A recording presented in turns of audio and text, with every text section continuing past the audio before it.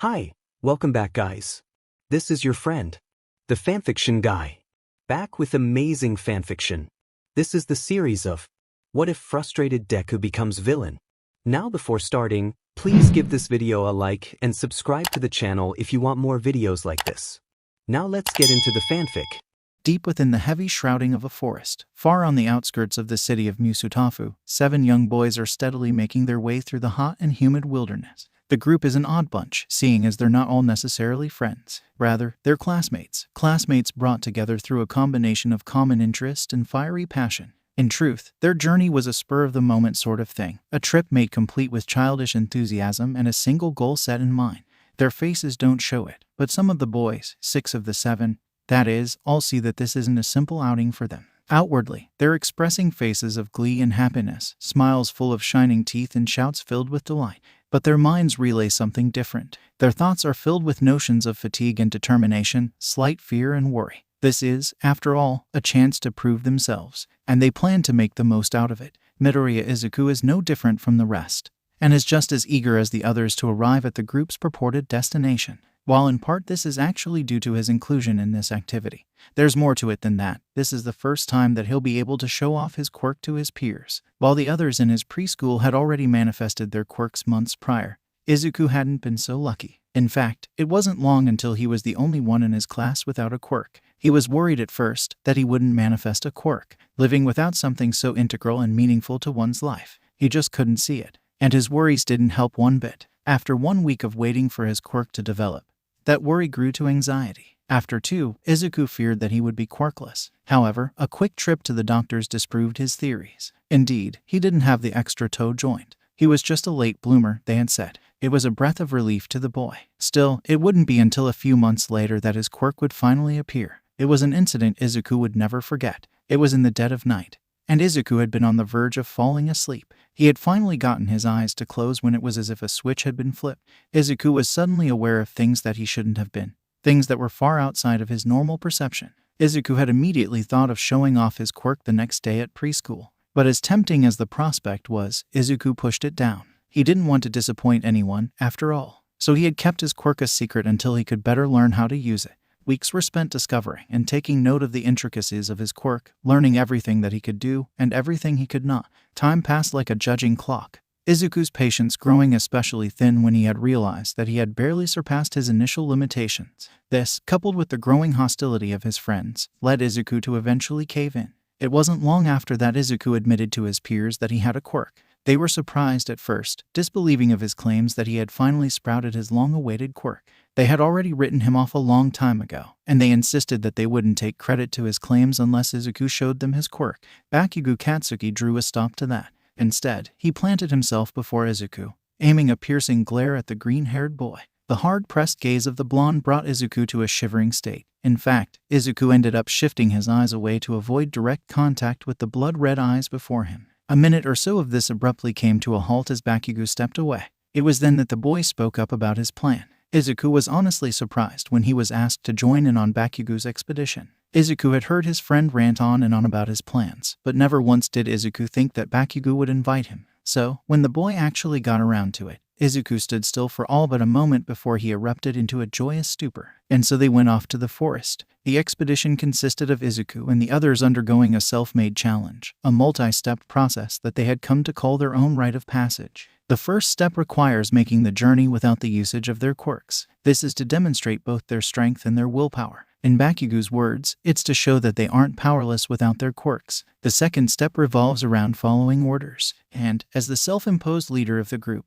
Bakugo leads the charge, barking orders left and right, ensuring the group doesn't let up on their progress one bit. His influence is unceasing, Bakugo pressuring the group to advance through the thick underbrush of the wilds. To Bakugo, it wouldn't do for any of them to show any inkling of weakness. That would mean that they aren't cut out to hang around with him. To him, he needs to weed the extras out, since extras are just stepping stones on his path to greatness. The others don't know this, of course, not even Izuku, his supposed best friend. Rather, they all admire Bakugo for what they see in him. He's strong, he's loud, and he holds everyone's attention. These are all prime factors that the boys find important for someone aiming to be a pro hero. This is why Bakugo is put up on such a high pedestal. Bakugo's dynamic and hold over the group persists well into the forest. Bakugo orders the others around, and the others comply and follow. It's simple, orderly, and effective. The others do little to argue, especially considering that at the end of their trip they have a chance to use their quirks without the watchful eyes of adults hiding around every corner. But this all comes to a halt somewhere halfway between their starting point and their destination. It's around midday when the group stumbles upon the stream, surrounded on both sides by thriving vegetation and two steeply sloped banks. A large log closes the gap, acting as a makeshift bridge that's sturdy enough to walk across. Bakugo doesn't hesitate for even a second, and within moments he's leading the march across the log. His eagerness and overconfidence, however, does little in preventing him from tripping over an unseen crevasse, falling off said log, and landing into the shallow water below. 5 of the 6 boys still on the log above smile and laugh the incident off, urging Bakugo to hurry back up. But the last of the 6 reacts differently. His eyes widen with shock, and before he can think his feet are rushing him forward and down the bank of the stream. "Kaken!" Izuku yells, his voice shrill and strewn with worry. Within moments, he finds himself in front of the downed Bakugo. By instinct, Izuku reaches down towards his friend with an offer of assistance. "Kaken, are you okay?" Izuku asks with trembling hands, a small smile forming on his face upon seeing Bakugo's relative lack of injury. Upon hearing the voice, Bakugo ceases his coughing and looks up from his position. His eyes steadily meet those of Izuku's. Several thoughts flow through Bakugo's mind all at once, and none of them are all too pleasant. His face quickly morphs into a scowl, and his hand instantly moves to smack away the offered assistance from Izuku. "I don't need your help, nerd," Bakugo relays, standing up on his own. His hands aim themselves towards his clothes and instantly go off with a bang. His quirk activates, a shower of sparks turning into miniature explosions that erupt from his palms. The explosions do as Bakugo intends, their heat instantly drying out his clothes. When he's done, Bakugo shoves his way past Izuku and starts making his way up the slope of the stream. Izuku adopts a strained smile as he watches the retreating back of his friend. After a moment, his head bends down to look at his feet, one hand going up to rub his opposite arm. He doesn't say anything about his friend's rudeness, and neither does he mention how he truly feels about it. Rather, after a brief moment's respite, Izuku perks up and forms a bright smile, readily following after Bakugo. The rest of the trip is fairly uneventful. Izuku trails behind the group, content in listening to the ambience of the forest, whether it's the birds nesting high up in the trees, the scurrying of rabbits deep within their underground homes, or the various creepy crawlies squirming their way beneath various downed logs. Izuku listens into them all with a serene smile on his face. Time passes, and before the group knows it, they've arrived at a small clearing. The place is a small gem that was found by Bakugo, discovered during one of his many outings in the forest. It's just the place they want to be, considering that they don't want any adults seeing them. The isolation ensures that nobody will be interrupting them for the foreseeable future. "All right, we're here," exclaims Bakugo as he climbs his way atop a large rock. "You all made it, and that means you passed the first part of the test." A toothy smile adorns Bakugo's face, his eyes going into a manic delight as he asks the next question. "Now, who wants to go first for the second part?" Nobody makes a peep. The 6 other boys are quiet, still as statues of stone. They're equal parts afraid and in awe of Bakugo, a mix of emotions that make the group wary of volunteering for what's to come next. But after a brief bout of silence, a lone figure steps forward to respond to the challenge. The boy is Kirihara Murai. Despite being the same age as them, he towers above the others. His spindly arms and legs pair well with his thin figure, with his long brown hair accenting his black-rimmed glasses. His more developed nature, something that goes both physically and mentally, leads to many of his peers making fun of him on a daily basis. However, Kirihara takes none of it. He brushes them off and perseveres, and it's that specific trait that deems him interesting to Bakugo. And so, with the first challenger chosen, everyone watches as Kirihara and Bakugo place themselves across from one another. Sparks begin to fly from Bakugo's hands as an eerie red glow envelops Kirihara's eyes. The two are each edging the other to move first. But, of course, that responsibility eventually defaults to Bakugo.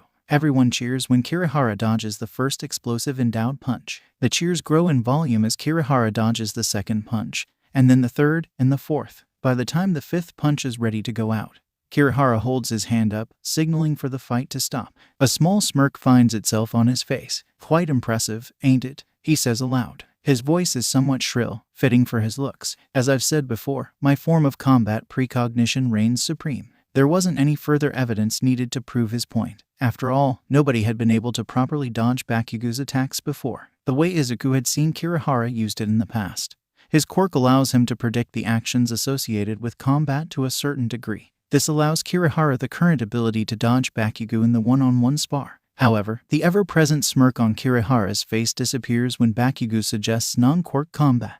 Not wanting to look cowardly, Kirihara accepts. Bakugo, quite predictably, reigns supreme in the fight, showing that he is still superior in terms of pure unadulterated strength. Kirihara accepts the loss, even if Bakugo says that he's a scrawny weakling without his quirk. As always, Kirihara takes the insult in stride. The second to take a go at Bakugo is Takahashi K's, their class's own self-acclaimed prankster. He's a stout kid, with a pudgy face and a brazen attitude he's well known for. He has a mean streak as large as a spider crab, and many know to avoid angering the boy if they don't want to find themselves the victim of a vicious prank the next day.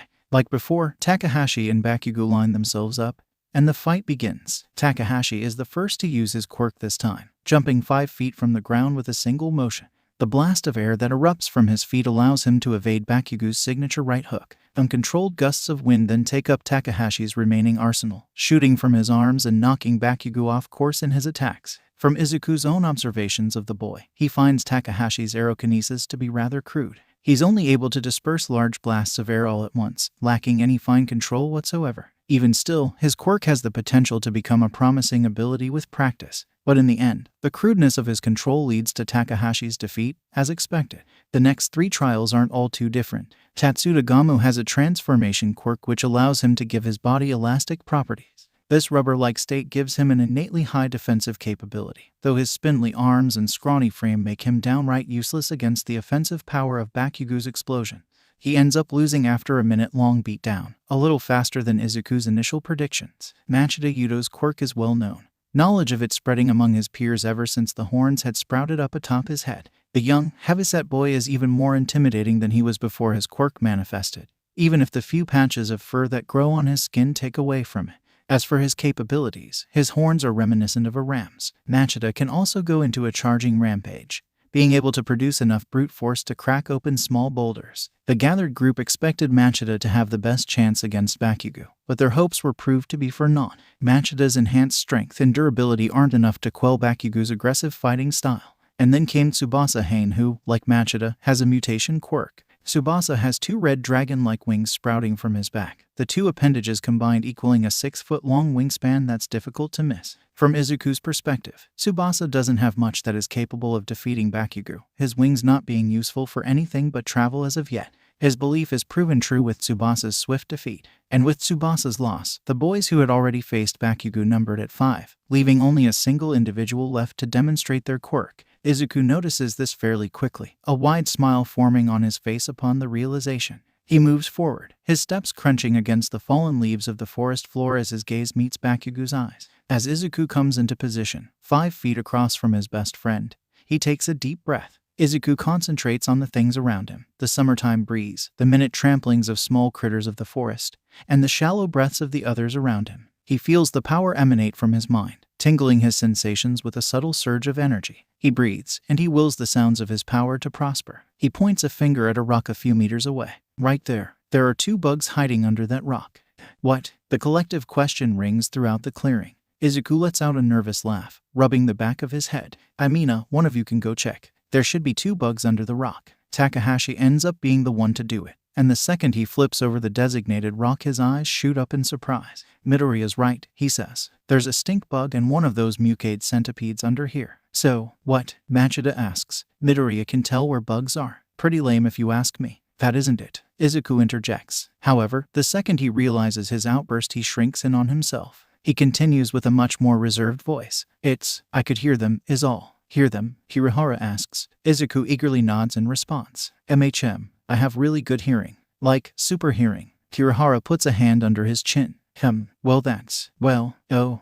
Takahashi jumps in the air with his hand raised. We can use him so we know when adults are coming. So we can use our quirks all the time. Idiot. Tatsuda chimes in. I've got something better. We can listen to those conversations adults don't like us hearing instead. Fight me, comes the abrupt voice of Bakugo. The chorus of voices immediately cuts out. What? Izuku sputters, turning suddenly to face Bakugo. I want you to fight me, Bakugo reasserts. With your quirk. A look of apprehension dawns in Izuku's face. Kakin, earlier you said that this was just a demonstration. My quirk won't hell. There isn't a warning when Bakugo shoots forward. An explosion is charged up in the cusp of his palm, the cluster aiming right for Izuku's torso. Given Izuku's surprise, the attack strikes true. Izuku gets launched a few feet back, tumbling into a nearby tree. A large excess of air comes barreling out of his lungs as his back meets the hard and aging bark. His head suffers a similar fate, and he almost thinks that he sees stars. The impact has Izuku wheezing and clutching his body in pain. He barely has the strength and willpower to pick himself up.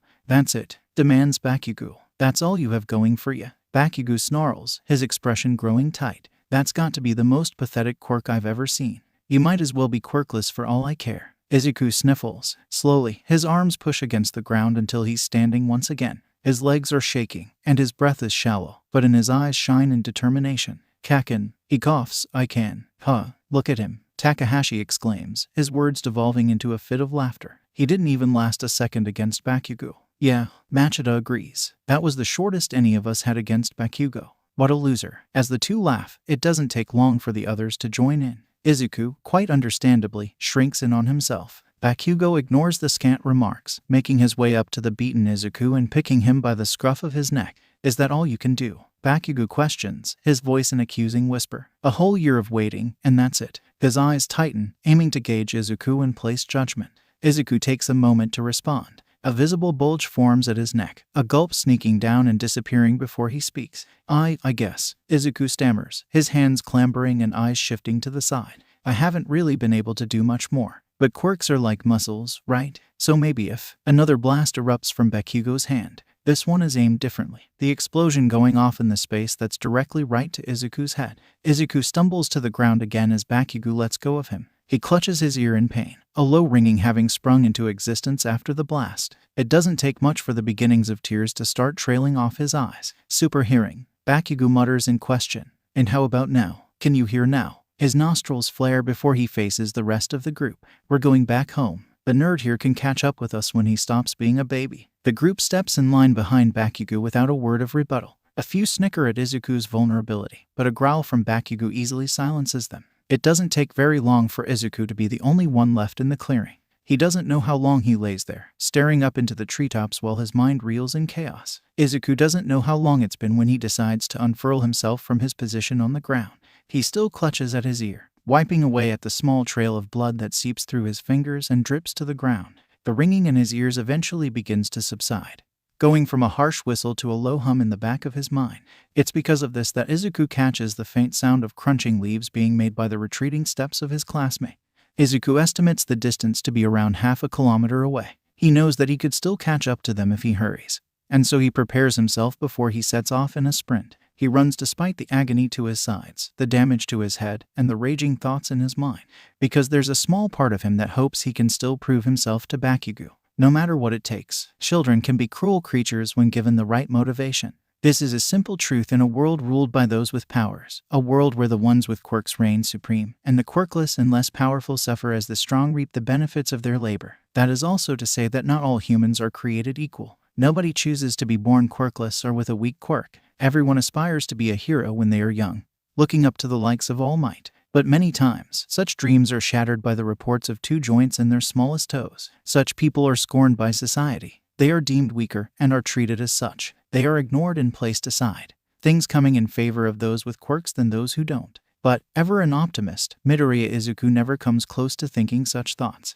Never does he think that maybe, just maybe, that those kids who act against him treat him as so out of scorn and hate. Izuku doesn't think this, even if, day by day, it's getting harder and harder not to do so. Instead of growing resentment, or a desperate spiral of depression, Midoriya Izuku has one goal in mind. He wants to have an honest chance to talk with his best friend. Izuku has noticed the way the ashy blonde boy had changed ever so drastically over the course of a few months. Izuku knows that Bakugo wasn't always like he is now, vindictive, cruel, twisted. The shift was a rather abrupt change, the current Bakugo being nowhere near the more reserved and kind, if not sometimes explosive, boy Izuku had grown to know. Izuku wants to know what changed. He wants to know what he's doing wrong. And, perhaps most importantly, he wants to know what he can do to fix the rift that has grown between them. What Izuku doesn't know is how that day in the woods would only be the beginning of a series of unfortunate events. It ultimately wouldn't be the last time the world would share its misfortune with Izuku. But at least for the moment, late into the night of that fateful day, Izuku went to sleep, snug and comfortable in his All Might plastered room, the figurines and posters providing him a sense of security. As he drifted off to sleep, he never noticed the low hum still present in his ears. And thus was a day in the life of Midoriya Izuku.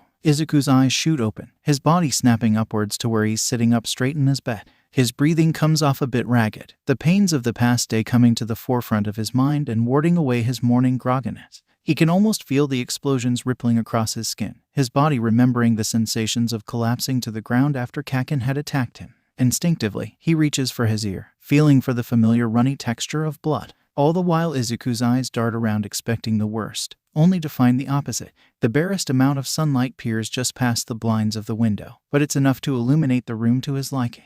His hero-based posters and paraphernalia dot the room as usual, taking up every possible nook and cranny of his walls and shelves. All Might smiles at him as he does every day, the plastic figurines that bear his signature smile making up the majority of the hero memorabilia that occupies Izuku's room. The fact that he's in his room sinks in, the realization calling Izuku's panic in its place. He takes a few moments to breathe, closing his eyes as he lets time run its course to ease his beating heart. Eventually, he opens his eyes again. A quick purview of his room reminds Izuku of the night before, right before he went to sleep. A quick glance at his bedside table and Izuku spots his notebooks. His most recent one, notebook number 2, is still splayed open on the page that he was working on last night. The sketch of Gang Orca is nearly done, with only the fin and upper half of the hero's head still missing. The small notes around the page. Fin aids with the control of high-paced movement.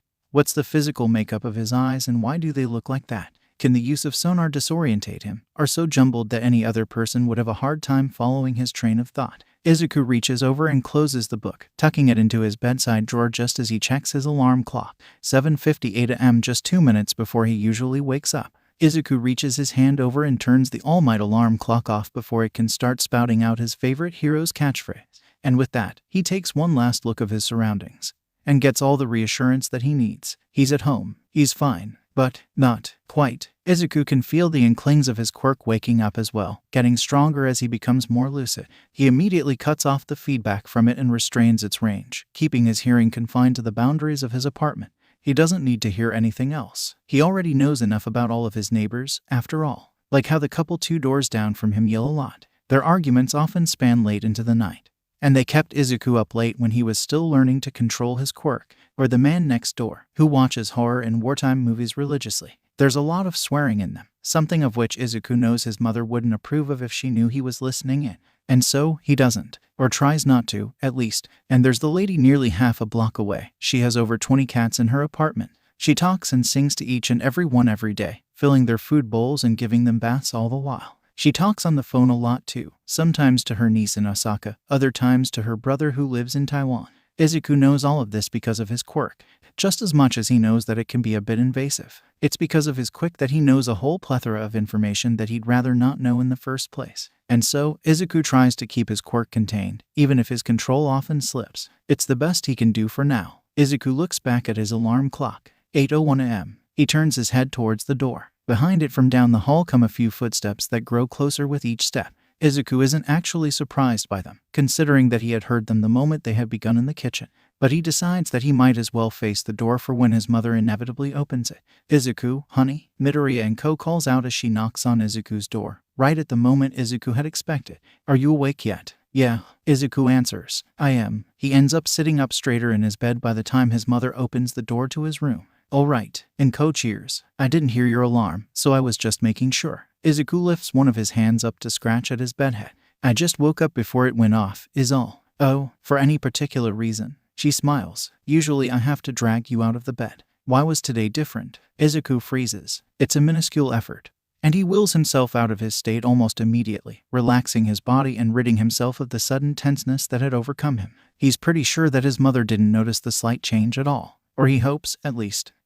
No, Izuku mutters. I just did, I guess. Well, all right, Inko chuckles. Breakfast is just about done, so come out when you're ready, okay? And remember, I still need to reapply your bandages before I drop you off, so don't dawdle. She leaves without another word, Izuku sensing each and every footstep she makes on her way back to the kitchen. The mention of the bandages brings said wrappings to Izuku's attention. He had almost forgotten about them, wrapped up around an elbow that he had hurt yesterday. It's only now, after they enter his perception, that he begins to feel the cloth rubbing against his skin. Izuku shakes it off, getting off of and making his bed. Taking another look at his room once he's done, he nods to himself before heading out towards the kitchen. Some mere phantom pains won't drag him down. He still has the rest of the day before him, after all. Please stop scratching at your gauze, Izuku. Inko lightly chides, her eyes peering through the rearview mirror and straight at her son of 5 years of age. You don't want it getting infected if it falls off, you know. Sorry, Mom, Izuku mutters, inching his fingers away from his elbow. It still itches, of course, and he really wants to scratch it. But he'll listen to his mother for now. Honestly, Inko sighs, you boys roughhouse way too much for my comfort. You need to be more careful when you hang out with Katsuki, alright. I know that it's just a light burn, but still, I don't want to have to talk to Mitsuki and end up taking away your playtime. Izuku averts his gaze and looks out the car window. Yeah, I know. Inko frowns, eyes lingering on her son before focusing back on the road. Is something up, Izuku? You've been a bit down ever since yesterday. It's nothing, Mom, Izuku lies, managing to put up a smile. I'm just a little tired. It all makes sense now. Inko cheers. You came home late after playing with Katsuki. And then I saw you up late drawing in that notebook of yours again. Something about that orca hero. At the mention of the hero, the dour expression on Izuku's face disappears almost instantly. His name's Gang Orca. He's been rising in the ranks over the years, even topping the charts of most villainous-looking hero. Like an orca, he needs water and Ko tries to listen to her son as he goes on and on about this Gang Orca, but ultimately fails at keeping up with the words that come out of his mouth. It's not anything new, of course. He's always like this when he talks about heroes. The car eventually comes to a stop as Inko pulls into the driveway of the nursery responsible for watching Izuku when she heads to work. She takes another look at the rearview mirror and towards her son, a small smile coming onto her face as she watches his animated movements. We're here, Izuku. She interrupts him. Make sure that you don't go overboard, alright, and have fun. Izuku pauses, eyes coming back into focus at his mother's words. Oh, he scoots over the seats of the car and opens the door, looking back one last time at his mother with a smile. Bye, Mom. He hops out of the car, slamming the door shut. He waves as his mom drives off, only putting his arm down once she's no longer within visible range. Behind him, Izuku hears the approach of Miss Hoshino, one of the 2 caretakers that watch over Izuku and the others throughout the day. Around her early 30s, partnerless given the lack of a ring on her hand, but full of energy and life. She basks in the attention the children give her, and she in turn does whatever she can to please them. Izuku can't help but recite the information in his head. He can't help it, especially with people that he spends large amounts of time with. It's one of the few things he can do while being good at it, watching people and learning what he can just by observation. Or in some cases, with his newfound quirk. Like right now, though his eyes are still glued towards the road.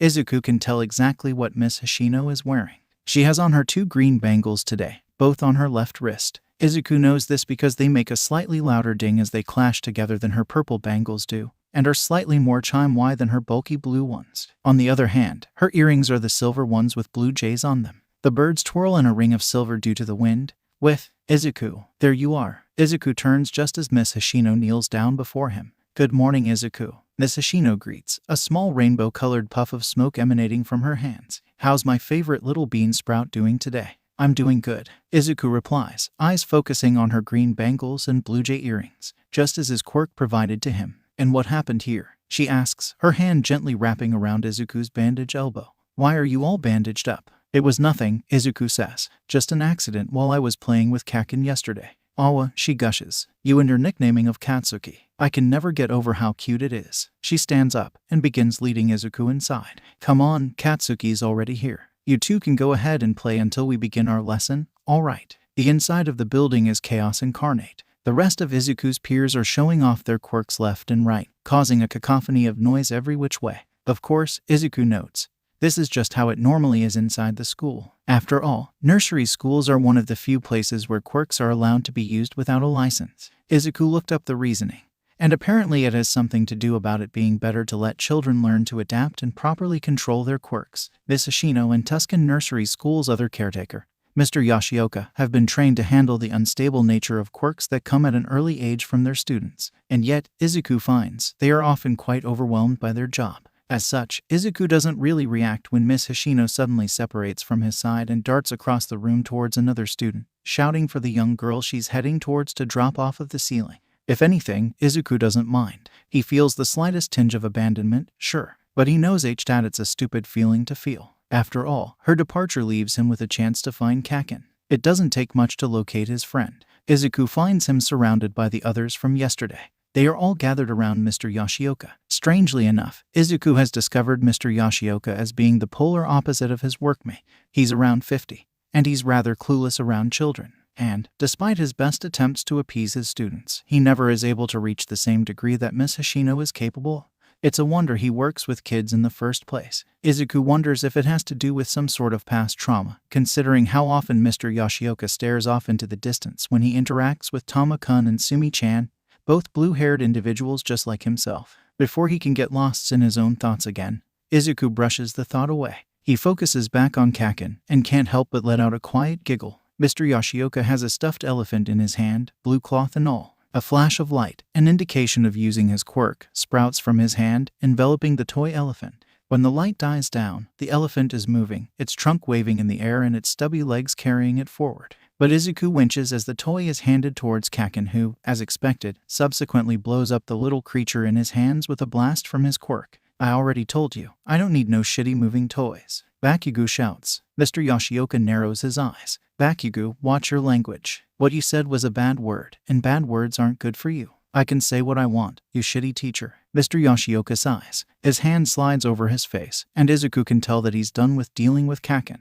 I'm going to go and see if Hoshino-sen needs any help, he relays, standing up. You can go along and play around with whatever if you really want, Bakugo. It's as Mr. Yoshioka leaves that Izuku decides to announce his presence. Kaken, guys, I'm here. Bakugo and the other 5 boys all turn around simultaneously to face Izuku. Instantly, Izuku can feel the shift in the air. Something's wrong. His friends begin snickering, whispering to each other as they look in his direction. Izuku takes care not to listen in with his quirk, allowing his friends to keep up their privacy. Eventually, Bakugo makes his way to the front of the group. Deku, took you long enough. Izuku tilts his head. He enunciates. What's that supposed to mean, Kaken? Bakugo smirks. It's your new nickname, nerd. Really? Izuku perks up. Yeah, thank you, Kaken. The others erupt into a mass of laughter, some having to lean on the other to hold themselves up. All the while, Izuku remains clueless. What's so funny? Izuku asks. You didn't let me finish, Deku. Bakugo steps forward, moving until he's mere inches away from Izuku.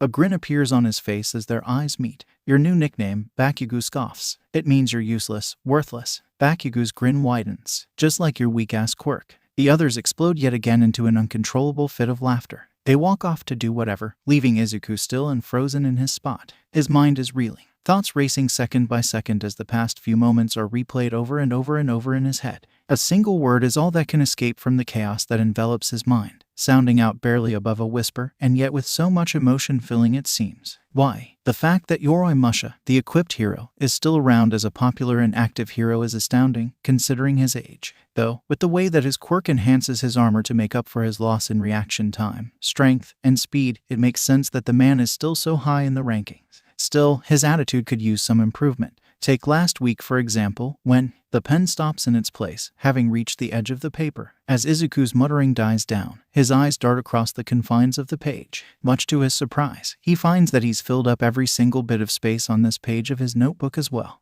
That makes 10 pages in total, all filled to the brim with scribblings and sketches, all over the course of his stay at the nursery. It's the end of the day now, the others who aren't already gone just waiting to be picked up to go home. Izuku's outside at his usual spot, sitting on the ground and leaning up snug against the nursery's outer wall. Usually by this point, Izuku's only finished working on 3 or 4 pages in his notebook, but somehow, today he's finished 10. How? Izuku mutters to himself. He takes a moment to recall what could have been different about the past few hours. Usually, for recess and lunch he'd cram away at his desk working on his notebook. On the odd day that he did, he'd write about any incidents he and his mother stumbled upon on morning commute. The one problem that plagued Izuku's life was getting lost in his thoughts, and his time spent buried in his notebooks was proof of that. He'd sit there for 10, maybe 15 minutes, and would likely go on for longer if one of the others didn't interrupt him and call him over to play. But today, nobody came to check on me. Izuku realizes with a cock of his head. That's strange. Usually Kirihara or one of the others would come to look at my work. Did they just forget today? A sudden thought comes to mind. Deku, he mutters, trying to find a sense of the word to his own ears. Did they really? A blaring sound of a car horn jumbles Izuku out of his thoughts. He looks up, finding his mother waving out from the passenger side window of her car. Izuku sighs as he pledges himself to finish the entry on Yoroi Musha later, closing his notebook and placing it in his backpack. It's not long after that Izuku's inside of the car, his mother's heavenly voice greeting him as he buckles up. Izuku, how's my little boy doing? Izuku hums as the car breaks off onto the main road. His face goes through a blend of expressions before settling on something more reflective of confusion before he finally answers. It was, all right, I guess. Just all right. Inko asks. Yeah, Izuku reaffirms, his face betraying his sense of loss. It was just different than usual. Different can be good. Inko cheered. Her face then lost that cheer momentarily after. But I guess that it depends on the situation. What was different about today? Some of my friends didn't come over to play with me, Izuku says. But it might have been my fault. I'm not sure really. Oh, well, I suppose that we're talking about the bad type of different, then. Do you have an idea as to why that happened? It's your new nickname. Nerd, it means you're useless, worthless. Izuku gulps. He blinks, shaking his head to wrest the memory away from his mind. No, he mutters. I can't really think of anything. Inko frowns, eyeing the sullen expression on her son's face. But then a sudden thought comes to mind. Something that she'd originally been planning to tell Izuku before she saw that hurt expression of his. The realization exchanges her frown for a small smile. She knows exactly how to turn the situation around on its head. Well, Inko begins, it's nothing that you should be worrying about right now. You can just ask them outright tomorrow if anything's wrong. After all, Izuku's expression brightens, the boy almost bounding out of his seat in joy. You think so? Oh, definitely. So don't worry about it for now. After all, I have a surprise for you. You do? Izuku asks, all signs of gloom gone from his face as he bounces in his seat. What is it? What is it? Whoa there, small mite. Inko laughs. I'll tell you, but you've got to calm down first. I don't want you accidentally unbuckling your seatbelt again. Izuku pouts, crossing his arms. Fine. He looks over to his mom with a smile. So what is it? You sure that you're ready? I'm not sure if you are. Mom, all right. Inko cheerfully relents. Since you've been a patient boy, I'll tell you. Your father is coming home this weekend. Izuku's eyes widen at the information. He is, but I thought he wasn't coming back for another month. He normally would, Inko says. But something happened over in Hokkaido this morning. Your father's workplace was the site of a villain attack, you see. Is he okay? Izuku yells. He's fine, Inko replies. The place just got a bit messed up is all. He's going to be staying at home for a bit while they fix the place up. And based on the amount of damage, your father said that he'll be with us for a whole month. Isn't that exciting? Yeah, it is. Izuku pumps his fist in the air. I get to see Dad early. Hey kiddo, I noticed a minute ago that you're still in your bed. A crackle, followed by the sound of running water. Are you getting up soon, or am I going to have to go in there and wake you myself after I'm done here? Izuku shuffles a bit in his bed, his mind gradually rousing itself due to the voice. It's a much more pleasant and tranquil morning greeting than the one of a few days prior, and Izuku's in no hurry to lose his current feeling of peace. That new All Might figurine isn't going to pick itself up from the store, you know, the voice says, somewhat muffled by the flowing water that surrounds it. And remember that it's Saturday. The comic store closes early today. If you sleep in, you'll have to wait for your gift tomorrow. Gah. Soap in my eye. Izuku's eyes shoot open at the statement. I forgot entirely. Izuku jumps out of his bed near instantly. He zooms out of his room and into the hall, moving towards his parents' room in haste. He falls into place in the doorway and yells out loud enough for his father to hear, his voice carrying past the closed bathroom door and the sound of the running shower. I'm up, Izuku exclaims. Thanks for waking me, Dad. Of course, Midoriya Hisashi mutters, his voice betraying his ongoing pain as he continues to wash out his eyes. Just start getting ready. Hopefully I'll have breakfast prepared once you're done. All right, I'll be quick. As Izuku turns and races down the hall, his newfound smile never leaves his face. Yeah, a whole day with his dad. Unlike his wife and son, Midoriya Hisashi dons a much more conservative hairstyle, a professional crew cut of black hair taking up his topside features. Near always, his colleagues find him dressed up in a plaid suit commendable and appropriate to his occupation as a project manager working Hokkaido's growing biomedical scene. His approachable and yet strict attitude makes him popular amongst the workers, a key factor that contributed to his current position. But off the clock, Midoriya Hisashi would not have been recognized by those he worked with one bit. Rounded glasses take the place of the contacts that he usually wears, and his dress consists of a much more comfortable set of khakis and a polo. After all, there wasn't a need for the dependable, hard-working project manager he was known as, for when he was over 1,000 kilometers away from the island of his work. In the here and now, as Hisashi calmly sits in his car as it stands still in traffic, all he cares for is spending the day with the son he very dearly loves. It's a shame that your mother had an early shift today. Hisashi looks at his son through the rear-view mirror. The three of us could have spent the afternoon wandering Kiashi to our heart's desire. We still have another month before you go back to work, Izuku exclaims, his glee palpable through his words. And tomorrow's still Sunday. We can still do something since I won't have school. Hisashi rubs his chin in thought. You make a valid point, kiddo. Any clue as to what we can do? Izuku mimics his father's gesture. How about not the Tokyo Hero Museum though? Hisashi interjects. I heard from your mother that you went there last Saturday. You need to explore new avenues. It'll be fun. Izuku pouts at the jab to his interests. I need to think about it then. Plenty of time to do that, Hisashi says. Doesn't look like this traffic's letting up anytime soon. He looks back through the rear-view mirror. Actually, Izuku, any idea what the holdup is? Izuku blinks, unsure if he's understanding what it is his father is saying. Are you asking me to check? Hisashi smiles. It's not like anybody's going to know, you being in the car and all. I'm willing to wait for you to do your magic, and considering the non-invasiveness of your quirk, well, Izuku pumps his fist into the air. Yes, okay. Just give me a second then while I check. The reins of Izuku's quirk reach out to his distant surroundings, taking in all there is to hear. Izuku sits still for a few minutes as he takes care to gradually drown out the obvious things he needs to avoid. Car horns, bird chirps, and the like, until he finds exactly what he's looking for.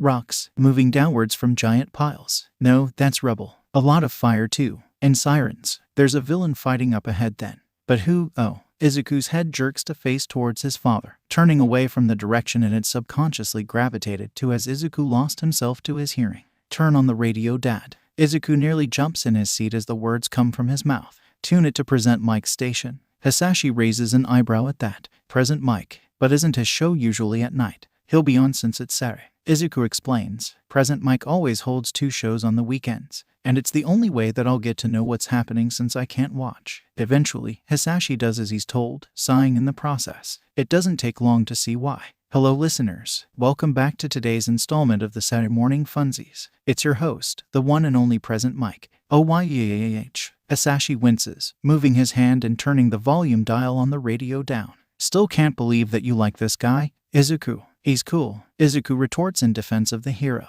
He balances being a prof hero and a radio host at the same time. Hisashi shakes his head. Way too loud for my tastes. First topic of the day. Fire in the streets of Musutafu. But what's this? No, it's not some skyscraper bursting up in flames. It's Japan's very own number 2 endeavor. A whole street has been cordoned off and evacuated because of the incident. Apparently this villain is a slippery one, folks, so keep an eye out. Hisashi takes a moment to look back at his son. Izuku, sensing the gesture, gives his father a reassuring smile. We'll be fine. The fight's near the edge of my range. Oh, Hisashi muses. So nearly a kilometer out then. I suppose that I can live with that. And yes, before anyone asks, it is true that normally I'd be heading over to see if anyone needs help, radio show or not. But, well, how do I say this? Long story short, I've kinda been grounded from heroing for the weekend. Apparently, I was taking too many risks on my Friday patrol. Which is not true. I was just a bit tired. But Midnight wouldn't take no for an answer, as if she can read my mind. You don't know what you're talking about in this case, and the sound of a phone ringing interrupts Present Mike's rant midway. Oh ho, and with that, we are first call of the day. Let's see who auto patched through to me this time, eh? The sound of Present Mike clearing his throat is audible through the radio before he answers the call. Well hello, and just who might you, Midnight? Yeah hi, what? No, I didn't.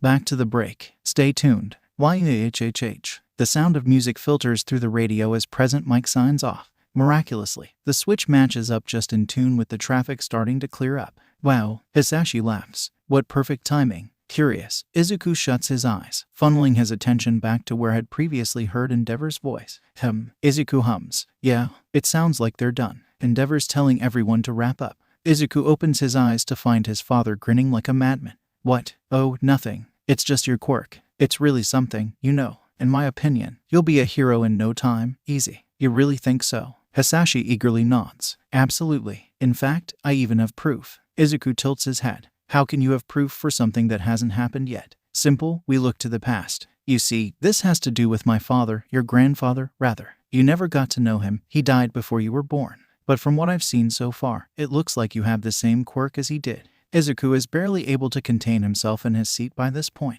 Really? Is that why I don't have you fire breathing or mom's telekinesis? Hisashi nods. That is how genetics work sometimes. And if that's the case, I say that you'll do fine as a hero. After all, your grandfather was well known for aiding heroes and the police in scouting out known villain bases. Wow, Izuku's feet are swaying back and forth, hitting the bottom part of his seat in all of his excitement.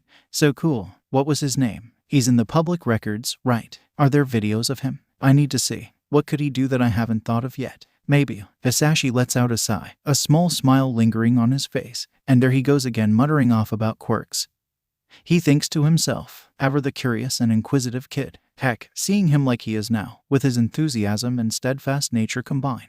Hisashi lets out a mental laugh. He's destined to do great things. I just know it. With all the traffic clearing up, it wasn't long before Hisashi and Izuku reached their destination. The Kiyashi Ward shopping mall is as busy and crowded as it would be any day, with masses of people weaving their ways through one another as they move in search of whatever they need. The father-son duo is no different, with Hisashi having to pay extra attention to ensure his son doesn't wander off ahead due to his excitement.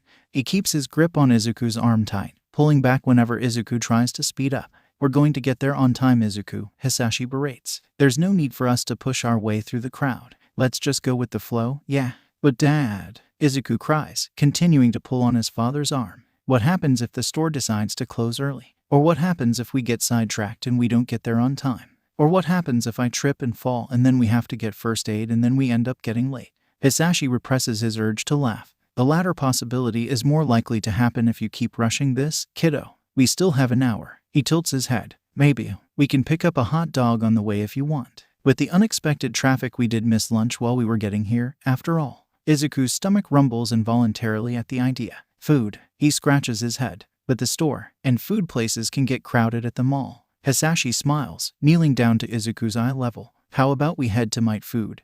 Izuku's eyes brighten with unsaid glee. White dogs, white dogs, white dogs. Izuku bobs his head side to side as he listens to the theme song from the All Might anime playing on the overhead speakers. He hums along, replaying the scenes he recalls from the show in his head. He's currently sitting at one of the tables at Might Food, patiently waiting as his father orders at the counter. He's content in basking in the environment, letting himself sit in such a heavily All Might fashioned establishment. And that's the type of mindset that Izuku normally would have on a normal day. But that all changes when he hears something at the edge of his range. It leaves his awareness near instantly, but it catches his attention nonetheless for being so out of place. It sounded like a blast of fire. Izuku looks to his father and finds that he's still paying for the food. After a moment, Izuku then looks back towards the direction of the noise he had heard. It'll be fine if I just check for a little bit, right? I'll be just outside. Izuku slides out of his chair, taking another look back at his father before he leaves the restaurant as stealthily as he can. He re-enters the shopping center at large, blending into the mass of people traversing the walkway. And as it turns out, the added distance is just enough for Izuku's goals, based on his rough handling of his quirk. The sounds Izuku hears point towards several fires going off nearly half a kilometer away. There are cars honking, people screaming, and Endeavor. I swear, when I get my hands on Scorcher for letting this guy out of his sight, he's going to regret waking up today. Endeavor, calm down. Calm down. Know your place. I will not calm down. Not when this damned villain escaped from our containment. But sir, Plasmic tracked him down. The villain's heading straight for the mall. An explosion rocks the building. Plumes of smoke and rubble cascading inwards from the far end of the shopping center. Cries of fear and panic arise from the present crowd.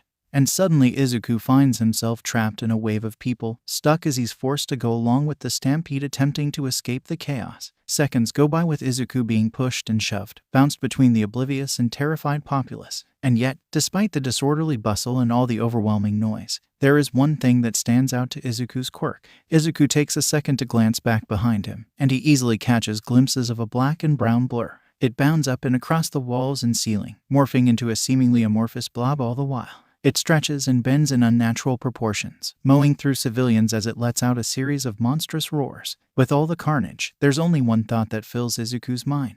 I need to hide. He finally begins to force himself through the crowd, taking care not to trip or to get trampled by the running mass of individuals. His small form does little in his favor as he's pushed around like a pinball, but Izuku doesn't care. All he wants is to get out. Eventually he breaks free, falling to his knees as he breaks away from the rushing current of people. He takes a second to look back, trying to pull in his ragged breath as he watches the stream of people continue on their way. Eventually, he turns away and starts to scurry across the ground. He moves down a stray hall, one of those dingy and mistreated ones that lead to the restrooms, and hides himself behind a trash can big enough to conceal his form. He places his hands over his mouth and nose to quiet his own breathing, closing his eyes to ground himself. He pulls in his quirk, limiting his range to his normal hearing to keep out the sounds of viscous screams and crumbling rubble. Eventually, everything goes quiet, but Izuku doesn't risk even trying to move. He can't risk whatever's out there hearing him. He doesn't have an escape route planned. And his legs. He can't move his legs. And then, he can hear it approaching, even without his quirk. the thundering of aberrant footsteps stomping their way on the ground, the distant screams of the main crowd growing farther away as they make distance from the scene. The villain, he's nearby. I'm close to him. Where's Dad? Is he okay? Am I going to be okay? Why is he here? What does he want? Has he killed anyone? Endeavor's nearby. He can help. I just need to wait. Wait and I smell you. Izuku flinches at the voice. It's raspy, and Izuku almost wants to say that he can physically sense its hostility. To best compare the feeling, he finds himself feeling akin to a mouse hiding from a swooping owl, doing its best to keep it out of the grasps of death. Child, where are you? Izuku gulps. The footsteps are getting closer. The breaths of the man are basically brewing down his neck. There you are, you villain. Izuku's eyes shoot open at Endeavor's voice, a sense of relief filling his bones. But then his vision is suddenly engulfed with the orange-red glow that abruptly basks the walls and floors, an intense aura of heat tingling against his back. The villain lets out a howl of pain, and Izuku watches his writhing shadow dancing across the wall. There, Endeavor yells, I finally got you, and now you're missing one of your arms. Do you still think that your speed will save you? Izuku yelps as the heat increases, a blast of fire rushing past his hiding place and colliding with the wall across from him. He can almost feel the flames brushing against his clothes, threatening to consume him. And there you go dodging again, you coward. Endeavor, platforms going down. Wah, burnin'. I told you to get Kaido in here. But sir, what about the area? Civilians. Did you already? I already checked. Now go. A rumbling sensation befalls Izuku's whole body, and it isn't long until he recalls what the woman, Burnin, had called out to Endeavor. Izuku turns and grabs onto the trash can, gripping onto it with all he has. He closes his eyes as the sensation of falling fills his senses, air rushing past his ears before he collides with the ground with a harsh thud. He instantly sputters, coughing out the dust and smoke that had entered his lungs in the fall. Oh, Endeavor rumbles. From what Izuku can gauge in his injured state, the hero isn't far off from his own position. You haven't run off yet, finally deciding to stop dodging like a coward. A beat, Endeavor's presence, his voice, the mere aura he emits.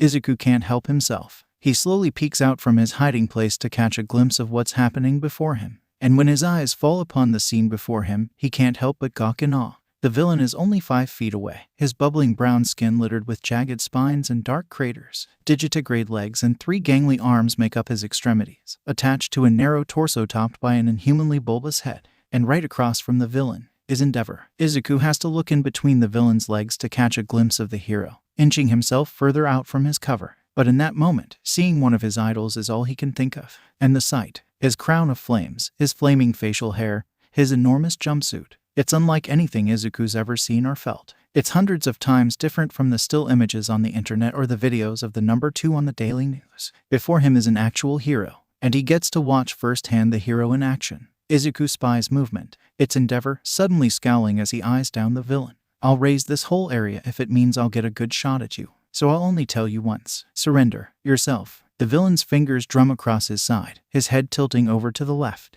An unnatural scratching sound fills the air. Izuku can't tell what it is, but Endeavor's expression tightens at the sound. Something only he can see, then. Endeavor huffs. So be it. There isn't a warning. The gout of radiant flame streaks forth with enough power to maim, or even kill. The villain's body curves, morphing around the oncoming cylinder of flame effortlessly. Izuku's body tingles in excitement at the display. But as it flies past where the villain once was, it's only then that Izuku realizes something. He's directly in the path of the incoming flames. His body freezes up, the prospect of death halting his functions. Izuku. Suddenly, a bodily mass is in front of Izuku, standing tall with eyes of steel. Midoriya Hisashi lets a torrent of fire spew forth from his mouth, colliding directly with Endeavor's flames. When the two forces collide, everything seems to stop, but only for a second. The overwhelming force of Endeavor's attack cycles around Hisashi's counterattack and breaks through, albeit with less intensity than before. It still carries the potential for imminent death. It still has enough potency to ensure that its target will burn,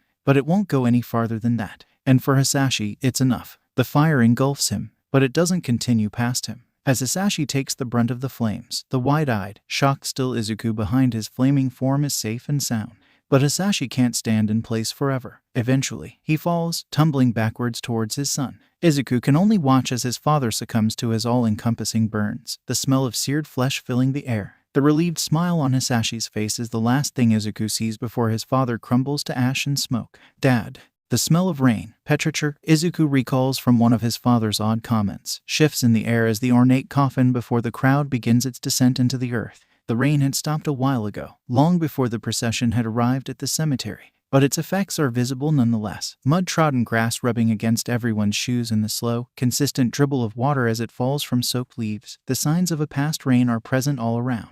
And truthfully, they're the only things that Izuku wants to pay any attention to.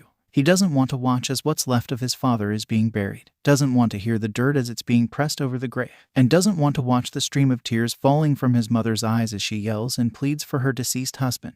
And Izuku definitely doesn't want to look at the enormous form of Endeavor standing off to the side. His normally raging flames ever so slightly subdued and his normal costumed attire having been replaced with a form-fitting black suit. Izuku could understand if it was an accident.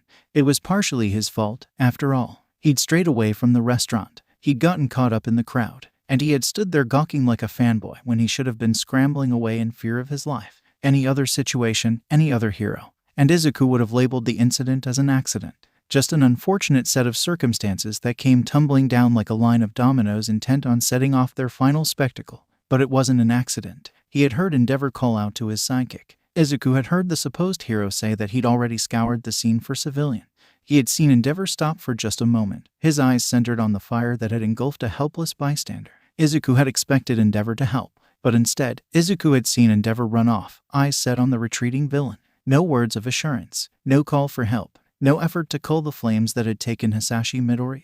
Nothing. It was pure negligence. Endeavor had abandoned the most basic responsibilities of a hero, all in favor of the glory that would come with the capture of the villain. And even that was for naught. Endeavor's reckless attacks had blazed a good portion of the shopping mall, and in all the chaos the villain had escaped scot-free. With such an abundance of evidence, it wasn't a hard thing for Izuku to figure out that Endeavor didn't care for the life that he had taken that day. And that wasn't the end of it. Not long ago that lawyer had shown up on their doorstep, who upon entering their apartment proceeded to wave around documents and ridiculous numbers in his mother's still grieving face. The man had offered compensation. And then he threatened to sue us into the ground unless we accept it, and Endeavor knew that it was happening. As for that cold, calculating glare that Endeavor had given off, the same gaze he had on the day Izuku had last been with his father. Aye, it's the same look he's sporting now. As the funeral ends, the slight sizzle that accompanies Endeavor's footsteps alerts Izuku to his nearing presence. He looks up, finding the pro-hero only a few feet away. Kid. Izuku instantly places his gaze back towards the sodden ground. He doesn't want to look at him, not after what he had done. And besides, he doesn't need to look at him. He could hear everything from him completely fine. That's fine, Endeavor grumbles. I understand. I'll make this short, and I'll be frank with you, kid. I'm sorry. He isn't. Despite the rain and the relative cold, there's a single bead of sweat steadily running down the back of his neck. His stance is tight and unmoving, his eyes centered at Izuku's bushel of hair, and the uneven heartbeat entrenched deep in his chest betrays his true motives. Endeavor is lying. It makes sense to Izuku. Endeavor can't be sorry after everything else he's already done. He's just there to maintain his image, to make a show for all of those around. His mother's friends, the people from her work, the relatives from his father's side of the family, the Bakugas. Endeavor was only there to appease the family he'd irrevocably damaged. There was no doubt about that. But it isn't going to work. Not when Izuku knows that the man is lying through his teeth. Not when Izuku knows that the man is so far removed from what it means to be a hero.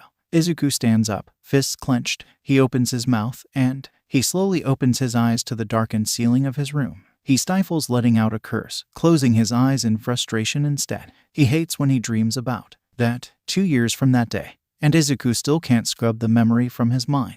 No matter what he does, he can't kick the image of Endeavor from his head no matter how he tries. And it frustrates him to no end. It's an ongoing process. He breathes. I'll get past it eventually, I hope. After a while, Izuku rises from his bed like any other day. He takes one last look at his room, and then finally heads towards the kitchen. Morning, Mom. He takes a seat at his usual spot, just across from his mother. He eyes the food laid before him, oyakodon, one of his favorites. Already, he can envision the taste of the egg melting in his mouth, the savory taste of the chicken and the rice greeting his taste buds, and the liquidy brew of the miso soup running down his throat. But it's quiet. Again, Izuku sighs, looking up to find his mother absently staring at her food. Mom. Inko blinks, looking up from her plate and towards her son. Oh, Izuku. Morning. Sorry, I was just. She shakes her head. Anyways, you have everything ready for today. Handkerchief. Pencils. I still have an hour left before we need to check that, Mom. We're still eating breakfast. Inko looks down to Izuku's own plate, and then back to hers. Right. Sorry. She starts prodding at her food. My mind was wandering, is all. I got a bit disoriented. Don't mind me. Not like it was the first time. Izuku takes a bite of his food, only to find the taste of eggs much less appealing than it had been in his head. When the same goes for the chicken and the soup, Izuku lets out a mental sigh. Just another school-bound Monday morning. Izuku takes in another tasteless morsel. Wonderful. Deku, the hell are you looking at? Huh. And that's what I get for letting my mind wander and allowing my gaze to rest wherever it did. But, at least it's already the end of the day. Bakugo stalks up to Izuku's desk, his eyes narrowed and slight explosions crackling in his palms. He doesn't even wait for the teacher to be out of the room, not that it would matter. Despite the obvious hostility coming from one of her students, the teacher never bats an eye at the display. It's clear that she's content to merely pack up her materials and leave for the day. Nothing new. Well, Izuku snaps out of his thoughts, his eyes meeting those of his. Of Bakugo. Sorry, Kaken. Izuku responds, averting his gaze from the piercing red eyes staring down at him. I wasn't really paying attention. My eyes were wandering aimlessly, promise. Oh yeah. Bakugo raises his arm up, moving his hand next to Izuku's head. It's a familiar gesture, and while he knows what's coming, Izuku can do nothing but tense in preparation. The small explosion goes off in an instant. The blowback is minimal, with Izuku's head jerking to the side only slightly. And like always, he's left with a harsh ringing in his ear that, by honed experience, likely won't leave for another 20 minutes. It's nothing new. The action is basically a habit of Bakugo by now, having originated on that very day that Izuku showcased his quirk for the first time. It's harsh, and it hurts, but Izuku's learned to cope with it. He waits until Bakugo takes his hand back before Izuku raises his own to check on his ear. It's not bleeding, but nonetheless Izuku still worries about the prospect of lasting damage. He knows by now that ringing in the ears is a telltale sign of tinnitus, and some light research has led to the knowledge that tinnitus is a product of experiencing loud noises either over a long period of time or in sudden, harsh bursts. Izuku isn't an idiot. He knows that Bakugo's explosions fit the bill perfectly. It surprises Izuku that his ears have gone unharmed for the past 2 years, but he shoves the thought away. He isn't questioning his fortune. He doesn't want to tempt fate, after all. Know your place, Bakugo scowls. Again, the words drag Izuku from his headspace. In turn, Izuku simply nods in deference. He doesn't have any reason to fight back. Izuku knows that things won't end well if he does, and it hurts him to admit that, especially after all the effort he's put through towards Bakugo. Izuku had tried to amend things between himself and his friend for the past year. For one, he had tried telling Bakugo of all the possible uses of his quirk, of all the utility it can have on rescue operations or scouting out villains. Izuku had even mentioned Eavesdrop, the grandfather that he now knew was part of his family tree. The man was a successful support hero for over 30 years, with connections all across the board of Japan's heroes. His work was appreciated by many, his quirk the bane of the remnants of the Yakuza and similar organizations. Izuku would try to go all over those things, trying to convince his friend of his uses. He'd do it one day, and he'd do the same the next day, and the next day, and the next. That was months ago now, and by now Izuku knows that Bakugo would never see reason. Whatever it is that has created the wedge between friendship doesn't show any signs of disappearing anytime soon. Salvaging what once was. Izuku isn't sure if he's capable of that. Not when the source of his problem also holds the secrets to the solution he so badly needs. Come on, you two. Bakugo motions, and 2 individuals fall in line behind him. We're going to the playground. Of the duo, Tsubasa is the same as enormous red wings and all. The other is a much newer face, a stocky boy by the name of Gary Yugoro. His quirk is nothing spectacular, with him being able to stretch his fingers to double their length. We're going to be having some fun today, Bakugo exclaims. Who's up for a couple games of heroes versus villains? Yeah, heck yeah. It's not long after that the 3 begin to make their way towards the door. It's a sight that Izuku can't ignore, and so he begins to pack his things up, all in preparation to follow. It's better than being alone. He ends up playing the role of the hostage for the umpteenth time since he and Bakugo had first started playing this game. Not that Izuku expected anything different, of course, but at the same time, he wishes that for once there would be a mix-up between the roles played. That way he wouldn't be left as he is now, huffing from the excessive activity he endured and with his clothes rumpled from all his extraneous action as the hostage. And yet, all things considered, Izuku's happy. His friends weren't too rough with him, playing at around the mildest of settings. He's relatively unharmed, and he won't have to walk home with any lingering pains. With nothing amiss, he goes along with his usual ritual after these games. He walks over to a secluded spot, in this case the playground sandbox, and takes a moment to decompress. He collapses onto the sand, laying on his back to allow his breathing to even out as he looks up to the clouds overhead. Serenity. Well, the closest to it, anyways. The sense of relief that encompasses his form is so resolute that he doesn't notice the approaching figure. He's oblivious until the moment he's wrapped in some sort of green appendages, vines. They're vines, based on their appearance, and lifted up into the air. Even before he's able to voice his complaints, he finds himself placed upright onto his own 2 feet, completely unharmed. Those are the types of brutes that you call your friends? Izuku blinks once, twice, 3 times. It takes him an embarrassingly long time for him to soak up the sight before him.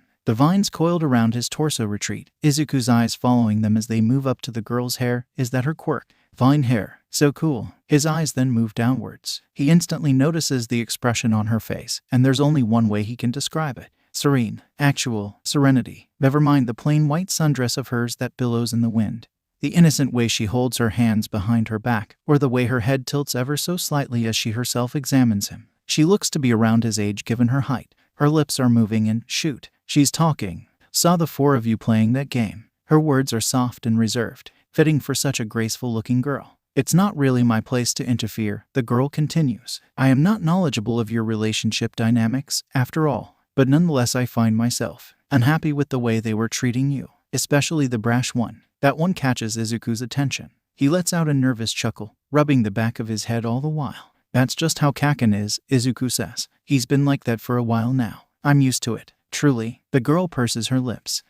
Quite despicable. The comment soars over to the back of his mind. Fervently, his mind finds some other things more pressing at the moment. Girl. A girl. I'm talking to a girl. What should I say? The girl covers her mouth with one of her hands. How rude of me. Izuku lets out a mental sigh of relief. She's going to lead. The girl holds her hand out in front of her. My name is Shizaki Ibara. My apologies for using my quirk on you, but I simply wished to see if you were okay after that display from earlier. You seemed quite winded after those boys left you here all alone. Izuku gulps before he takes the offered hand and shakes it. He says the first thing that comes to mind. Midoriya Izuku. He tenses as he realizes he's basically yelling in her face. But his mouth is moving faster than his own thoughts, and he can't stop himself from continuing. And it's nothing to worry about, Shizaki-san. I wasn't bothered at all by your vines. They're actually really cool, and I appreciate your concern, too. You're really nice. Shizaki smiles after a brief moment. That's a relief. I'm glad to see that your well-being isn't endangered. She pauses. Though, I don't mean to pry where I'm unwelcome, but may I ask you a question?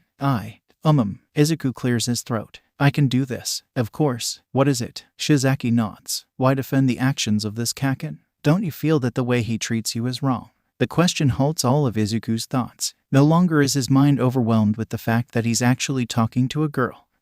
What can I say to that? That he's the last sense of normality I can clutch to. That the way he treats me is the only thing that hasn't changed since my father's death. That he's the closest thing that I can consider to be a friend.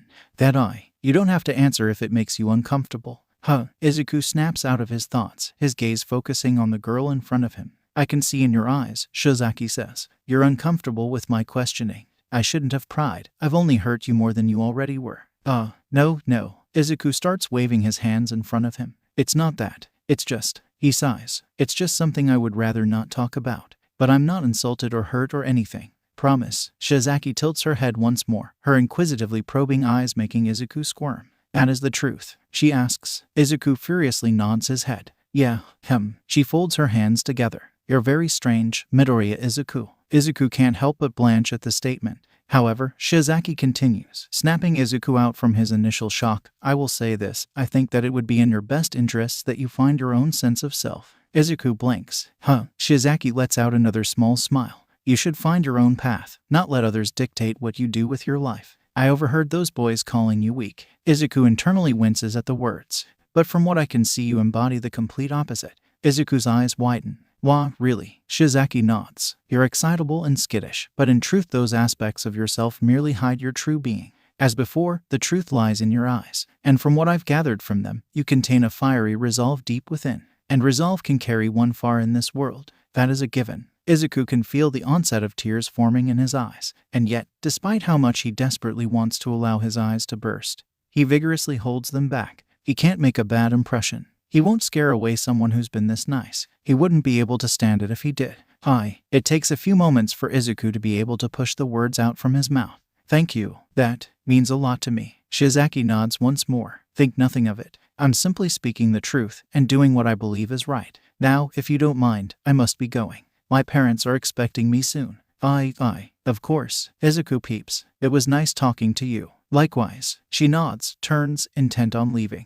But the moment she does, Izuku realizes only what's happening before him. She's leaving. The one person who noticed me is more than just some trash on the side of the road. His mouth moves before he can think. Wait. Shizaki stops, turning her body once more to look at Izuku. Yes, shoot, I just remembered, girl. Am I really going to ask? Can I see you again? Shizaki hums. That may be a problem. Do you happen to live in the area? Yeah, Izuku says slowly, afraid of her response. Why? I live in Yokohama. My parents and I are only in Musutafu for business this weekend. I'm afraid. Oh, too good to be true. I can't even stay in contact with the one person who's been so nice. I suppose that you can come visit, though. Izuku's head shoots up in hope. I can, perhaps not all the time. The train rides from here to Yokohama can get quite expensive, after all. But if you happen to be in the area, go to Mitsuike Park. I spend most of my time there, so you're unlikely to catch me ever absent.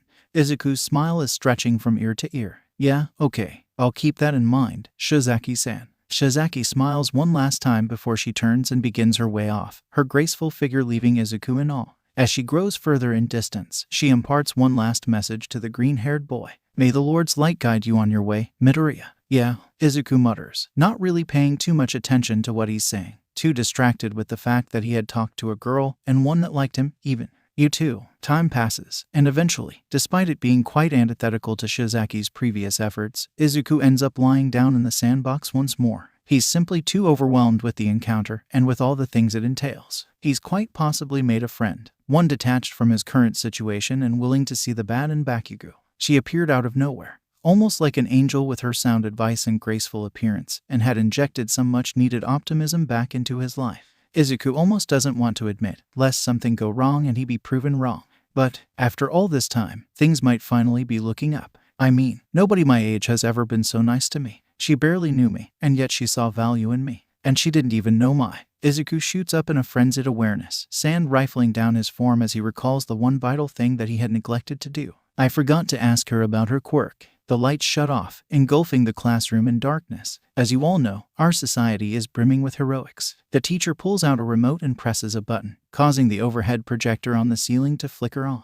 With villains on the loose wandering the streets, harming innocent civilians like you and I, there stands the need for a force that can fight back and put scum in their place. The projection focuses an image at the front of the room, displaying the distinct likeness of All Might posing for the camera shot. All Might stands above the rest, a hero unlike any other. His position as number one is well-deserved. He very rarely ever allows a villain to escape, his success rate being the highest in recorded history. But there is one important factor that you all need to consider: he doesn't do it alone.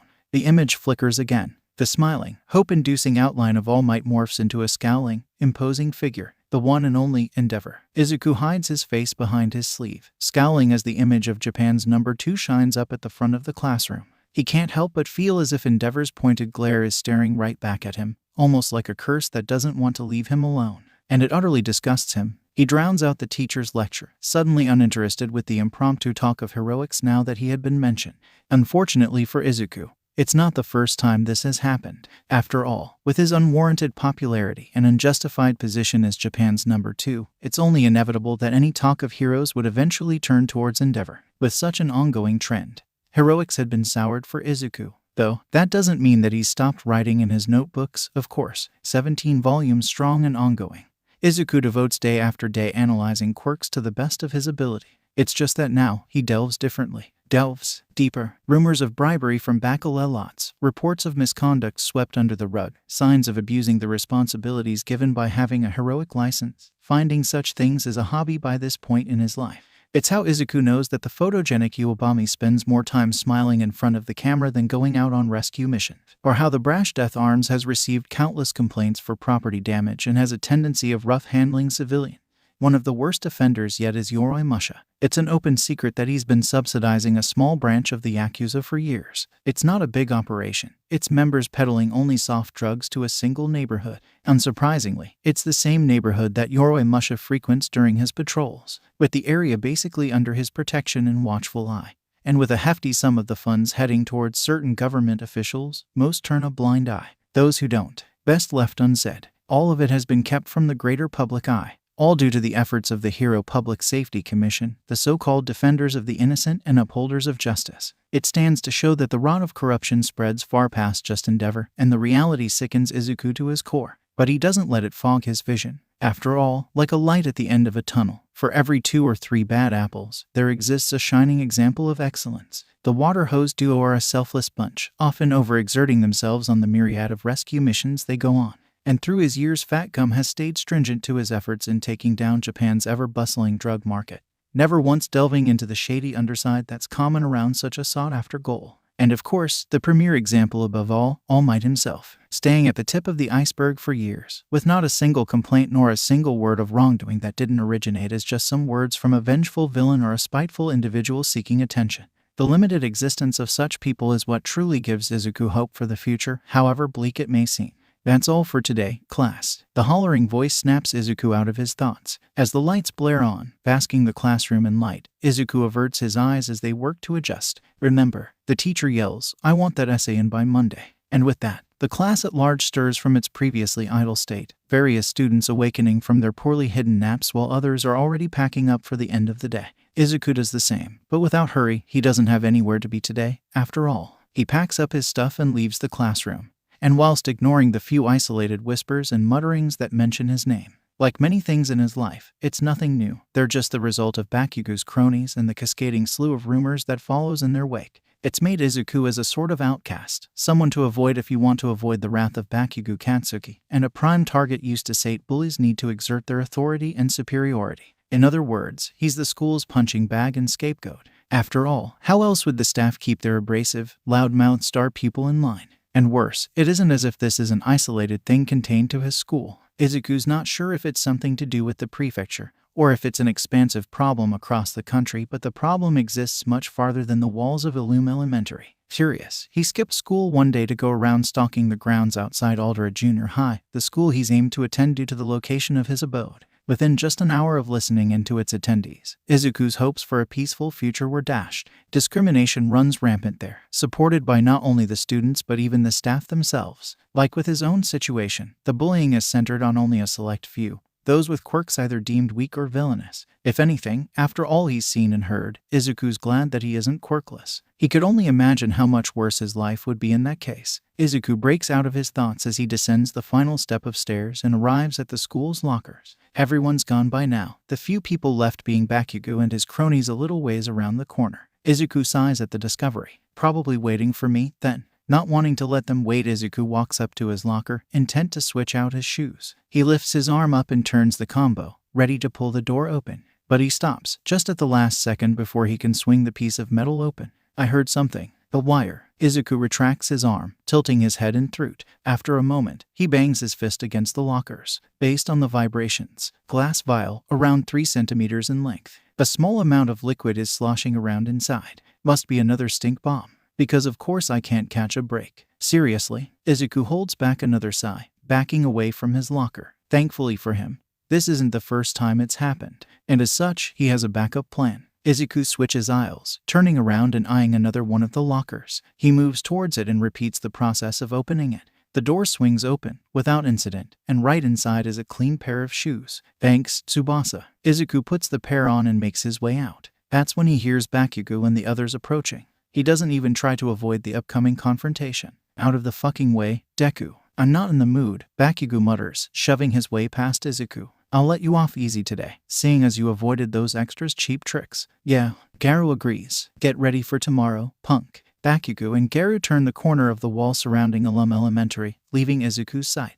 They don't take note of the fact that they're leaving Tsubasa behind, nor that the winged boy is awkwardly standing before Izuku with a look of apology. So, Tsubasa begins, rubbing the back of his head. Looks like you ended up having to use my extra pair again. Was it something with your locker then? Izuku nods. Stink bomb. Again. And it doesn't look like I can get away with not setting it off this time. I'm probably going to just get it over with tomorrow. I don't really feel like smelling today. Tsubasa hums. Dang, that sucks. Are you sure that you're fine with that? I could always try to get one of the others too. It's alright, Tsubasa. Tsubasa crosses his arms. And you say that every day. But you really aren't, are you? Izuku begins rubbing his forehead. Look, Tsubasa. Sorry, Tsubasa quickly retorts. I overstepped again. I know that you like dealing with your own problems. But I just don't get it, you know? I mean, it's not like you're quirkless or anything. It's not that, Izuku interrupts. It's just that. Hey, Wings, where the fuck did you go? Tsubasa flinches at the noise, his head looking back and forth between Izuku and the origins of Bakugo's roar. Izuku saves him from the worry and waves him away.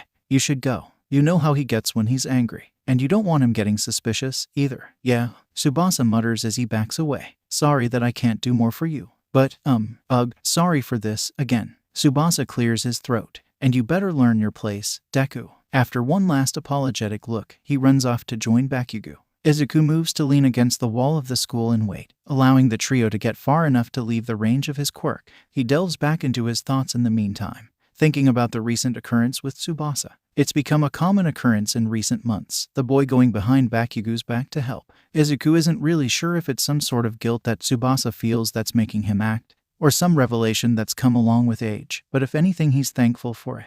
It's lifted some burdens off of his back, giving him some breaks in between the bullying and placed onto him. But despite how much of a relief it is, it doesn't stop him from questioning it. Izuku doesn't really think himself naive. Would Tsubasa really be helping him if he was truly quirkless, like Bakugo always spouted out? No, not likely. But he still helps him out, and that's what matters to Izuku. He drifts in these thoughts, pondering once more his role in this world, right until the sound of Bakugo's voice leaves his awareness. Satisfied, he sets off towards home. Ever since his father had died 3 years ago, things were never really the same at home. As time passed on, Izuku noticed the way his mother had become different, seen the way she'd grown distant.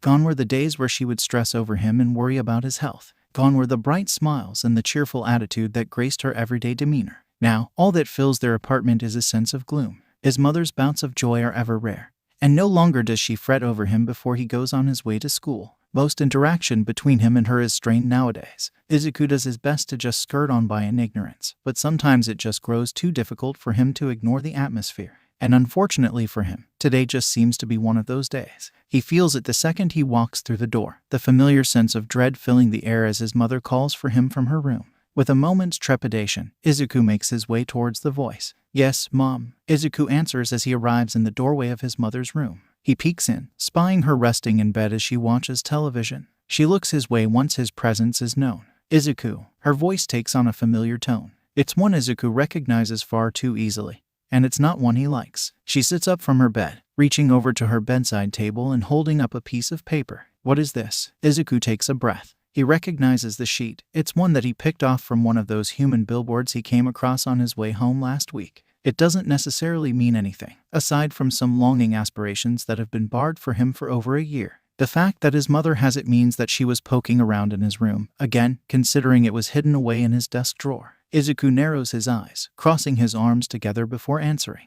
He's ready for a repeat of the same condensation. But that doesn't mean that the outcome still doesn't anger him. What of it? The paper suddenly lifts up into the air. With a wave of Inko's hand, it crumbles into a ball and shoots towards the bathroom trash can. This better not be you getting ready to ask me to sign you up for martial arts again. Izuku frowns, awaiting an answer already known to him. And, what if it is? No matter how many times you ask, Inko asserts, her voice firm, the answer won't change, Izuku. The same excuse as always. But why is that? Izuku can't stop himself from asking, a tinge of long-held irritation seeping into his voice. Why is me going off to learn martial arts such a bad thing to you? Because I don't want you to. Inko retorts, her voice rising. The same thing. Izuku's hands curl up into fists, a deeply entrenched anger rising from within. You say that every time, and yet, you never explain any further. I don't understand it. Inko huffs. What's there to understand? You don't care whenever I get home late.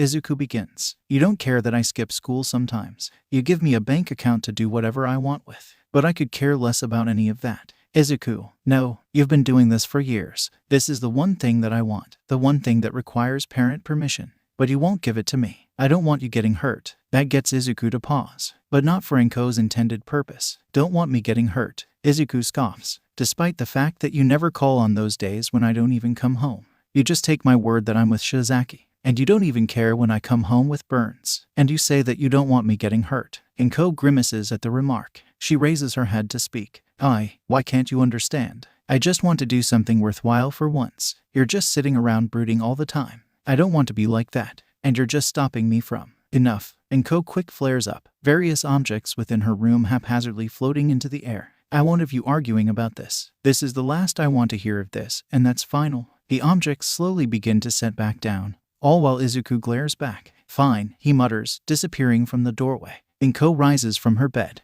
Where do you think you're going? Yokohama. And with that he slams shut the door to their apartment, leaving his mother alone to sulk in her thoughts. Many times he's found himself boarding the train to travel from Musutafu to Yokohama, and each time he does it gives him an immediate sense of comfort. Of course, it wasn't always like that. The prospect of going by train to visit a friend a whole prefecture away had Izuku fraught with nerves. As things went, his first visit ended up being completely impulsive, strewn together after a rather bad case of Bakugo's explosive anger. However, with just a single encounter with Shizaki's soothing words and the partnering calm atmosphere of the park, Izuku was hooked. The visits gradually grew in frequency, sometimes stretching far into the night before he had to head back home on the midnight train. And unlike Shizaki's initial worries, Izuku isn't exactly stretching his wallet thin by such numerous trips from one prefecture to the next. It is true that the tickets aren't exactly cheap, but when a pro hero wants you to stay quiet and is willing to go through immense monetary lengths to ensure as such, suddenly things like recurrent long-distance train tickets are no longer something to worry about. And even if it's just adding to all the excess cardio he's already receiving whenever he's running away from his tormentors, the 30-minute walk from Yamate Station to Honmoku City Park is well worth it. Yokohama is a much quieter cityscape than the bustling Shizuoka, and traversing its landscape is always something Izuku looks forward to. The in-between is always interesting, but the real gem is the park itself and the accompanying Sankeien garden, complete with their large expanse, opulent structures, and their overall embrace over nature. That's where he is now, skipping stones down the surface of the park's many bodies of water as in his mind he contemplates his life. He doesn't know how long he spends there, taking in the surrounding sounds as he dwells within his thoughts. By the time he hears the familiar sounds of moving vines approaching him, the sun's already below the horizon, twilight gracing the land.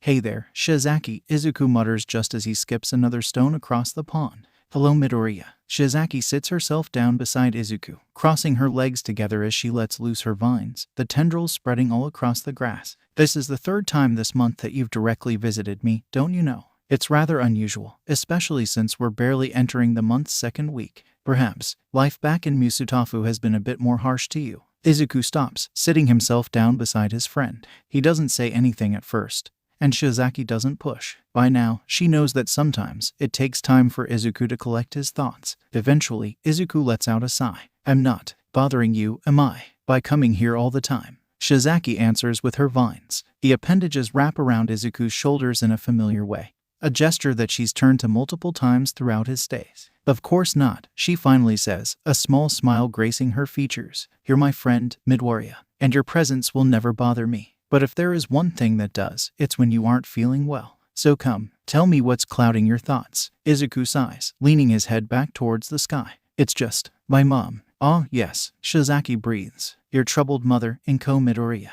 What was your conflict with her this time?" Izuku shakes his head. "She got on my case again for my desire to be studying martial arts, but I wasn't even going to actually ask her. It was just a piece of paper that I had in my desk drawer, which she was snooping around in, by the way." "Martial arts?" Shizaki questions. "I see. It is a common contention point between you two. It makes sense that she would react negatively to such a sheet of paper. A piece of paper that..." But Shizaki interrupts. "That's not what you're truly mad about. What is it that is currently inciting such rage in you? And don't lie to me. You know how that goes." Izuku takes a breath. "She's stuck in the past, and she's rather hypocritical of you, seeing as you still let your anger for Endeavor's actions stifle your worldview in daily life." Izuku doesn't have a comeback for that. "It's all right," Shizaki continues. "One step at a time. Your problems won't go away overnight. I'm willing to help you through this for however long you need." Izuku takes a moment to compose himself, tapping his fingers twice on the vines around his shoulders. The vines retract, and before long Izuku's standing his way up onto his feet, staring up into the twilight sky.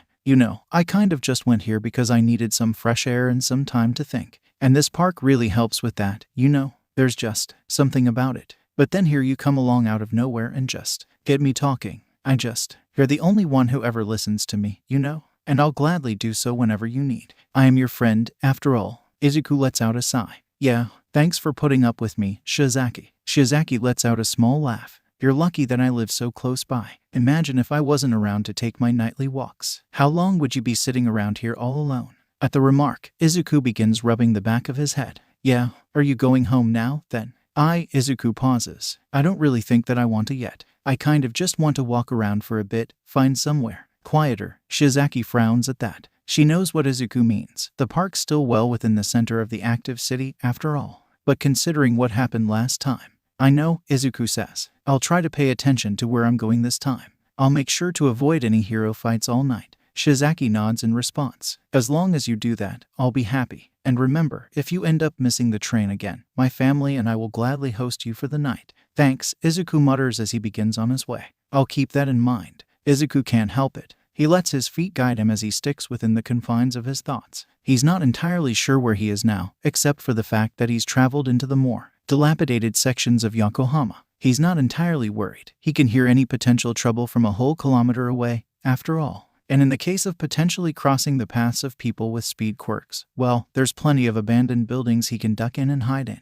If anything, Izuku's almost certain that he naturally gravitated to such an abandoned section of the city due to how quiet it is. It may be a bit seedy, but aside from a few stray snores from the homeless or the hushed conversations within drug labs, there's barely any noise within his range at all. Everything's up to par for Izuku. A time and place away from the louder sounds of the world just so he can think in peace. That is, until he hears something else. Kurogiri, what did Sensei want?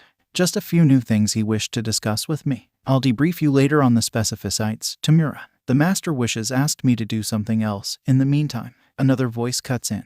One not originating from a present individual. After all, Izuku can only hear 2 heartbeats. Kurogiri, as I said, it seems that we have a listener, and I'd rather deal with him sooner than later. Of course, master. Please, relay their location.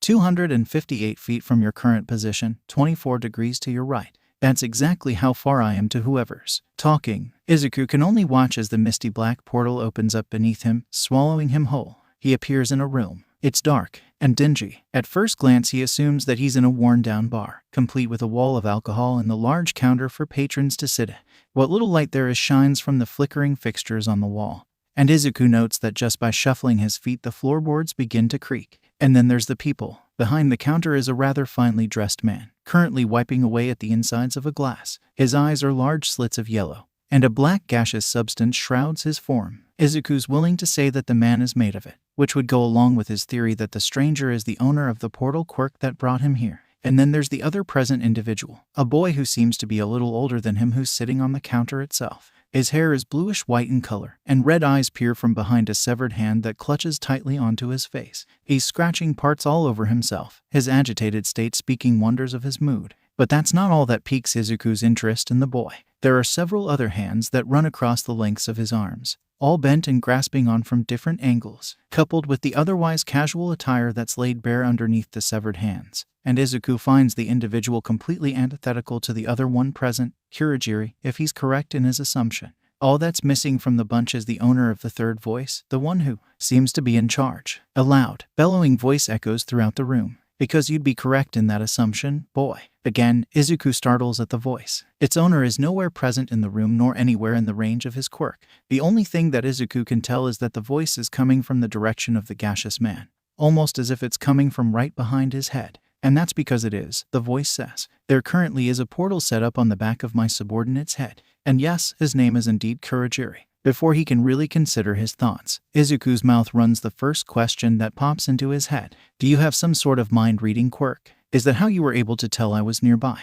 Sensei, the hand-covered figure suddenly says, pushing himself off from the top of the counter. What's with the brat? He takes a step towards Izuku, hand outstretched. He's annoying me. Can I just calm yourself, Tamura? Leave the boy be. I wish to talk with him, preferably unharmed. As the words reverberate through the room, the boy, whom Izuku mentally dubs as Tamura, scoffs, backing off and leaning against the counter. Yes, sensei. Thank you, Tamura, the disembodied voice, of which Izuku starts to mentally identify as sensei, says. As for you, boy, sensei begins, his voice elegant and deep. As payment for intruding upon our domain, it would be polite of you to give out your name. Izuku nods, ignoring the fact that technically his intrusion wasn't of his choice. Midoriya Izuku, sir, is there something specific that should refer to you as? Sensei lets out a laugh that sends shivers down Izuku's back. You may refer to me as however you wish, he continues. But for being so polite, I'll answer your question from earlier, yes and no.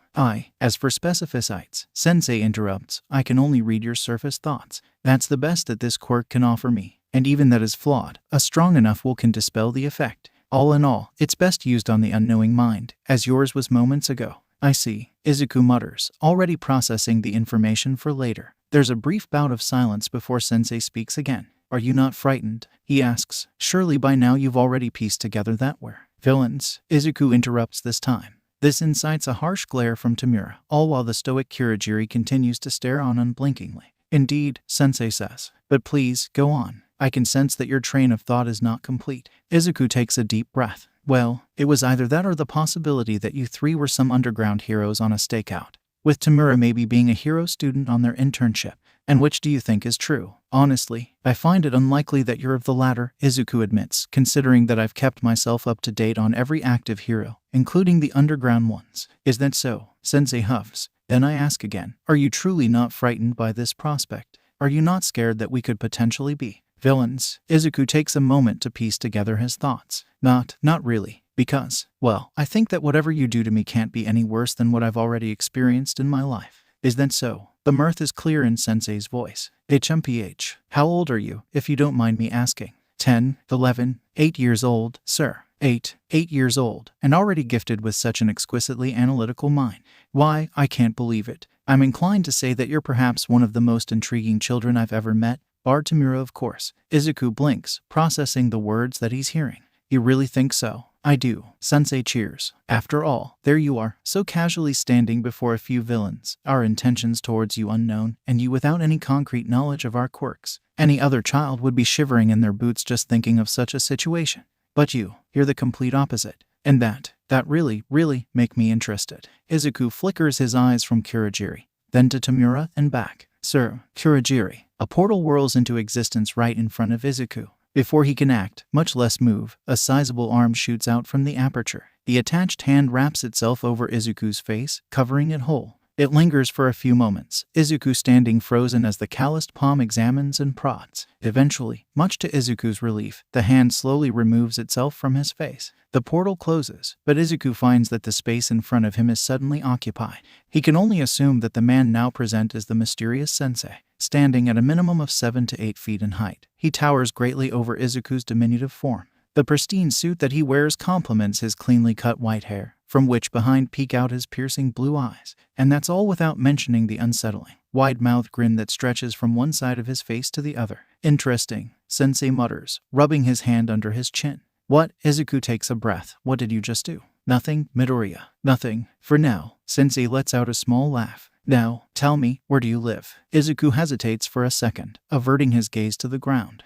Shizuoka. With his quirk, Izuku can sense Sensei tilt his head. He can even sense the minuscule sounds of his mouth, especially how the grin on his face stretches out even more. Izuku sighs, knowing that the man's silence means that he obviously wants more. Izuku looks up, purposely avoiding Sensei's gaze. However, that only alerts him to Tamura's ever-growing hostile glare and his insistent scratching of his skin. Musutafu, Izuku finally reveals. Ah, Sensei speaks again. Wonderful location, don't you think? Beautiful beaches, a bustling nightlife, a close proximity to the prestigious UA High. Makes me wonder what you're doing way out here in Kanagawa. Izuku doesn't grace the man with an answer. All right, Sensei continues. Tell you what, I'll have Kurogiri here to transport you back home. How does that sound to you? Izuku narrows his eyes. He raises his face further, this time looking right back at Sensei's face. What's to stop me from telling the police? Sensei bends down to Izuku's height, his grin still never leaving his face. He lingers for a few moments before answering. Nothing, of course. But that, Sensei slowly stands back up, moving backwards to lean against the counter as he places his hands in his pockets.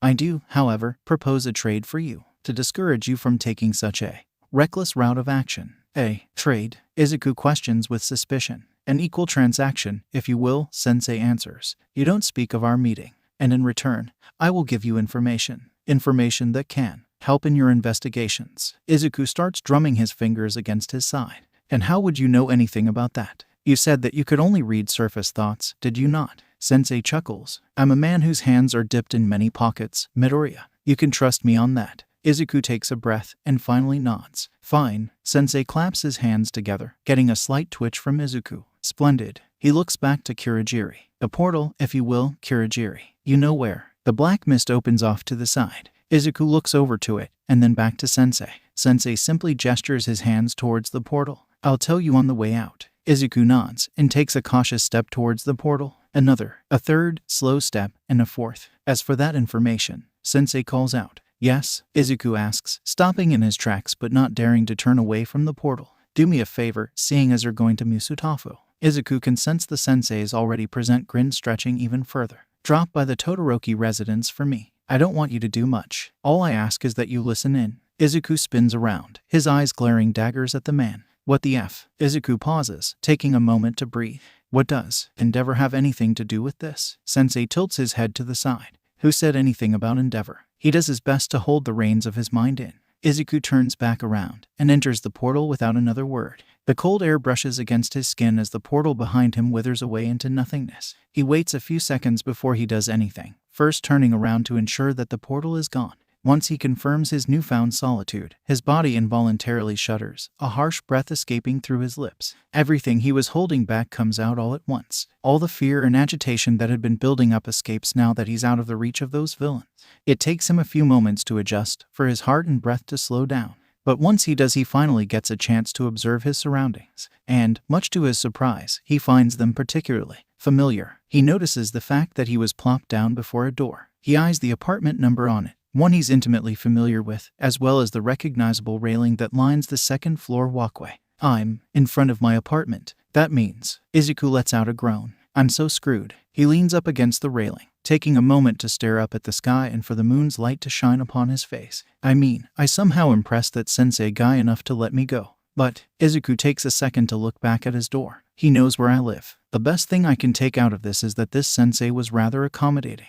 Still, I don't want him getting mad at me to the point that he comes after me, that's for sure. So the best thing to do would be to listen to him, right? Izuku lets out a yawn, the events of the night finally catching up to him. He shakes his head toward of the fatigue just a little longer. Sleep first. I'll check, I have to, for my own sake. But I'll do it tomorrow. He wished that he hadn't. He ended up sitting in a cafe, one just close enough to the enormous complex that was the Todoroki residence. It took a bit until activity began to stir in the house, but once it did, that's when things became eventful. There were 2 boys and a girl, Natsuo, Fayumi, and Shoto Todoroki. And of course, Endeavor himself. Everything seemed normal at first, well, as normal as a home that housed Endeavor could be. But then one of the boys, Shoto, based off of the insistent yelling of Endeavor, was called over to a rather large room. And then, Izuku scowls just thinking about it. The fact that that monster would do that, to his own son, even, Izuku shakes his head to clear his thoughts. There's nothing yet that he can do about it. He's not capable of going against the monster that is Endeavor. Or, at least, not directly. And so, Izuku plots. The next day, Izuku reaches Senaruko Park,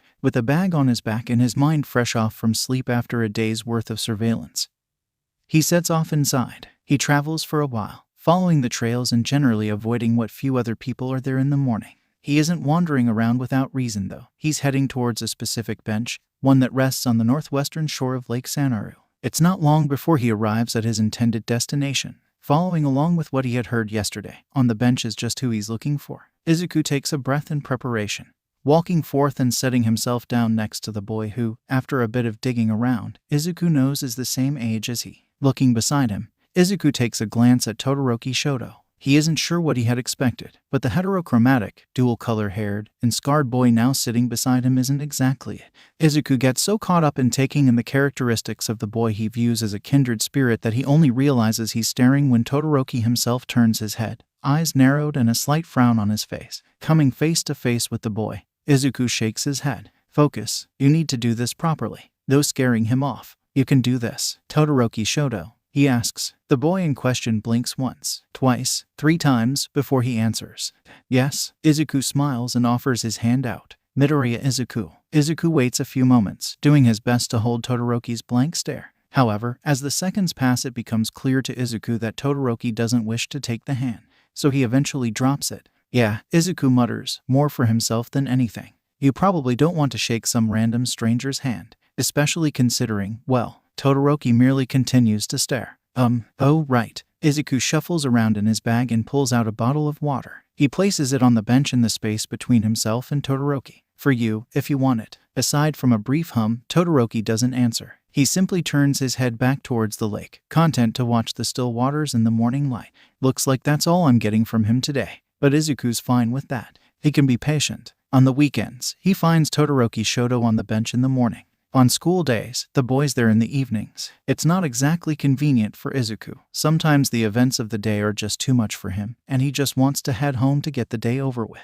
and sometimes he just wants to head straight over to talk with Shiozaki. But Izuku knows that he has to keep pushing if he wants to get through. He ends up having to juggle a weird balancing act of trying to work his way into Shoto's life, cutting down his trips to Shiozaki and tending to his own needs. But he's able to make it work. And so, Izuku continues with his plan for the whole of next month.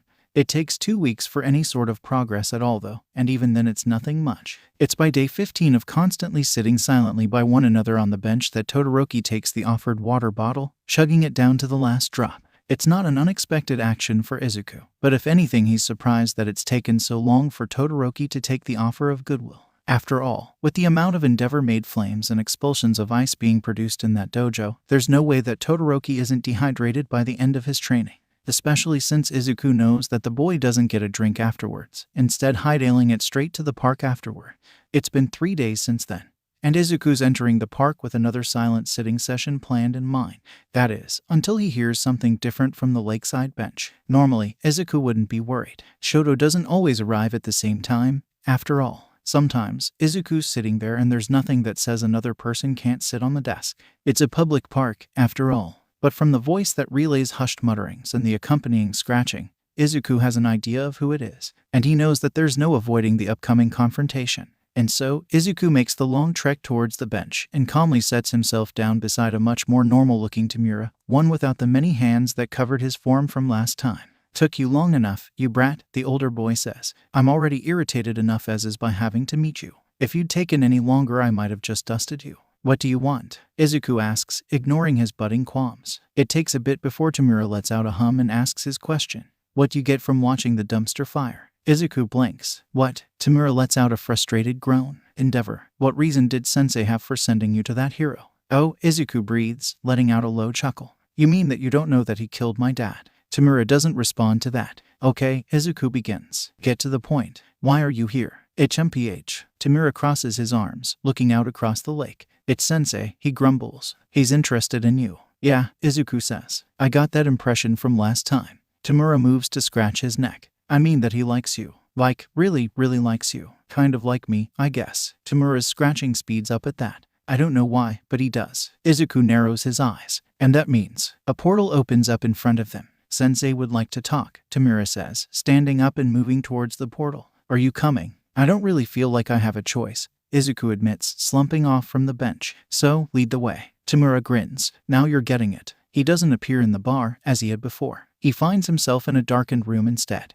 Before him, Sensei sitting on what Izuku can only guess is an enormous and gaudy throne. On one side stands Kurogiri. On the other is an enormous man in a large hooded cloak, one that seemingly exceeds even Sensei in height. Izuku notices Tamura's sudden absence as well, but he shoves the thought away. He needs to focus now on the man before him. "Sensei, sir," Izuku greets with a slight bow. "What is it that you wish to talk about?" Sensei's grin returns in full force. "You're an interesting case, Midoriya. One that's intrigued me since we've met. You've persevered intense discrimination at such a young age. And yet here you are, strong as ever, fraught with a hard iron will and a spark of intelligence well on its way of reaching the likes of even the infamous Netsu. All of it combined and, well, I have to say that you remind me of my young self. My urges just scream to help you." Izuku licks his lips in trepidation. "Help? Training," Sensei answers. "You've wanted training in martial arts for the longest time, have you not? Simply put, I can give you that without issue. I can provide you with the solace that you deserve to aid you in your struggles against the harsh realities of the world." Izuku ignores the question in his head that asks how the man before him can possibly know that. He starts thinking of something else instead, something that he knows can get him killed. "You say that I'm smart," Izuku begins. "But then, surely you don't think that I can see through you? That you're just trying to get something from me? Can a man just want to see the youth of today thrive and prosper?" Sensei asks as he leans forward, wrapping his hands together and under his chin. Help a child that he sees is trapped in a dark place in their life. Izuku merely narrows his eyes in return. Sensei lets out a laugh. "And that's why I like you, Midoriya. You're so much more mature than the children of your age group. There's potential within you, festering just below the surface, but you're holding back. You're letting the social norms dictate your actions." "You mean that I'm stopping myself from becoming a villain, right?" "Ah, but that's the topic of the day, isn't it? Think, for a second. What does it truly mean to be a villain? What exactly is a hero?" Sensei leans back in his seat. "And where do people like Endeavor stand within that spectrum?" Izuku's fists tighten at the thought. "You see," Sensei asks, "you're a smart kid, you understand. This society of ours is one that runs on corruption and the ignorance of masses. Myself and my subordinates may be villains in the conventional sense. But does that really mean anything when the definitions of what it means to be a hero and a villain can be twisted oh so easily by the government? And just so you're aware, there's no need to hide here. You're with like-minded individuals, Sensei continues. After all, you've thought about it, haven't you? What you would do to Endeavor if you were given the chance. What you could change in our society if you were given the chance. What? I'm not falling for your ideals, Izuku abruptly counters, taking a step forward. I want to be a hero when I grow older. I want to invoke the changes I want to see in a position people can admire. The still unnamed individual to Sensei's side moves forward at Izuku's raised voice.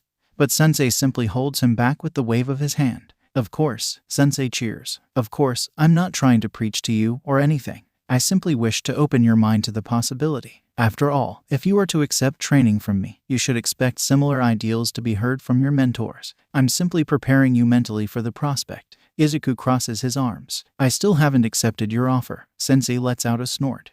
You're right. How foolish of me. I'm getting ahead of myself. Tell me, what will convince you that my intentions are more for your own interests than mine? Izuku gulps. I've got it. Sensei calls out. I'll show you that I truly mean you no harm. He raises his hand out, palm facing outwards. Come here. Izuku darts his eyes from Kurogiri into the yet unnamed figure. With them present, there's no chance of escape. That much Izuku knows for sure. And that's without mentioning the fact that, based on the little information he's gathered off of his quirk, he's almost a whole kilometer underground. All in all, Izuku dashes any hope of getting out of this situation on his own terms. He walks forward, straight into Sensei's waiting hand. As his forehead collides with the palm, Izuku feels a growing heat emanating from the point of contact. I've researched the incident, Midoriya. My condolences. Izuku doesn't need any further explanation. He knows which one Sensei's talking about. But, Sensei continues, by reading what happened, I came to a conclusion. Are you aware of what deep-seated trauma can do to one's quirk? Izuku raises his eyes to meet Sensei's,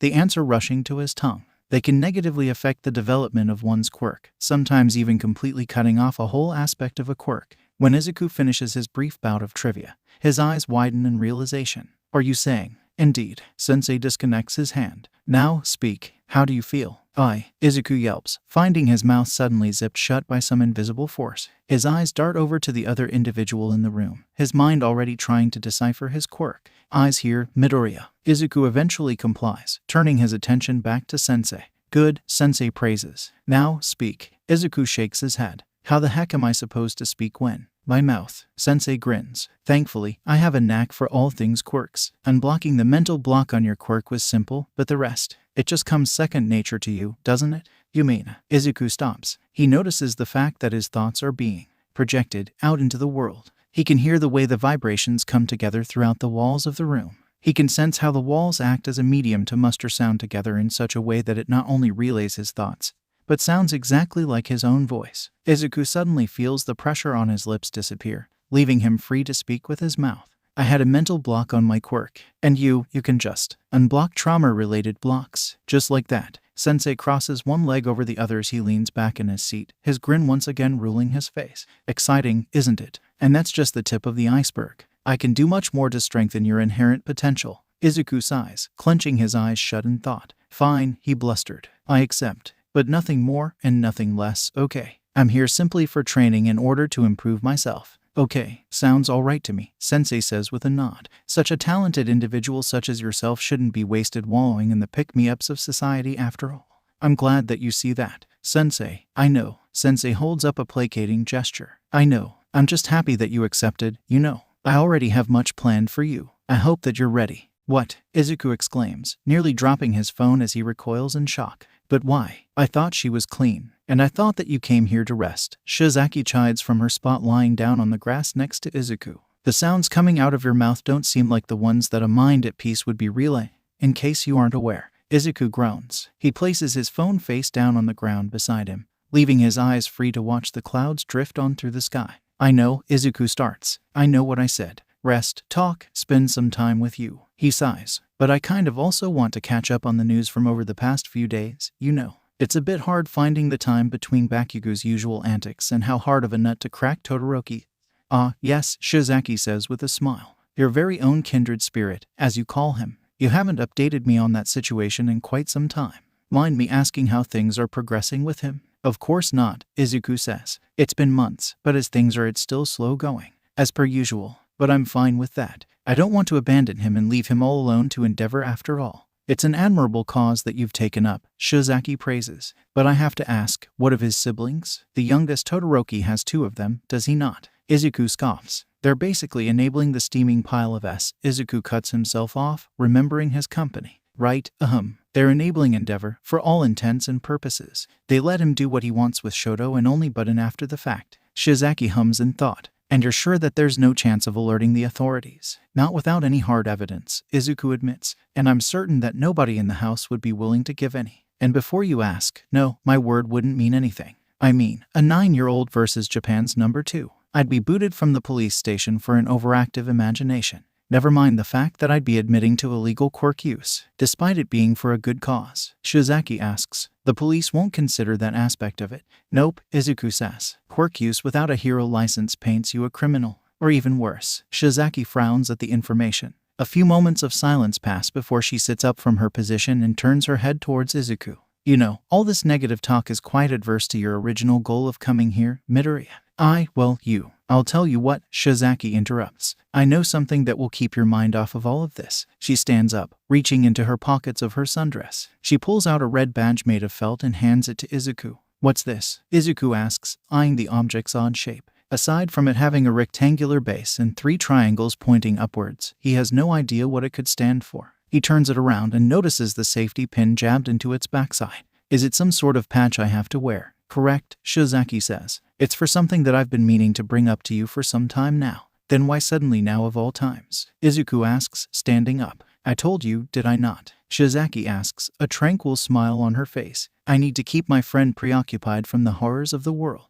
Today presents the opportune moment to do so. She pauses for a moment, taking a look back at Izuku. Unless you're against this, Izuku lets out another sigh. He simply places the badge onto his shirt and picks up his bag from the ground. Where are we going? You'll see, Shizaki says. But we need to leave now if we want to keep to his schedule. Come. Izuku began to grow a bit nervous. Not that he didn't trust Shizaki, of course. He trusted her with his life. And if that trust was ever proven to be misplaced, well, Izuku doesn't like to think about what he would do with himself. No, Izuku's nerves had nothing to do with Shizaki doing anything to hurt him, let alone the possibility of her doing so purposefully like all the other kids at his school did. Rather, it was the route that they were taking to get to whatever Shizaki had planned. They were in the midst of the more dilapidated zones of Yokohama, or, more specifically, the Kamino ward, the same area that Izuku knows Sensei haunts. He fears that Shizaki's route will lead him too close to the bar. He's not worried about the likes of Sensei or Tamura learning about Shizaki. After all, Izuku has no doubt that they already know every single detail and nuance of the girl known as Ibara Shizaki. Sensei knew where he lived just after a few minutes of conversation, after all. And besides that, Izuku did a bit of digging. Cross-references amongst various resources of the criminal underworld mentioned a bogeyman, a villain so shrouded in mystery that nobody knew what they looked like or had seen them and lived, and yet had heavy influences in all aspects of villainy and crime, subtly controlling things behind the scenes. Never mind what Sensei had said to him the first time they met, or the fact that way too many eyewitness reports on the dark web oftentimes mention a mysterious black mist acting as the herald of various unexplained events of chaos or destruction. But the few subsequent times that he's met with Sensei face to face, well, Izuku just couldn't shake off the feeling that the man knew of the information he was compiling of him. Izuku knew that there was no backing out of what he had gotten himself into. He's almost certain that he's being watched like a hawk does with its prey. And Izuku's also certain that as long as he does nothing that endangers Sensei, the man won't do anything similar in return. But there is a limit to that. Izuku would do anything to ensure that the minuscule possibility that Shizaki would become involved would stay as such, minuscule, even if it meant his death. However, much to Izuku's relief, it seemed as if he wouldn't be having to do anything of the such. They've been walking for quite some time now, and by the current point in their travels they were past the point where they would have gone within Sensei's presumed sensory range. Unfortunately, all that did was bring up some new fears to the forefront of Izuku's mind. In the past, he's noticed something during the visits that he's made to the area, despite his perceived notions. The area's crime activity is much more active in the day than it is at night. Mixed in with all the normal folk, Izuku can sense the happenings of drug deals and pickpockets all around. Even now, he can sense unsavory folk watching their movements, eyeing them travel down the streets. Normally, Izuku wouldn't mind. He could sense if he was in danger well in advance. But with somebody else with him, Izuku takes a breath. I'm surprised, Shizaki says. Your mind has been clouded by a storm for a while now, ever since we entered Kamino. What broke you out of your trance all so suddenly? Izuku refocuses his hearing around the thugs hiding out in an alleyway before speaking up. You're aware that there are people watching us, right? Like, not that I want to judge, but they're shady-looking types. The scum and defiled souls of this place won't bother us, Shizaki says nonchalantly. Not if they know their place and value their stances in this environment. And you know that because Shizaki taps the red badge on her chest. They're handmade, and quite honestly very poorly so, but these badges have meaning here. Nobody endangers those under Heizuki-san's protection if they know what's best for them.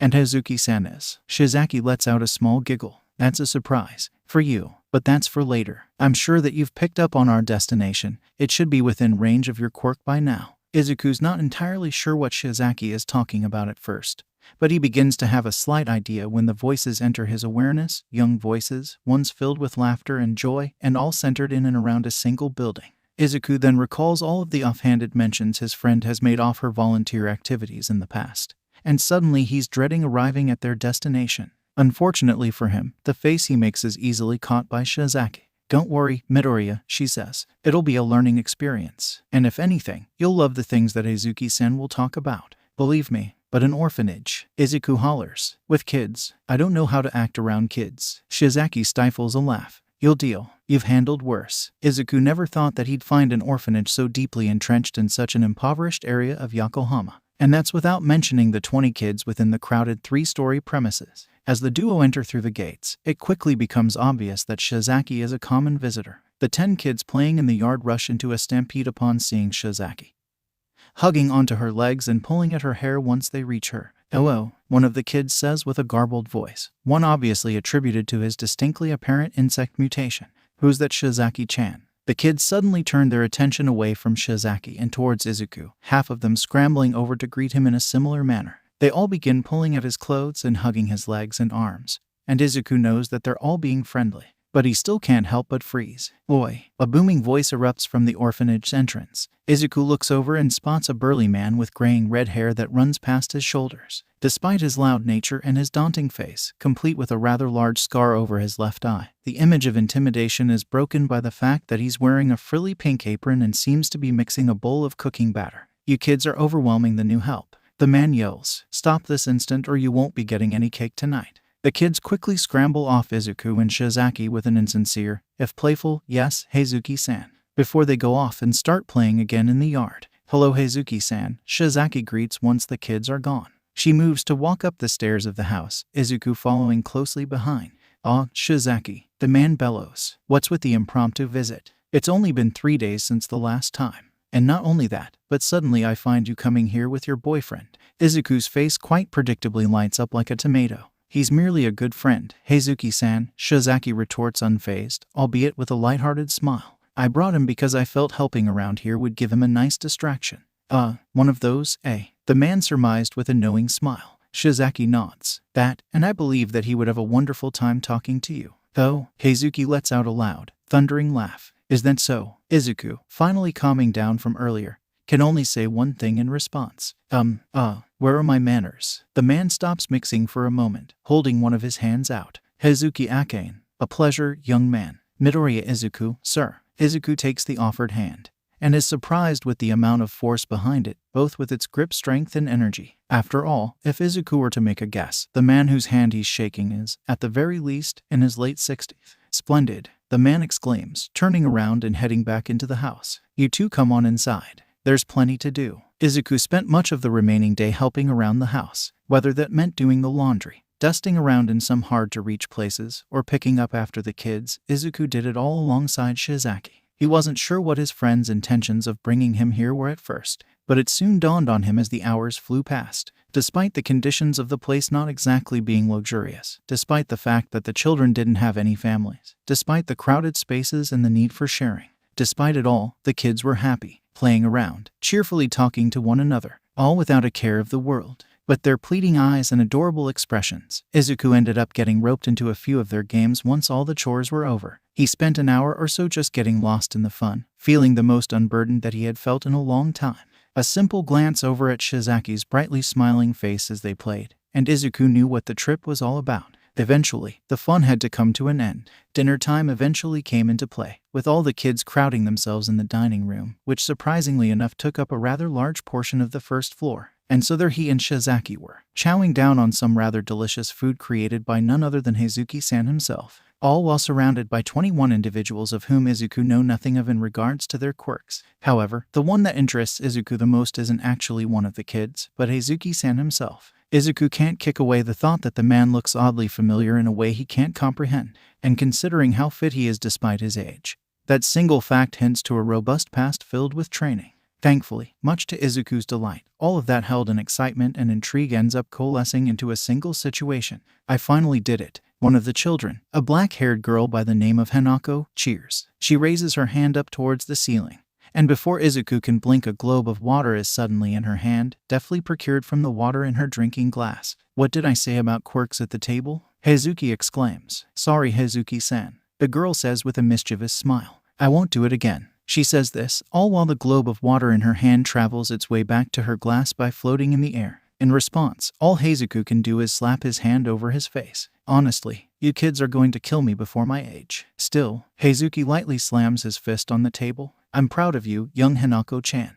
I told you that you would eventually. Today, young one, your manly spirit prevails. It clicks. Izuku shoots out of his chair. Your crimson riot. The man in question pauses before letting out a chuckle. Took you long enough, kid. I have so many questions. Izuku exclaims, bouncing on his feet. Whoa, kid. Heizuki exclaims. Calm down, we can talk later. But dinner first, you hear. Izuku nods his head and plants himself back down on his seat. Beside him, Shizaki lets out a knowing giggle. Why didn't you tell me? Izuku asks with a barely concealed whisper. Shouldn't you be eating? Shizaki asks, her face seeming as serene and innocent as usual. The faster you're done, the sooner you can start washing the dishes, you know. Izuku harumphes. Fine. And he digs into his food like a starved wolf. This is my chance. I can wait a bit longer. Dinner ends, and it's not long after that the dishes are washed and put away. Bedtime comes next for the children, and Shizaki takes it upon herself to read the kids to sleep. Much to Izuku's glee, that leaves him and Heizuki alone to converse. So, Heizuki begins as he sits himself down on the couch across from Izuku.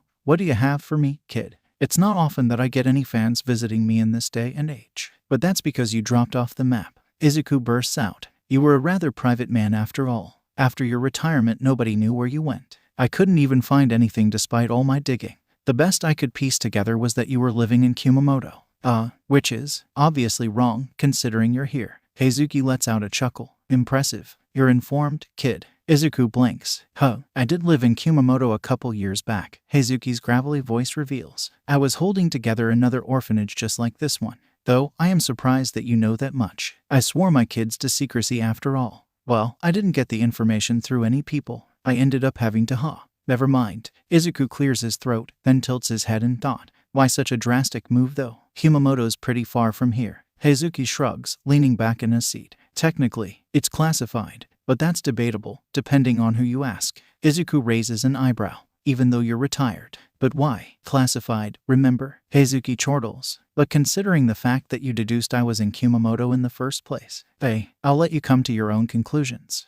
Fair enough. Izuku's face scrunches up in thought. If you don't mind me asking, why run orphanages in the first place? Why wouldn't I? Helping these children out is my life. Heizuki says, spreading his arms out. Nothing makes me feel more alive and manlier than seeing the cheerful faces on these kids all the time, you know. It must be pretty taxing on you though, dealing with 20 growing kids. Heizuki nods. Well, that's true. And it must be even harder to bear such a responsibility in a part of town so dangerous and crime-ridden. Heizuki blinks. He looks over at Izuku, only to find an unreadable expression on the boy's face. He huffs in exasperation. You don't hold your punches, do you, kid? Izuku shrugs, his expression of innocent curiosity and joy returning. Just curious, is all. Heizuki robust man before Izuku seemingly shrinks in on himself, with his loud demeanor dumbing down. It's not long before all Izuku can see is an old man whose years as a hero haven't done him any favors. It's simple, really, Heizuki mutters with a frown. If I don't help them, who will? Izuku lets Heizuki have a moment to think. He knows that he's hit a sensitive spot.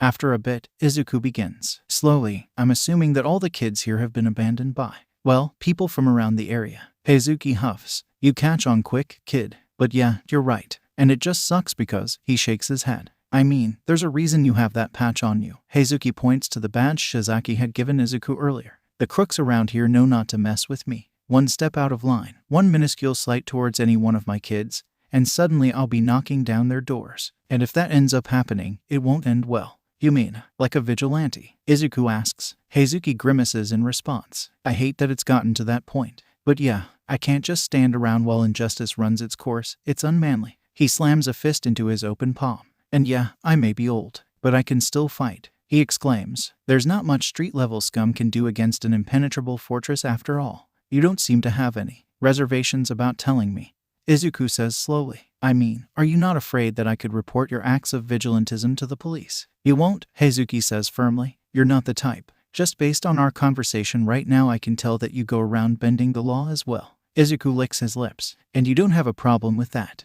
Heizuki scoffs. I'd be a hypocrite if I did. Besides, it's not like you're putting yourself in danger or breaking the law for malicious purposes. Unless you are. Because in that case, Izuku held up a hand to his chest. Of course not, sir. Good. Heizuki bellows a laugh. I was worried that I'd have to beat you up and teach you a lesson. It, should never have to come to that, Izuku mutters. He clears his throat once more. But, I have another question. Heizuki nods. Shoot, why don't you just petition a hero to start patrolling the area? Izuku asks. I mean, the word of someone as influential as you would surely get the commission's attention.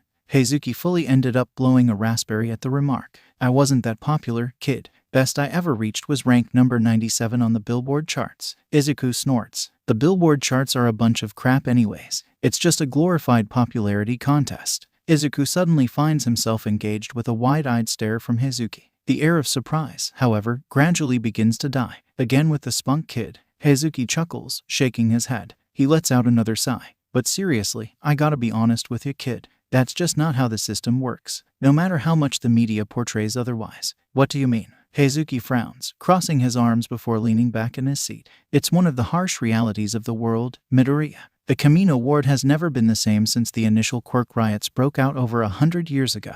The ward is now dilapidated beyond repair, a money sink for the government for all intents and purposes. Reconstruction isn't a project that they're willing to invest in, especially when their funds are being pulled towards all the property damage that accumulates annually among hero fights in more populated areas. Heizuki twists his lips. Never mind the fact that Japan's so-called slums are stock full of the impoverished, people in need, constantly in danger in such high-risk areas. They're all over the place. But do you know what the government sees? Izuku shakes his head. Abysmal tax revenues, Heizuki clarifies. And yeah, I know what you're thinking. What does taxes have to do with the current topic? Well, it's rather simple when you look at it. Kamino ward has an impoverished population riddled with a high crime rate. The more crime, the more likely people are to move out. And the less tax revenue there is to fund the local governments. And you know what the government funds? The heroes, Izuku responds, wide-eyed. Their salaries, property damage that's supposed to be covered from their fights, everything that builds up the basis of the hero community. Exactly, Heizuki interrupts. In a place like the Kamino ward, in the current status that it is in, the commission has no need to be sending out their flashy, ratings-raising heroes. It'd just be a waste of resources to them. Why do you think I haven't been caught yet? They don't send any of their agents out here. The commission just doesn't care. That's harsh, Izuku frowns. Not right. That's reality, kid. Heizuki huffs. Hey, I think that's enough on the hard topics for today. No need to bring the mood down even more, eh? Izuku quickly nods. Of course, sir. Whatever you want. I wouldn't. Oh, what? Heizuki asks. Your autograph. Izuku exclaims, nearly jumping out of his seat. I'd like your autograph. Izuku suddenly blinks, clearing his throat. If you're all right with it. Heizuki lets out a laugh. Sure thing, kid. Let me just get. Dang it. Izuku interrupts, his arms falling to his sides after rifling through his bag. Heizuki freezes in surprise. What's the problem, kid? Izuku rubs the back of his head, his sheepish expression taking up on his face. Sorry, I didn't mean to yell. It's just that I have these specific things at home where I write down all of the observations that I've made over the years, and it's just that I have a page for you but I don't have it on me right now. Izuku stops himself in the middle of his muttering. That's it. He pulls his phone out and sends out a message. Afterwards, he sets his phone down inside of his bag and sits in place, smiling at Heizuki. Kid, what's up? You just, Izuku exclaims. He reaches into his bag and suddenly pulls out a notebook, handing it over to Heizuki. Hero Analysis number 6. Heizuki asks himself. He opens up the notebook, flipping through the pages with progressively widening eyes. Dang, kid, how many of these do you have? Izuku smiles. A little over 30. Heizuki lets out a whistle when he stumbles upon his own entry, his eyes taking in every minute detail on the pages. Now that brings me back, he says, pointing to Izuku's hand-drawn sketch of him in his hero costume. You're quite the artist, kid. Seems like you're full of surprises. Heizuki stands up and retrieves an inkwell. He smirks, and much to Izuku's glee, the man's skin suddenly takes up a much more rigid texture. Heizuki's hands move towards his hair, where he ends up breaking off a thin, pen-like piece. He dips the tip of the hardened hair into the inkwell, signing Crimson Riot onto his portrait. Once he's done, he closes the notebook, complete with the makeshift pen inside. A bit of a souvenir for you, Heizuki grins, then losing his trademark hardened form. For being such a manly conversationalist not afraid to speak his mind. Wow, Izuku cheers, bouncily reaching for the notebook. Thank you. But Heizuki pulls away at the last second, his smile turning into a frown. One last thing before I hand this back. Izuku nods his head, asking slowly. Yeah, you said that this thing was at home, didn't you? Did you use your quirk or something to get it? Or a friend, perhaps? Izuku tilts his head. But that doesn't really matter to you, does it? A grin broke out from Heizuki's frown, all previous tension leaving his face. Right you are, kid. He hands over the notebook. Don't lose that spunk, kid, you hear me? Crimson Riot was everything Izuku thought he'd be. And more, chivalrous to a fault, selfless to the very end, and the pinnacle example of what it means to be a true hero. But, at the same time, he was also a man morphed by his years and experiences, forced to act as society pushed him into a corner. Seeing how such an outstanding and heroic figure had turned into such a cynical old man thrown aside as society's trash, it was enlightening, seeing a fresh perspective that not only gave him new ideas, but even confirmed all that he knew beforehand. The only thing that he remained in the dark about was that business regarding orphanages and Heizuki. But even that paled in comparison to Crimson Riot's overall commentary, knowing that even heroes like Crimson Riot ended up having to turn to being a vigilante in their later years. It made Izuku feel a bit better about colluding with villains. So, Shizaki asks from beside him as the two begin their walk back towards Shizaki's house. What did you think, my friend? Was Heizuki-san all you believed him to be? That and more. Izuku let out a full-blown grin. Thank you, Shizaki. You're the best. For the last time, I am not using my quirk to help you cheat on some lousy tests. But Midoriya, come on. Tatsudagama whines, stretching his arm around Izuku's shoulders. It's not like I'd be hard for you to do with your quirk. You just need to listen into the teacher's lounge. And hey, if you end up doing it, I might be able to get in a good word between you and... Tatsuda suddenly finds himself being pushed backwards, his arm uncoiling from around Izuku and him falling to the ground.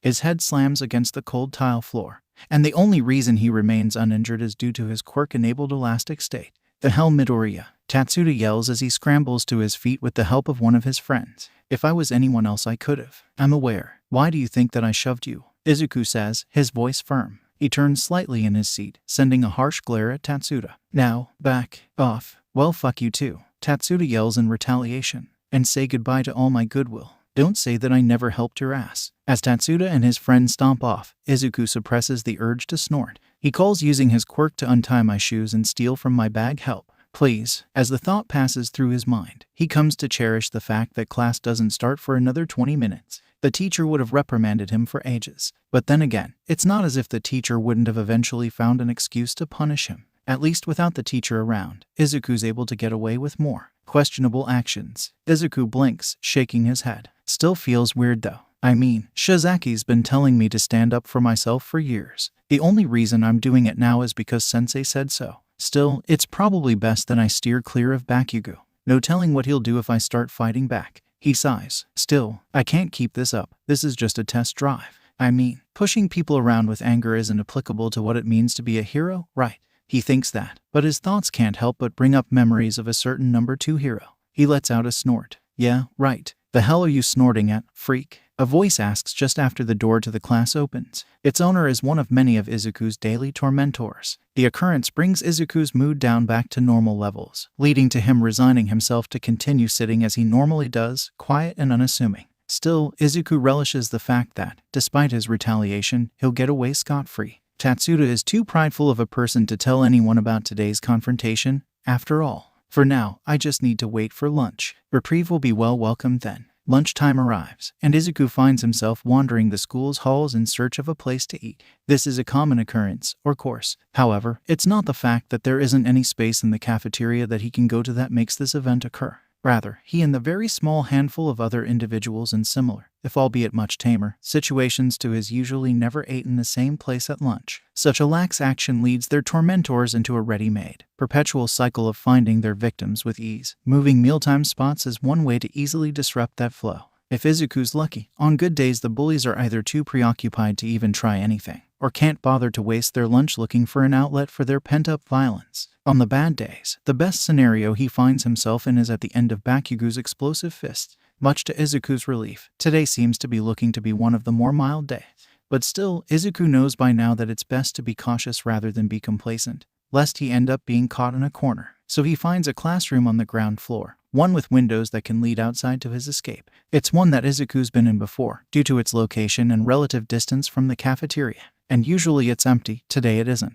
Not that Izuku really minds, however. After all, inside is a familiar, if somewhat welcome, face. Finding his place at the bottom of the school's hierarchical pyramid is Takahashi's case. Relative to Izuku, however, their spots on the lowest tier are a far cry from one another. Takahashi is not necessarily a figure of ridicule and contempt to the levels Izuku is, but his status as one of the school's nerds doesn't do him much favors either. Still, there's no outstanding stigma on him that is perpetuated through fibs and lies that paint him in a negative light. His quirk is still powerful and easily presentable to his peers, and at the very least, he's still treated as human. It's true that he fell out of favor with Bakugo's interests. When it became clear that he wasn't going to be improving his control over his quirk anytime soon, it became an inevitable factor. By his current age of 9, his pranking days are over, and he survives his school days by being part of a tight-knit trio of friends. Miraculously, that same trio of friends has only Takahashi as its only member at school today, with one being out for an illness and another out for an early weekend vacation.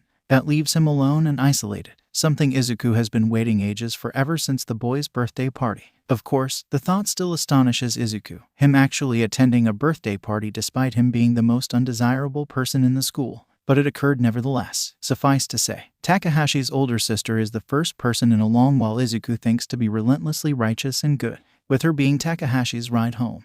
All it took was one instance of her seeing her brother interacting with Izuku in such a close manner for her to think they were friends. On the spot she offered Izuku a birthday invitation, much to her brother's unnoticed discomfort. It was a day later that Izuku found himself being threatened to attend by Takahashi himself. The boy respected his sister to ostensibly great heights apparently, and he didn't want her thinking that he was some friendless, spineless wimp. Izuku didn't quite see the sensibilities of Takahashi's argument per se, but he also wasn't willing to make another long-standing enemy in the school, so he played nice and accepted. Izuku attended the party, made a gamble in making Takahashi look good by praising how much of a good friend and intelligent kid he was, and waited for the results. Izuku and Takahashi never shared another word afterwards.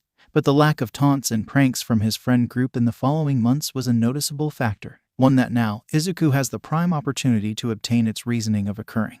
And another instance of taking up his newfound facade. Izuku strides into the classroom, ignoring the shrewd look that Takahashi gives him, and plops down on the desk beside the boy. Midoriya, Takahashi begins, "What are you doing here?" Izuku takes out his lunch, setting his stuff down on the desk before him as he turns towards Takahashi. "Just wanted to say hello. How's your sister?" Takahashi blinks, and his posture begins to loosen up as he melts into his chair. "She's doing great actually. Found herself a boyfriend and everything. Why do you care?" Izuku shrugs. "She seems like a great person. Nice, hardworking, and obviously cares for you. It's admirable, really. I don't find many people like that nowadays." "Oh," Takahashi mutters, somewhat startled.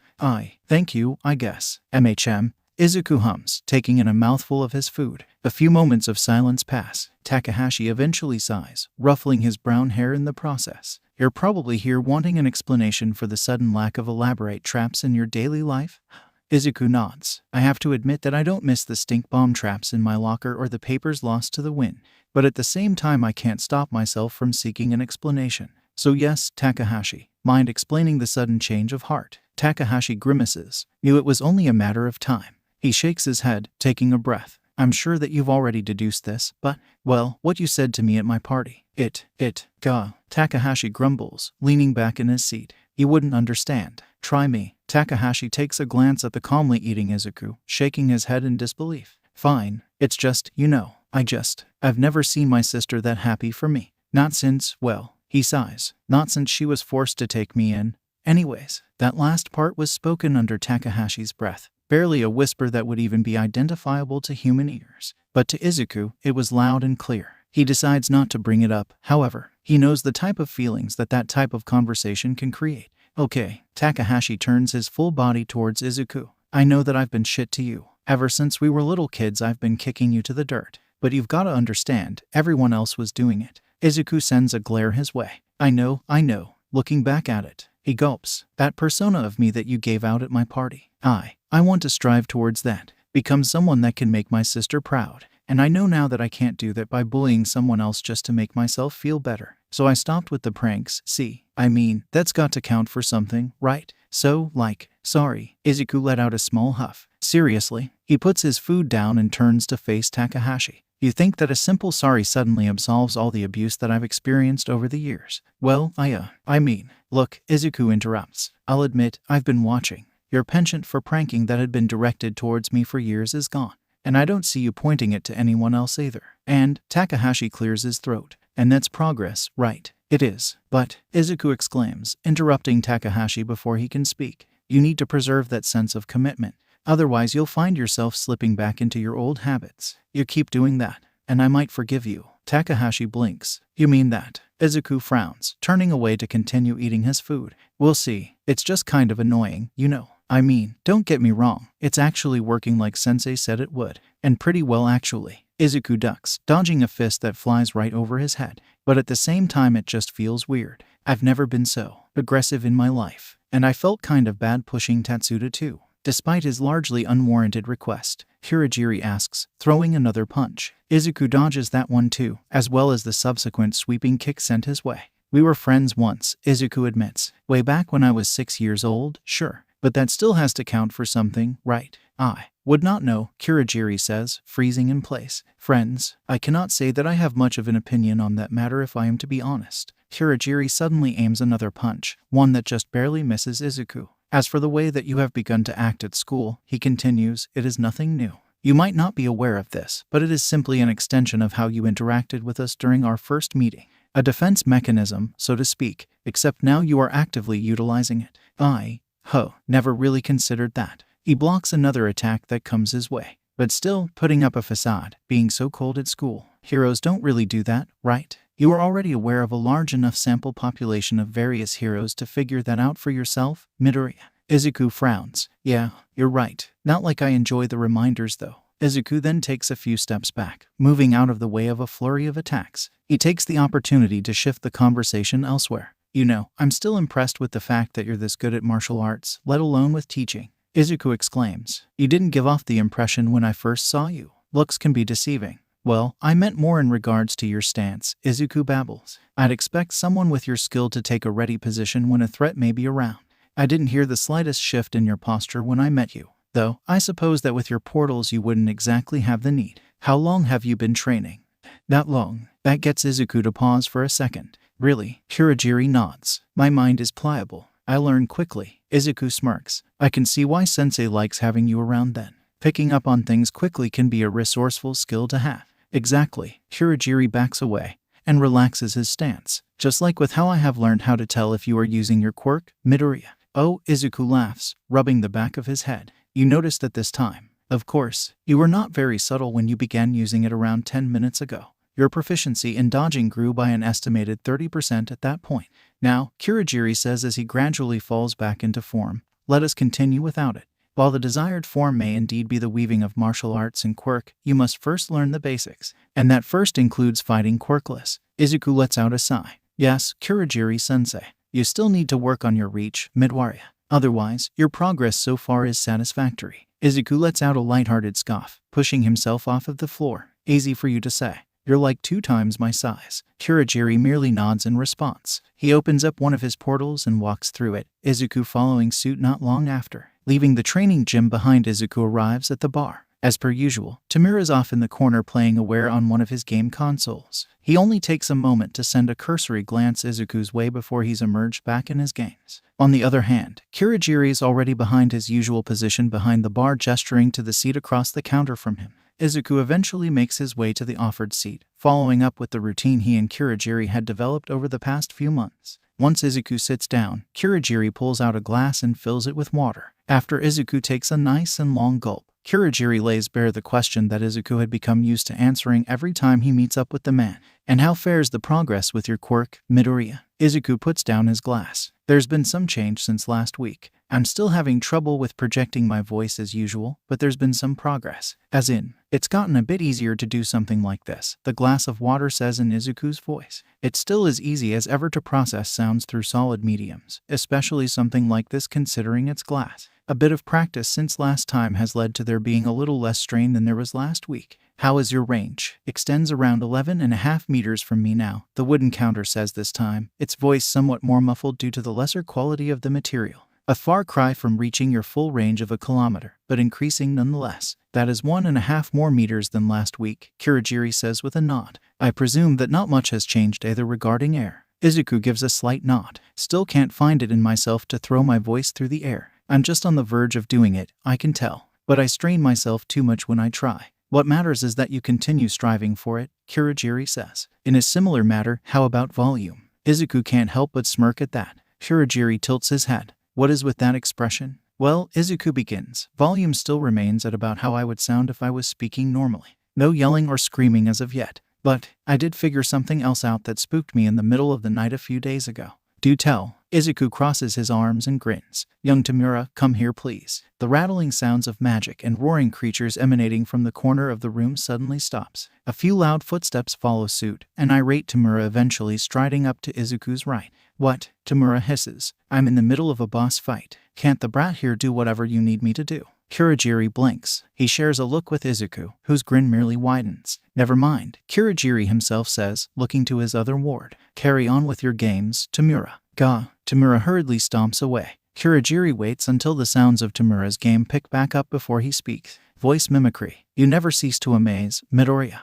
It helps that I have a way to mess with Tamura now, Izuku cheekily adds. Try not to abuse it too much, Kurogiri says. He then narrows his eyes, humming in thought. You know, I'm almost willing to say that your quirk is the complete manipulation of sound within a kilometer radius. Izuku blinks. With almost omnipotent hearing capability, the probable capacity to transmit sounds through any medium within my range, and with my newfound if shaky ability to mimic others' voices. Izuku interrupts his own muttering with a surprised gasp. I think that you're right. It's just a matter of figuring out what else I can do. Have you perhaps tried canceling out sounds before they can properly travel? Izuku widens his eyes at the thought. That's a wonderful idea. You're the best, Kurogiri. I need to go try it now or something, see if I can silence something small, like birds, or even hamsters. Maybe I can. It will have to wait for another time, Kurogiri interrupts. For now, the master wishes to see you. Aye, does he now? Izuku asks. Kurogiri nods. Izuku hums, turning to look at the other individual present in the bar. I'm curious, how come I never see Tamura getting called in?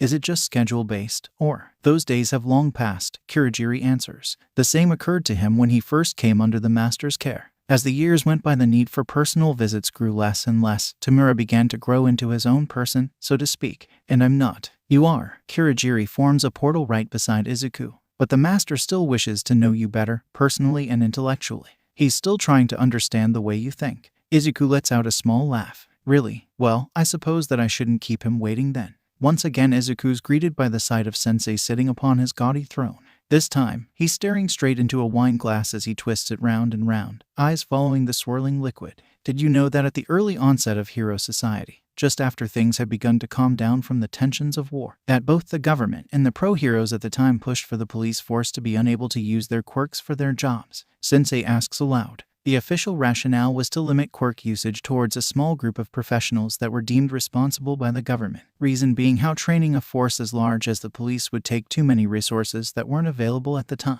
Sensei takes one last sip of his drink, leaving the glass empty. But in truth, this was to enable the government to have a sort of monopoly on quirk usage. After all, those who controlled heroes controlled the hows and whys of attracting fans, and in turn, by consequence, the flow of money. Sensei puts his glass down. It's an old fact, one lost to time due to negligent teachings. He leans forward in his seat, steepling his fingers together as he looks Izuku in the eyes. But I'm sure that someone like you knows such things about our history. Isn't that right, Midoriya? Izuku simply stands there, waiting for Sensei to continue. The man in question only seems to brighten the more time passes. Sensei eventually nods. Your expression screams yes, just as I presumed. Izuku blinks, scrunching up his face. Was my expression changing? I didn't even notice. Sensei grins. And based on what I'm seeing now, you're confused. Izuku sighs, conceding to Sensei's odd tendencies. Knowledge is power, he says. Knowing the ins and outs of the foundations of our society may end up being useful in some way or another. You can't discount the possibility. Rightly so, Sensei agrees. And once again you prove the lengths of your intelligence. It makes me wonder. Your analysis skills are something to boast about as well. But I ask, are they truly up to par? What do you mean? Sensei leans back in his chair. A few weeks ago there was a headlining story. Despite the immenseness of the event, all of the fanfare died down the next day. Media outlets refusing to talk about it. Posted articles online systematically being deleted.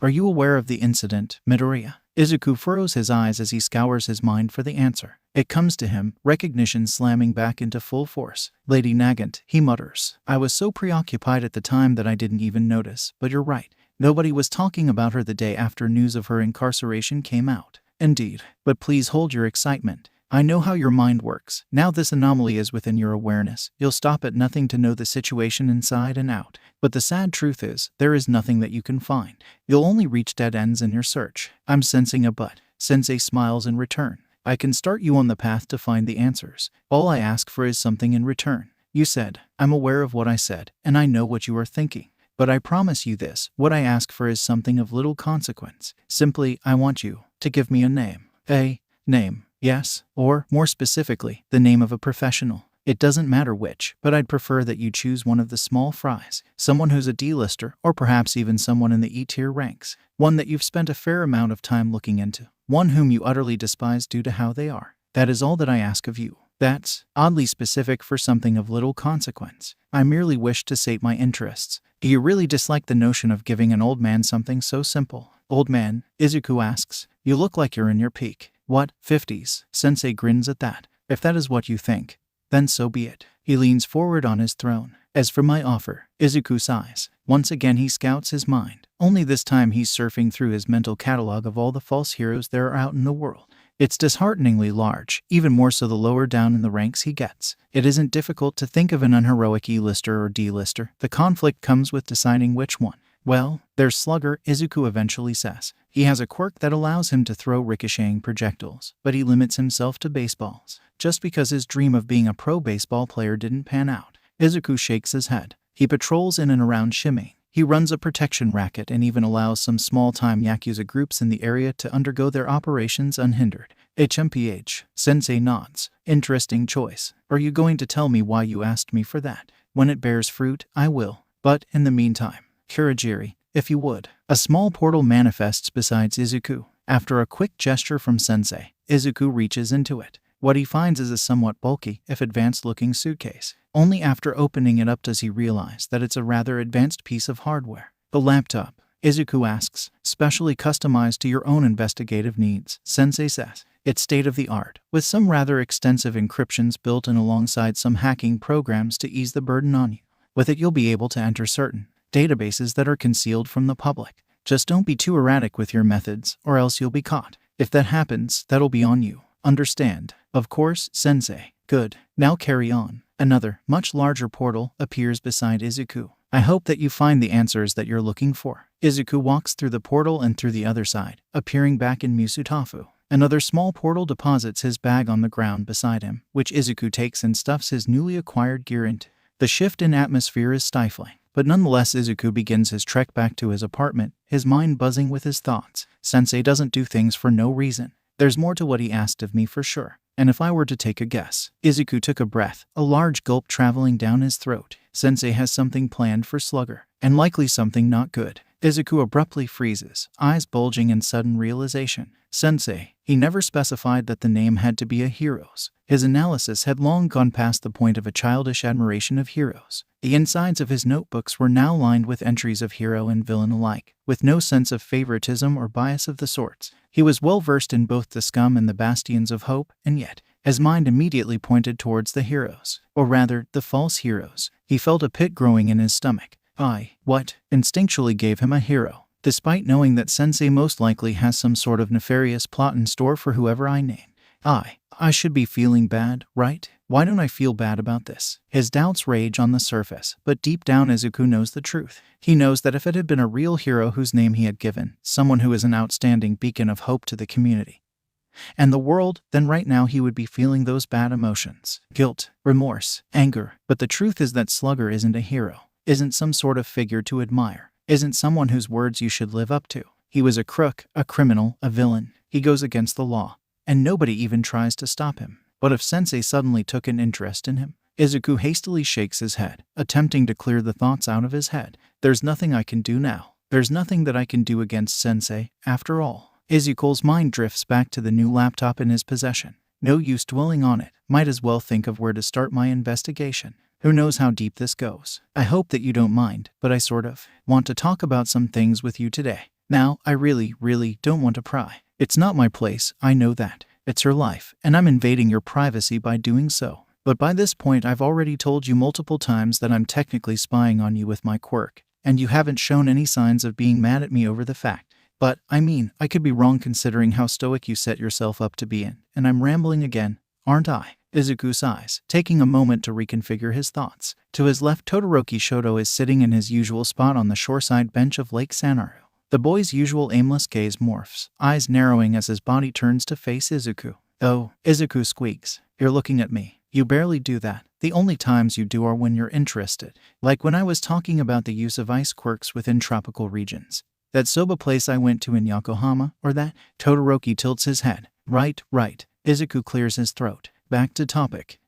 Well, you see, you've probably been wondering why I've been, well, stalking you, really. Truth is, your father, Todoroki suddenly announces, unperturbed despite the subject matter at hand. Izuku balks. You spoke. Wow, this is a first and, Izuku slaps his cheeks. I mean, that's only part of the reason. The other part is that, well, I was worried for you. Living with Endeavor, that is. Todoroki grunts in response. Like I said, it's not really my place. But, since you're acknowledging me for once, let's start off with, well, what I believe is the cusp of the problem. Honestly, your quirk. Todoroki furrows his eyebrows. I've noticed that during your, well, Izuku shakes his head. I've noticed that you only use your right side, your ice side. Now, I think that I can guess where you're coming from. Flames equal Endeavor, right? I mean, I know that I definitely wouldn't want a constant reminder of someone that I utterly despise.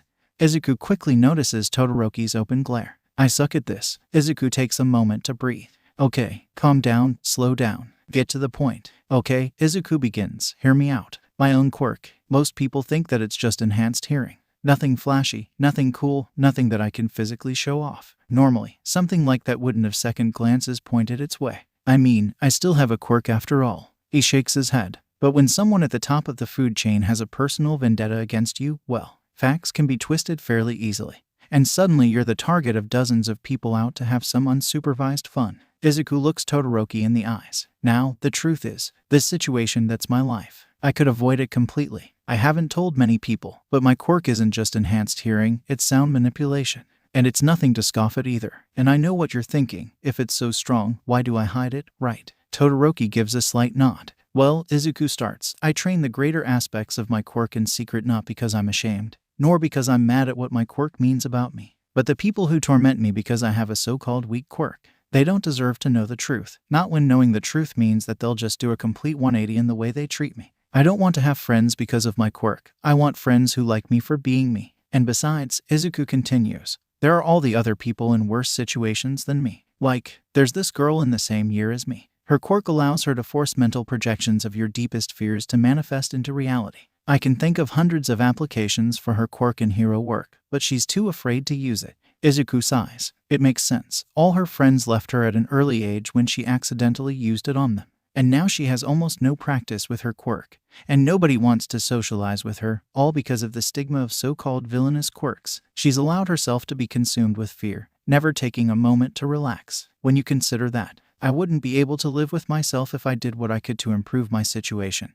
Not when it would take attention away from me and double down the things done to her. Especially not when I know that she's already teetering on the edge, and wouldn't be able to handle any more than what's already on her plate. Once he finishes, Izuku senses a shift in the features of the boy beside him. He turns, noticing the confused look splayed on Todoroki's face. Izuku lets out a nervous laugh in turn, running his fingers through his hair. Point is, you can't let your life be dictated by your quirk. Your quirk is an integral part of you. It's not something that you can just ignore and cast away. You can be better than Endeavor. Prove that you can be better. Why would? Despite their rarity, Izuku interrupts Todoroki's impromptu words in an attempt to make his words hit home.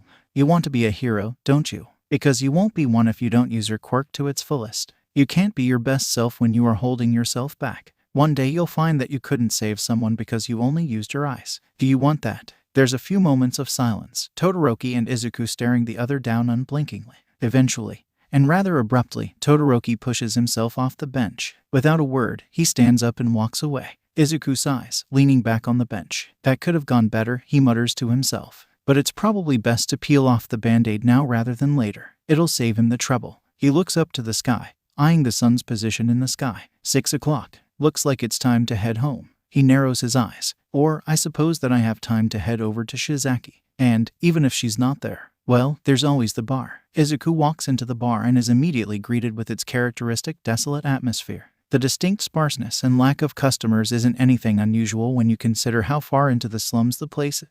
But then again, when you consider who owns the place, or the fact that an overreactive, living disintegrator lives on the premises, and well, Izuku honestly wouldn't have been surprised to learn that the common folk had deemed the bar hazardous to those seeking a long and healthy life. However, one thing did surprise Izuku the moment he stepped through the door. He hadn't considered it beforehand on the way to his destination, but now that he was physically standing in the bar, he didn't sense a living soul within it. Neither his eyes nor his quirk gave any signs of Kurogiri standing behind the counter, or the loudmouthed Tamura cursing away at his games in the corner. He freezes, instinctually immersing his all into his quirk. Thankfully, a quick purview over the surrounding kilometer radius proves that no, he hasn't been compromised. There isn't a team of police and pro-heroes waiting outside to assist in his arrest, unless someone out there has a quirk capable of concealing such a force's entire presence, or that they were watching him from outside his range. Let's just not entertain either of those ideas. It'll help maintain my sanity. Further digging has him walking further into the bar to search for any signs of a struggle, which there are none.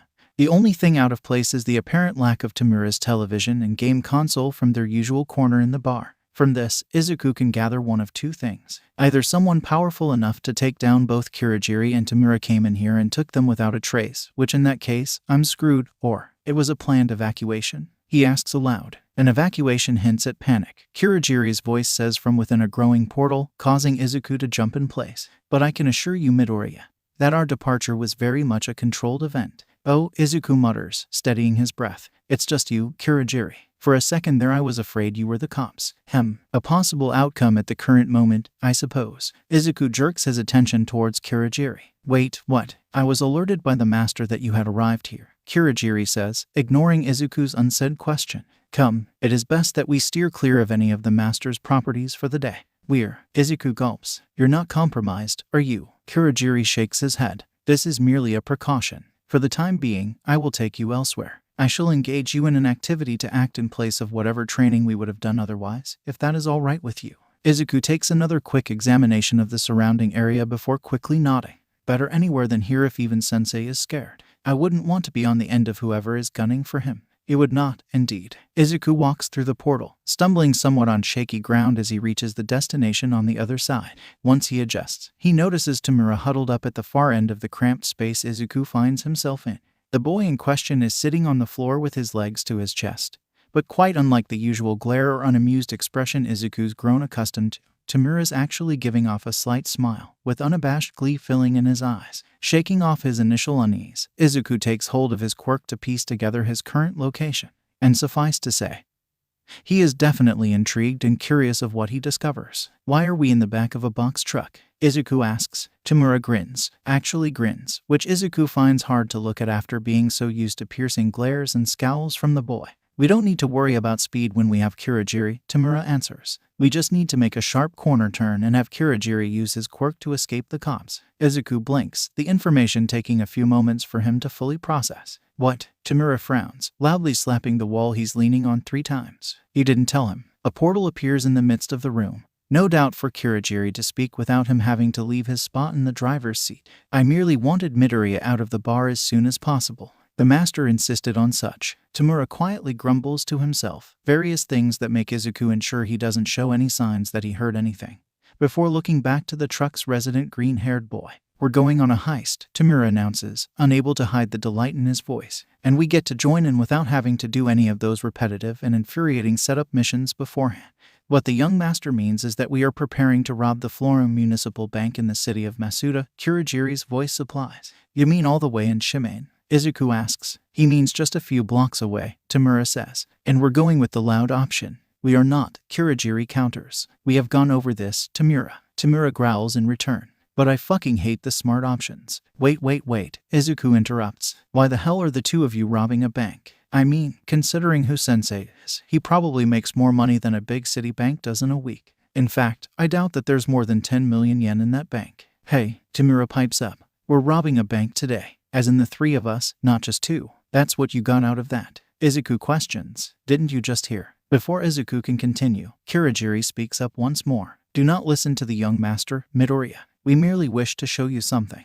No need for active participation if you do not wish it. Tamura huffs. Why the hell is he here then if he's just going to be sitting on his ass? This will be a learning experience for him, Kurogiri says. Besides, this way, you gain the ability to take down more enemies for yourself. Would you not like that? Tamura narrows his eyes in confusion. But you said, we must engage in stealth during our infiltration, Kurogiri says. But once we are inside, everyone we encounter will be considered an enemy. Izuku sends a panicked glare towards the portal. Kurogiri. No civilians, Midoriya, the man says. We are going after ours. The only people there will be. Well, you shall see. Izuku opens his mouth to send out another retort, only for him to snap his jaw shut. In his mind the pieces all start coming together, his eyes slowly widening in realization. This is about Slugger, isn't it? It can't be a coincidence that you're robbing a bank in Shimane when there are hundreds of other banks all across the country. So what if it is? Tamura calls out, his voice bleeding with nonchalance. We're doing this with or without you, brat. So what's wrong with just tagging along?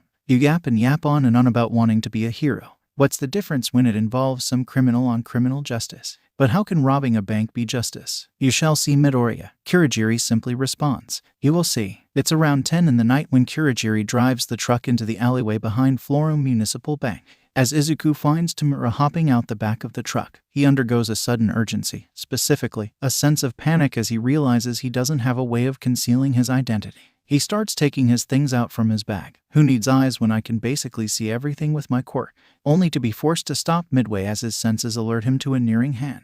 He jerks his possessions away just in time, glaring at the otherwise smirking Tamura. No need to worry, Kurogiri says, coming into view. Your identity will remain concealed for as long as you wish it. Izuku gives a slow nod, deciding to trust Kurogiri's word. He steps off the truck, leaving his belongings behind, and onto the uneven ground of the Masuda pavement. He swiftly moves to catch up to Kurogiri and Tamura, who are already at the back door to the establishment. Of course, with all the pent-up anxiety and nerves, it's only then that Izuku realizes that the large congregation of people he had been sensing for the past 2 minutes of driving were originating from the building before him, somewhere underground and within the depths of the bank. The sounds the group are making, a whole 15 individuals in total, aren't exactly ones Izuku fully recognizes. He can only vaguely recall hearing them elsewhere before. With his mind deeply entrenched with his preview of the bank, Izuku doesn't have the time to ponder the methods Tamura and Kurogiri have thought up to infiltrate the bank. Instead, he's given a first-hand experience of Tamura's quirk in action.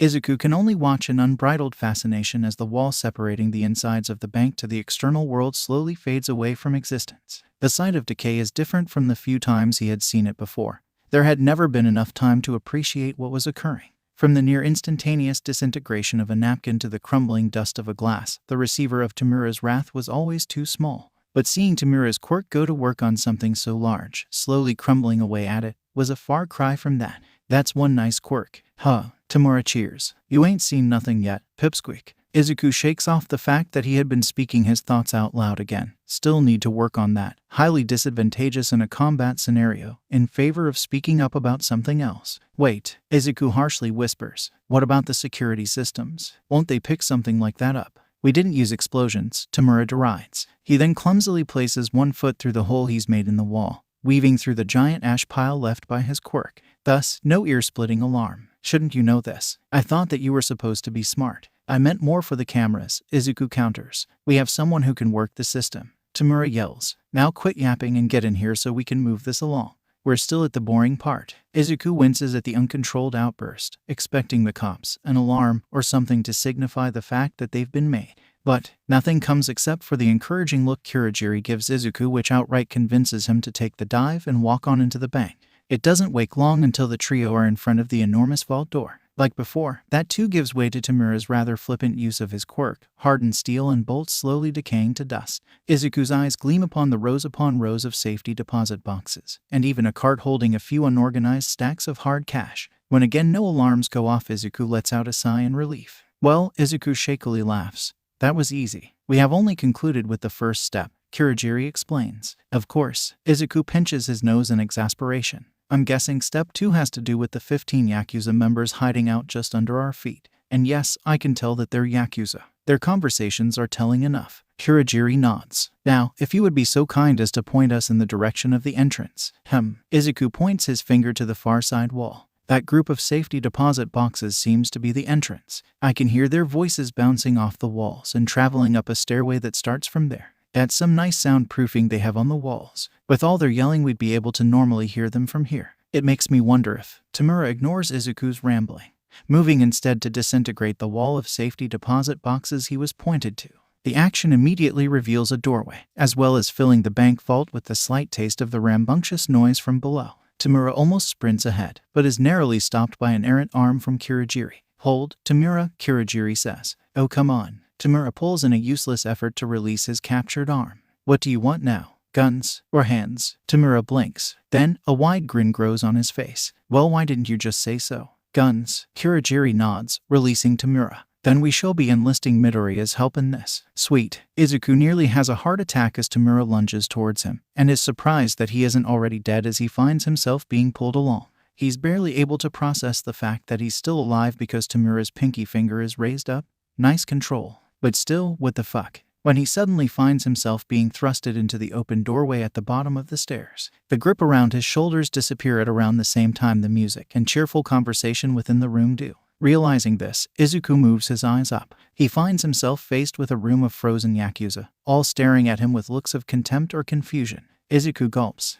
They raise their guns up and aim. Holy. Izuku flinches, facing away from his nearing death. He braces, only for the bullets to never come, and for his personal space to suddenly be enveloped with laughter. He opens his eyes to find a portal acting as a barrier between the bullets and himself, as well as Tamura on the ground beside him cackling like a madman. The hell was that, Tamura? Izuku yells, barely resisting his urge to kick the laughing boy in the stomach. I could have died. You kidding? Tamura gasps between breaths. You should have seen the look on your face. That is not what I meant when I was asking for Midoriya's help. Tamura, Kurogiri chides as he appears behind the two. Oh, lighten up. Tamura makes his way to his feet. He's alive, right? Kurogiri merely glowers before turning to face Izuku. Midoriya, he says calmly despite the mayhem on the other side of his portal. Please pin down the positioning of any firearms within the room. Distance from myself and height from the ground should be satisfactory. Izuku's eyes widen. You want me to help you get rid of their guns? Precisely. Kurogiri nods. And unless you have already mastered your skills in canceling out specific sounds, I politely suggest that you hurry. Despite the soundproofing in the room, the door upstairs no longer exists. We have no guarantee that the sound of gunfire will remain within this room and stay above the notice of the authorities. Hearing this, Izuku glares at Tamura, who merely shrugs in return. Izuku shakes his head. Fine. After getting to work. Izuku found the process surprisingly easy, coupled with his near-omnipotent awareness of the room and Kurogiri's pinpoint accuracy with his portals. A total of 22 guns are whisked away from the hands of the Yakuza. The sounds of panic had already been steadily rising during the process. Now that the Yakuza have found all their weapons gone, the panic has only escalated. Very few of their quirks are emitter-based, but considering the nature of Kurogiri's portals, the attacks are rendered useless. The others, which are a mix of mutation or transformation types, are unsurprisingly unwilling to try their might against the unknown barrier blocking their path. Before Izuku can find himself asking what comes next, he finds Tamura sprinting through a sudden opening in the mist. Izuku turns to face the man responsible. Kurogiri, cease your worries, Midoriya. Everything is going according to plan. Before Izuku can ask for specifics, the first agonizing scream echoes against the walls of the room. He can hear the effects of Tamura's decay gradually crawling up the length of the man's arm. His spine tingles as he hears the cracks run down the man's torso, and he winces as the man spasms and screams as he realizes his fate. Not long after the scream goes silent comes the second, and the third, the fourth. They make Izuku wish that his quirk wasn't giving him a play-by-play of the events of the room. But still, just like how it was with the exterior wall, a small part of Izuku's mind can't help but be fascinated by the efficiency and skill portrayed by Tamura. And he hates himself for it. He's handling them all by himself. Izuku can't help but ask, I disable any of the problematic ones for the young master, Kurogiri answers. Otherwise yes, despite the slow-acting nature of his decay. By now the young master's skill makes him proficient in handling a few second-hand thugs. Tamura's maniacal laughter follows the final 15th scream. Kurogiri drops his portal soon after, Izuku being greeted with the sight of a fairly grinning Tamura surrounded by piles of ash and dust, as well as a few still crumbling bodies. Izuku averts his eyes, intent on not having to look at the scene any longer than needs be. Unfortunately, those plans are shot the moment 3 small, fast-moving orbs register on his senses. He doesn't take a moment to consider what he's doing. His feet move on their own, guiding Izuku to tackle Tamura to the ground. He's fast enough, he and Tamura narrowly avoiding the flurry of baseballs that miss their heads and embed themselves into the far wall. Tamura raises an eyebrow at the sight, eyes alternating between the baseballs and the boy laying by his side. He mutters under his breath, "Huh." Izuku, on the other hand, shoots right back up onto his feet. His quirk begins tracking a new individual who had just entered his range. What the heck was that? Izuku can't help but exclaim. Slugger literally just entered my range. That means that he's over a kilometer from here. Has he been downplaying his ricocheting skills for all these years? I heard those things bouncing off walls and signs all the way here, even going so far as following the route we used to get in. And his aim. Izuku looks at Tamura. Those baseballs were heading right for your head. Considering how fast they were, they would have killed you. That was an unneeded recap. Brat, Tamura grumbles as he stands up. Now watch this, Kurogiri. Of course, Kurogiri forms another portal that promptly deposits Slugger onto the ground. Or rather, slams him to the ground, which Izuku pertains to the fact that, the last he heard from the man before he was swept away, he was sprinting. Tamura makes quick work in disintegrating the remaining baseballs and grabbing Slugger's bat, ensuring his pinkies stay raised to maintain the integrity of his new weapon. By the time Slugger reorients himself, he's defenseless and laid before 3 unknown assailants. Tamura pokes the man in the head with his bat. How's it feel being PW'd at your own game? Huh. Izuku's expression shows his disbelief at the terminology used, all while Kurogiri remains as passive as ever. Now, Kurogiri says, carrying along the conversation, you will answer any questions asked of you. Specifically, you will abide by what the young man here wants. Kurogiri points to Izuku as he says this, the boy in question sputtering in disbelief. Wah. Slugger scoffs at the display. Please, who do you 3 think you are? I'm a pro-hero for crying out loud. You think you'll get away with this? Kurogiri hums. Tamura. Tamura slams the baseball back right into Slugger's stomach, causing the hero to kneel over and hurl. Please, Slugger slurs. Anyone can do that. You think? Tamura bends down, wrapping his whole palm Slugger's hand. AGH. Slugger watches in terror as the decay climbs up his arm. He's only saved at the last second by Kurogiri, who forms and closes a portal around Slugger's arm, effectively cutting it off before decay could spread. In any normal instance, Izuku would be right into that, muttering about new findings and previously unexplored avenues of a quirk. He'd even be cognizant to take note of the sound of blood splatter across Kurogiri's body as the portal around Slugger's arm closes off. But at the current moment, he simply can't. He's too petrified, and, no matter how much he hates to admit it, too enthralled by the sight before him. Sure, Slugger gasps as he stares at his newly gained stump. Whatever you want, just don't kill me. Another swing of the bat comes in, this time landing with a crack on Slugger's left leg. Shut it, Tamura sneers. Your voice is annoying me. Talk only when spoken to. Izuku gulps, peeking at the carnage before him. Was all of that really necessary? What? Tamura laughs. This, a swing, and the sound of cracking bone. Og, my other fucking leg. Tamura, Kurogiri calls out. Tamura scoofs in return, backing away from his victim. Oh, fine. Go ahead, brat. Ask your questions. Izuku gulps, turning his gaze towards the battered hero. He takes a breath and asks the first thought that comes to mind. You're Slugger, right? The ball-throwing hero. Whoa, Slugger sneers, blood running down his mouth. Geez, kid, who knew? You can see. The sound of wood smacking against the floor echoes behind Izuku. Slugger clears his throat, his quick smile disappearing as he stares at the ground. Right, sorry. Izuku takes another breath, thinking about what to say. He considers why he's here, or even why Sensei would want him here. Izuku then thinks back to the whole start of this night. He recalls what Kurogiri had told him.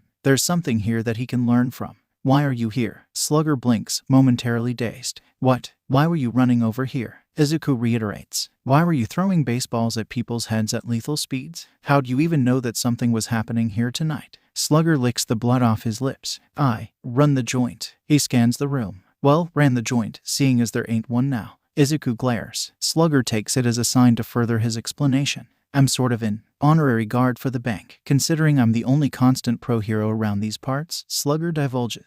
They allow me to get into their systems, you know, like this whole second level to the vault that the bank hasn't used since before quirks were a thing. It was easy to sneak the boys in there and refurbish the place when I had control over the vault door's timer, after all. Oh, and you use the place for what? Izuku asks jokingly. Your base of operations for your drug smuggling ring. Well, yeah. The response gets Izuku to pause, not only for the fact that Slugger's heart rate increased, but because as far as Izuku's previous knowledge held, Slugger was just running a protection racket. What else? Slugger looks up. What? Venom drips into Izuku's voice. What else? Slugger gulps.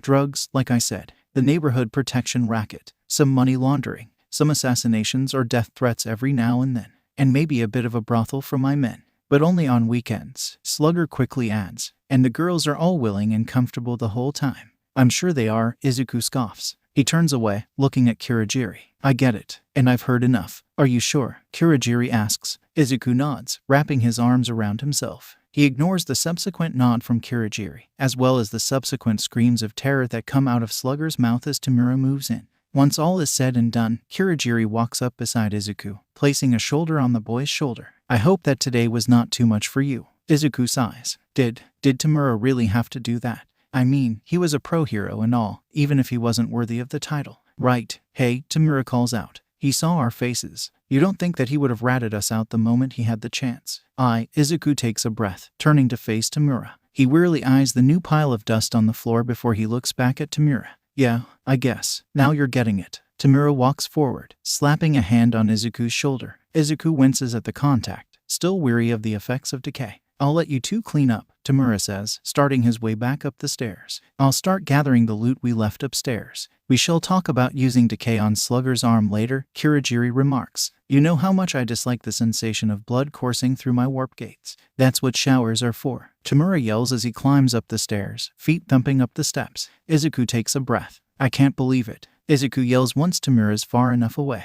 I didn't know that something like this was happening. He gestures to the room as a whole. I thought that he was just running a protection racket. Not all.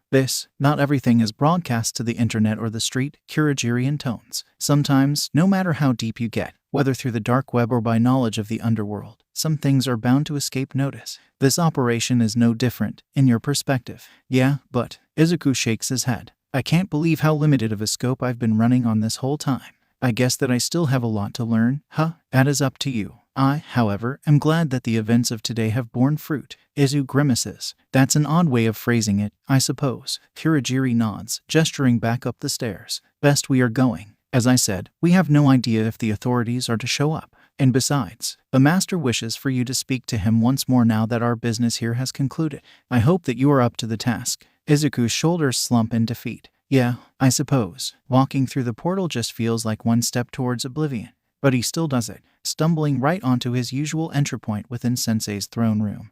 The first thing that Izuku's quirk catches notice of are a slew of sounds not native to the dark, intimidating room. A puff of air, a motor pulling and pushing, and a steady, cold, metallic beeping. It's only as his eyes adjust to the darkness that he discovers its origins. A massive ventilator is attached to Sensei's face, if you could still call it as such, that is. After all, the holes where his eyes should be are empty craters, his white hair is missing from his head, and his skin is crackling and scorched from the untold damage done to him. Izuku's sure that if it wasn't for the plastic tubing attached to his face, and the stout, elderly man zooming around tending to Sensei's injury, the so-called bogeyman of the underworld would be dead. Midoriya, Sensei drawls, his voice muffled as it echoes past the breathing apparatus covering his mouth. At this, the elderly man jerks around, his goggle-covered eyes staring straight into Izuku's direction. Izuku gets a better look at the man then. A bushy mustache and a balding head, coupled with an unexplainable sense of vague familiarity that he can't quite place. What did I say about visitors? The man exclaims as he turns back around and continues to work on Sensei's damaged arm.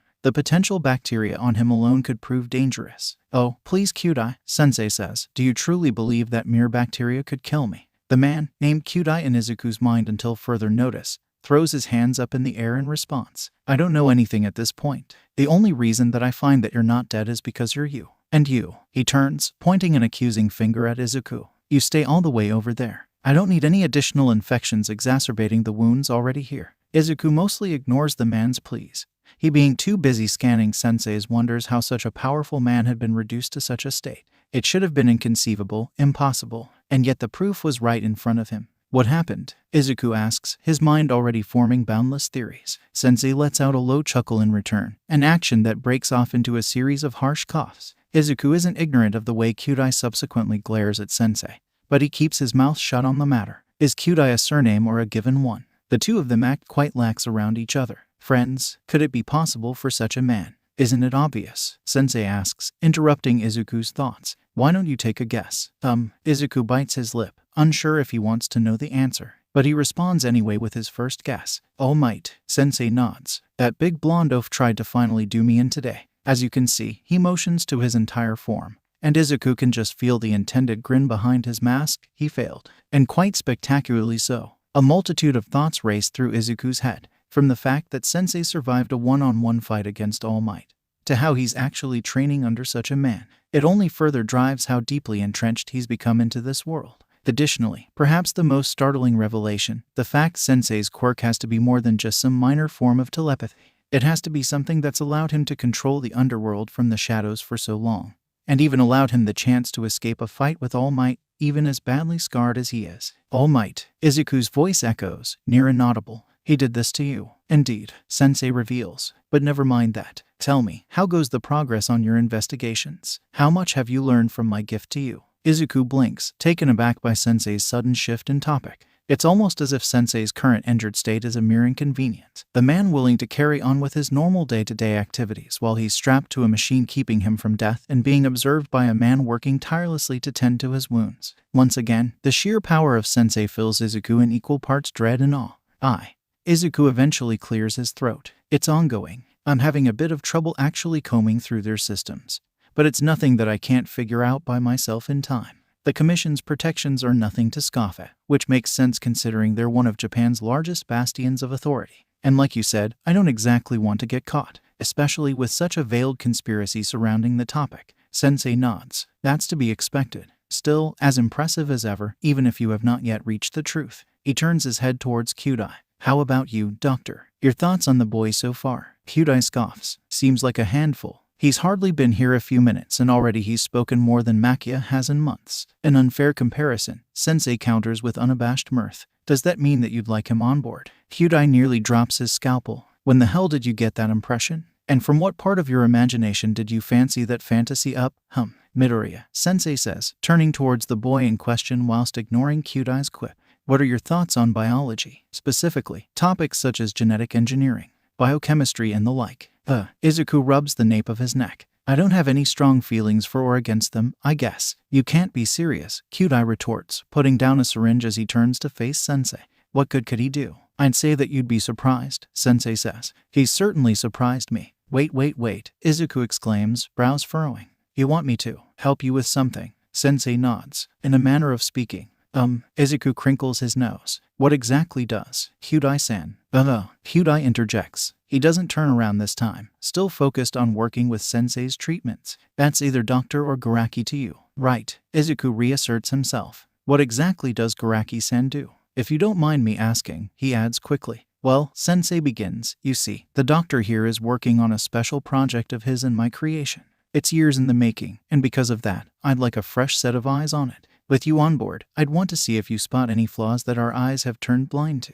Izuku crosses his arms. But why me? He questions with a frown, face contorting in unease. Don't you have someone else you would trust more? His mind shuffles through some of the more recent bits of conversation he's heard. Like, that Makia guy, right? He's that big guy who was here the first time you brought me here, I'm assuming. Sensei lets out a chuckle. Correct you are again in your observations. But, you should know, Makia doesn't have the delicate touch that people like us do. He's much too brash, large. Garaki interrupts as he's placing some salve over a patch of Sensei's skin. A bit dumb. Don't forget your hand in that part. Sensei waves off the doctor's words, focusing again on Izuku. But that's besides the point, Midoriya. Haven't I already said it? You remind me of me from my youth. I'm highly interested in wherever your path leads you. Nothing wrong with wanting to present you with some potentially fruitful paths in life now, is there? And this, what? Izuku asks, his voice tight with bitterness. You think that I'm worthy of such a prestigious project? Sensei quirks an eyebrow and leans back in his seat, much to the consternation of Garaki. He wraps his fingers together, humming in thought.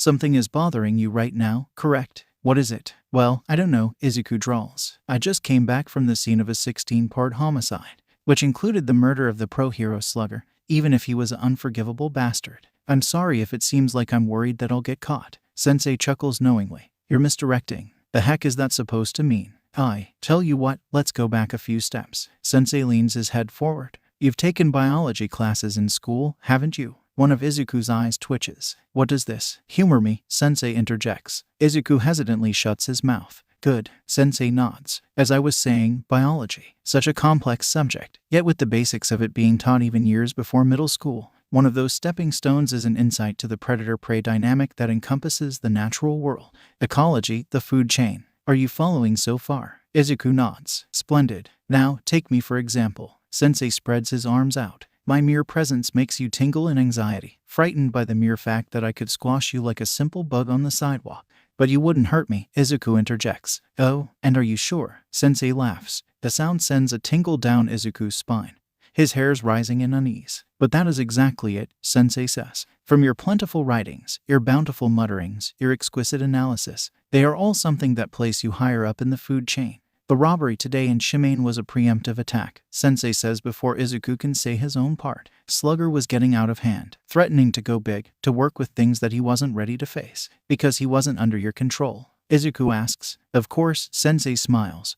But that's besides the point. You were accompanied by Kurogiri and Tamura. You watched a mere 2 individuals take down a room of how many? Just over a dozen. And a pro-hero too. Why? Izuku shrugs. Because they're good at what they do. Sensei shakes his head. Because we are the big fish in the pond. We are the lionesses that stalk their prey. We are the owls hunting in the dead of night. Just as are you. You see, this applies even to your school life. Sensei crosses his legs, ignoring the panicked pleas from Garaki. The dumb ones, the prey, the bottom of the food chain. They attack you out of malice or some misguided, childish sense of superiority. But aside from them, there are others. Surely, you've seen them. Those that stalk the shadows, keep to themselves, but aren't the targets of bullying. Of course I have, Izuku brushes off. But they don't care to help me, so why should I care about them? Because they are frightened by you, Sensei explains. Not because they can't fathom you, but because they know what you are. For all intents and purposes you are a superior being, lording information over their head but never acting upon it.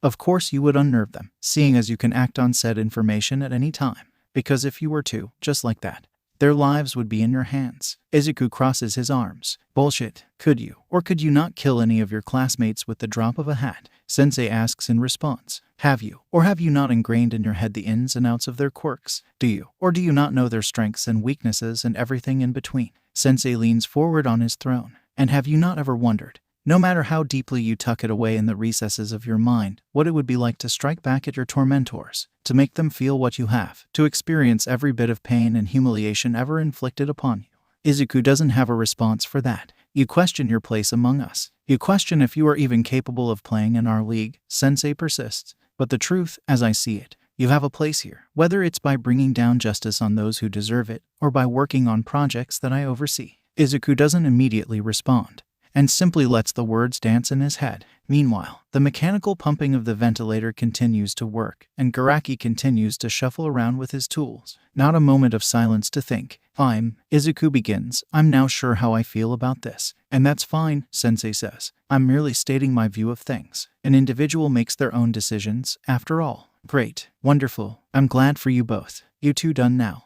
Garaki suddenly asks. Sensei laughs. Well, it is pretty late. He looks at Izuku. Anywhere that you would like to go? Izuku shifts his eyes to the ground. I'd like to go to my room. One of Kurogiri's portals appears beside Izuku. The grin behind Sensei's mask widens. Your wishes as you command. Izuku has 2 green-haired individuals who are present in his life. Midoriya is a contrast to what a mother should be, ignoring her son and not showing an ounce of compassion towards him. Izuku has an understanding of the reason for why she is how she is. He knows that it stems from the incident from his youth that took his father from the world. But that doesn't excuse her neglect. Izuku supposes that he should be grateful, however. There are far worse ways that she could have relayed her anger and pain over the years. And then there's Ibara Shizaki, the complete antithesis of Inko. Shizaki cares about his well-being. She listens to Izuku's tales and problems, provides tactful and meaningful advice, and is just always there. She provides to Izuku the type of comfort his mother should have been giving for all those years. The attention and care he's been missing for all his life. She's become Izuku's one and only true friend. the only person he has come to trust and care for. She's the most important person in Izuku's life, which is why he once again finds himself in the depths of Honmoku City Park, the day after his talk with Sensei, lying against a boulder underneath the shade of a tree, eyes glistening over the rippling waters of the lake. Shizaki sits over him, lounging atop the length of the rock. Her vines creep down over the side, ending into bundles that cascade over the ground. A few embrace Izuku's form, providing comfort with mere touch alone. To him, they provide the gentlest touch in the world. Of course, that's without the consideration that they are one of the few things that he allows to touch him. He never dwells on that fact, only allows himself to lose himself in their succor. Well, as much comfort as his mind can afford, that is. After all, no matter how much he just wants to hang out, he can't. Not this time. Right now, Izuku utterly needs to talk about his worries, even if it's without actually talking about them at all. He leaves out the context of Sensei, Kuwajiri, and Tamura, leaves out his steadying comfort with villains, and his growing appreciation for their ideals. He can't have Shizaki know the truth,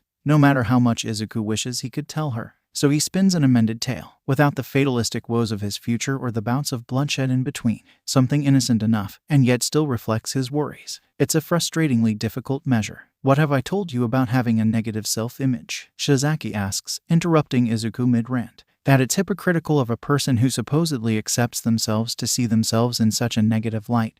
Izuku mutters knowingly. But it's a bit hard not to think such things when you go through the stuff that I do. Experiences make the individual, Shizaki says, matter-of-factly. What's important is how you let those experiences shape you. That's what I'm worried about. Izuku sighs. Yeah, I know. Shizaki isn't convinced. She wraps her vines around Izuku's shoulders, enveloping him once again in lighthearted grace. I know that it can be difficult, going through what you do. I saw firsthand the unjust treatment bestowed upon you when we first met, all those years ago. And I can only imagine how much that sort of treatment has magnified in intensity until now. Shizaki leans forward from her spot, peering over the boulder's edge and looking down at Izuku. But the fact that you are here now, pondering your life and persevering through all the hurdles thrown your way despite the weight you carry on your shoulders, it sheds the light of truth on your hardened wool of iron. The ruffians who terrorize your life chose their own paths, and are responsible for their own moral wrongdoings, Shizaki remarks. They have fallen to their basest desires, and allowed their sins to cloud their judgment.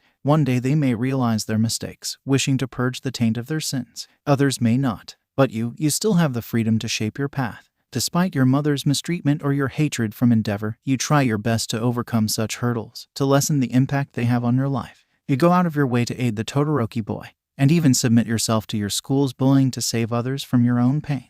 You've sustained a fair heart, readily steadfast in your compassion. And that is what truly makes you special. Follow what you believe in, Shizaki coaxes. Follow what you think is right. She reaches down with her hand, moving to pull at the strands of her friend's hair. Izuku momentarily freezes upon the unexpected contact, but easily relaxes into the touch as he realizes what's happening. But most importantly, Shizaki continues, don't change yourself, Izuku. Be yourself. Let your passions be you. And don't let worry shroud your mind. That is all I can say. Izuku smiles, tilting his head up to face Shizaki's gazing look. Their eyes meet, and they maintain the stare for a time. Eventually, Izuku's the first one to break away, closing his eyes and breathing out a relaxed sigh. Izuku's eyelids shoot open, eyes nearly bulging out from his skull. Wait, Izuku, Shizaki blushes. It's just, I believe that we've reached the point in our friendship where we should be on a first-name basis? No. If not, I apologize if I made you uncomfortable. If that's the case. No, Izuku interrupts, shifting his eyes to the surface of the lake. I don't mind. The two bask in a comfortable silence, eyes scanning over the glistening water and absorbing the relative peace of nature surrounding them. Thank you, Izuku whispers, for being such a wonderful friend and conversationalist, Ibara. Izuku senses the slight motion of her lips, slowly curling from a smile to a frown. My words and my friendship are all I can offer to ease the burden off your shoulders. I only wish that I could do more to alleviate your pains aside from providing solace after the fact. That's more than enough, Izuku mutters. I don't know what I did to deserve you. You lived, Ibara intones, and you continue to live your life despite what you face. That is what you've gone through to persist and reach this point. Don't forget that. I won't. Weeks pass. Things seem to die down. Little of anything to note comes to pass. No sudden raids orchestrated by police, no abrupt appearances by a disapproving All Might, and no harsh upheavals of his life. Instead are the usual training sessions with the detached Kurogiri, the myriad cherished intervals spent with Ibara in the park, and newfound lonely seatings on the bench in Sanaruko Park. Things simply continue as they normally do. What small changes do manifest come to affect little, like Izuku's growing interest in biology, for one. Sensei may not have mentioned the topic since the first time, and Izuku hasn't seen hair nor hide of Garaki since, but he wasn't willing to ignore the hint for what it was. So he adds extended study-bound instances to his day, guiding himself to become at least somewhat familiar with the subjects of genetics and biochemistry. All things considered, it's not as if it's a hard task. As long as he appears to be paying attention in class, he can do whatever to his heart's desire. It's not as if the teachers care, after all. The only problem that comes with that, well, Izuku finds once more that his frayed attention span has betrayed him. Specifically, his muttering habit comes unrestrained once more while reviewing a lesson on thermodynamics, thus earning the ire of an ever-familiar head of ashy blonde hair. Soon the bell that signifies the end of class rings, the usual hustle and bustle consuming the room. And although Izuku may be invested in his book, that doesn't mean that he misses the shuffle of Bakugo's feet and two others heading towards his desk. Izuku holds out from releasing a sigh through his lips, knowing that it'd do him more harm than good if Bakugo were to hear it. So he takes upon the most neutral expression that he can, places his book down on his desk, subtly covering it up with some papers, and raises his face to meet the eyes of his most hell-bent tormentor. He asks, plain and simple, "Yes, Bakugo. That's all you have to say for yourself." Bakugo scoffs, his eyes narrowing in irritation. Izuku holds back the usual urge to bite back, just like all the times before he keeps his vexation tamed, hidden behind lock and key, no matter how much he'd rather not. Oh, what I would do just to get the chance to punch him. But that wouldn't really make a difference now, would it? Besides, would that really make you the better individual in this situation? Internally, Izuku winces at the voice. Still, he isn't surprised, merely resigned, because it seems like, for one reason or another, the universe really, truly hates him. After all, why else would his subconscious grow to sound exactly like Ibara, even down to all her mannerisms and tone? Well, Izuku argues, even when knowing the uselessness of it, I have to face him sometime about our antagonistic relationship, and I can't exactly let my dislike for him rule my life, just like how you let your hatred for Endeavor rule yours. Izuku ignores the comeback. He switches instead to shrugging in response to Bakugo's question. Listening to voices in your head is an optional activity in life, after all. Well, yeah, Izuku says, looking at Bakugo. What do you want me to say? Bakugo places his hands on the desk, leaning forward and getting into Izuku's face. Maybe. He drags out the word, an apology, for one. Izuku almost scoffs, but he holds it back, just barely. You want me to apologize for angering the almighty and powerful Bakugo Katsuki? Izuku admits that he could have offered more of a tactful response, but dealing with Bakugo has become more of a nuisance than something to fear as of late. He can't help but skirt the line. One of Bakugo's eyes flinches at the response. He very nearly lunges forward, only to be narrowingly stopped by the firm grip that has found its way around his shoulders. The fuck you doing, Wings? Bakugo demands. Tsubasa's eyes widen, hands darting away from the contact. Izuku's willing to say that the boy acted without thinking, a gesture he appreciates, even if it was a bit stupid for Tsubasa to have done. Well, Tsubasa stutters. It's just that you already beat the nerd up this afternoon, you know. And this morning too. He rubs the nape of his neck. Another beating would be a bit more than usual, wouldn't it? You getting soft on me, or something? Bakugo sneers. Why do you care how much hurt the nerd gets? Actually feeling sorry for the shit stain after all these years. Tsubasa raises his hands up in defense. No, it's just, well. His eyes dart around the room, eventually latching onto one spot. The teacher's still in the room. Usually you wait. The teacher indeed is still present, grading away at some papers. But if his aloof expression is anything to go by, he doesn't even care that this scenario is playing out in his classroom. Or rather, is willfully playing the ignorant fool. Oh, so now you're turning into a scared little bird, are you? Bakugo questions. What happened to that big mean dragon you're always blabbering about being? Tsubasa doesn't respond back. If anything, Izuku prefers it that way. At the very least, as a result, Tsubasa wouldn't be digging himself further into trouble than he already is in. Bakugo turns his attention back to Izuku. He seems less angry than before, all due to Tsubasa's intervention, no doubt, but his steady glare gives Izuku the notion that he doesn't want to leave without at least some modicum of success, which, of course, means that something has to happen. Izuku hears it coming before any real movement has occurred, but the proximity of himself to Bakugo prevents any sort of stalling action. Bakugo swipes down at the desk, taking Izuku's book. The papers atop it fly loose, leaving the book's title out for all to see. Biochemistry, Bakugo asks, scrutinizing the book. He flips open a few pages, eyes growing dark the further he gets. What the fuck are you doing with this? I just want a foothold in the subject considering how complex it is, Izuku answers honestly. He knows that a lie won't suffice, not with the evidence blatantly out in the open. Is that so? Are you trying to get ahead? You think you're better than me or something? Huh. Heh. Honestly, Bakugo. Really, that's up to you to decide, Izuku retorts. After all, you said it, not me. Bakugo huffs. A small pop abruptly fills the space in front of Izuku, the textbook in Bakugo's hand going up in flames. Izuku watches as the smoldering remains fall to his desk, tattered and unrecoverable. Still, he keeps his face passive against Bakugo's own smug look. Thankfully, he doesn't have to hold it up for long. A book's corpse is seemingly enough to sate the boy's desires, Bakugo finally turning around and heading towards the door. It's not until after Garu follows suit with a similar-looking face, and Tsubasa offers his own apologetic look before turning around, that Izuku takes the chance to let loose. All the irritation he had been holding over the encounter bleeds out, a deep sigh sweltering out as his thoughts loosen up from their fortified location. It's a bit too much, and he can't help but bring his frustration to words. Fuckface. The hell did you say? Oh, that slipped out, didn't it? And with my quirk too. Bakugo. Tsubasa yells out. Why? Izuku can move. He wants to move, but he knows that it would just escalate the situation. So he doesn't. Bakugo spins in his spot and propels himself towards Izuku. Once he reaches his destination, he sets off a weak explosion, just enough to breach past Izuku's clothes and singe his shoulder, however. So there Izuku is, stuck in his seat as Bakugo stands before him, triumphant and proud. All while he sits there, meek and feeble, clutching at his shoulder. The burns sting, of course, and he's a bit dazed from the blow. But it's nothing that he hasn't already experienced before. Nothing that he hasn't already spent hours reeling over, or days cursing off. And perhaps that's exactly what works against Izuku's favor. He's not exactly sure what triggers it. Perhaps it's the years of unresolved anguish building up and finally toppling down.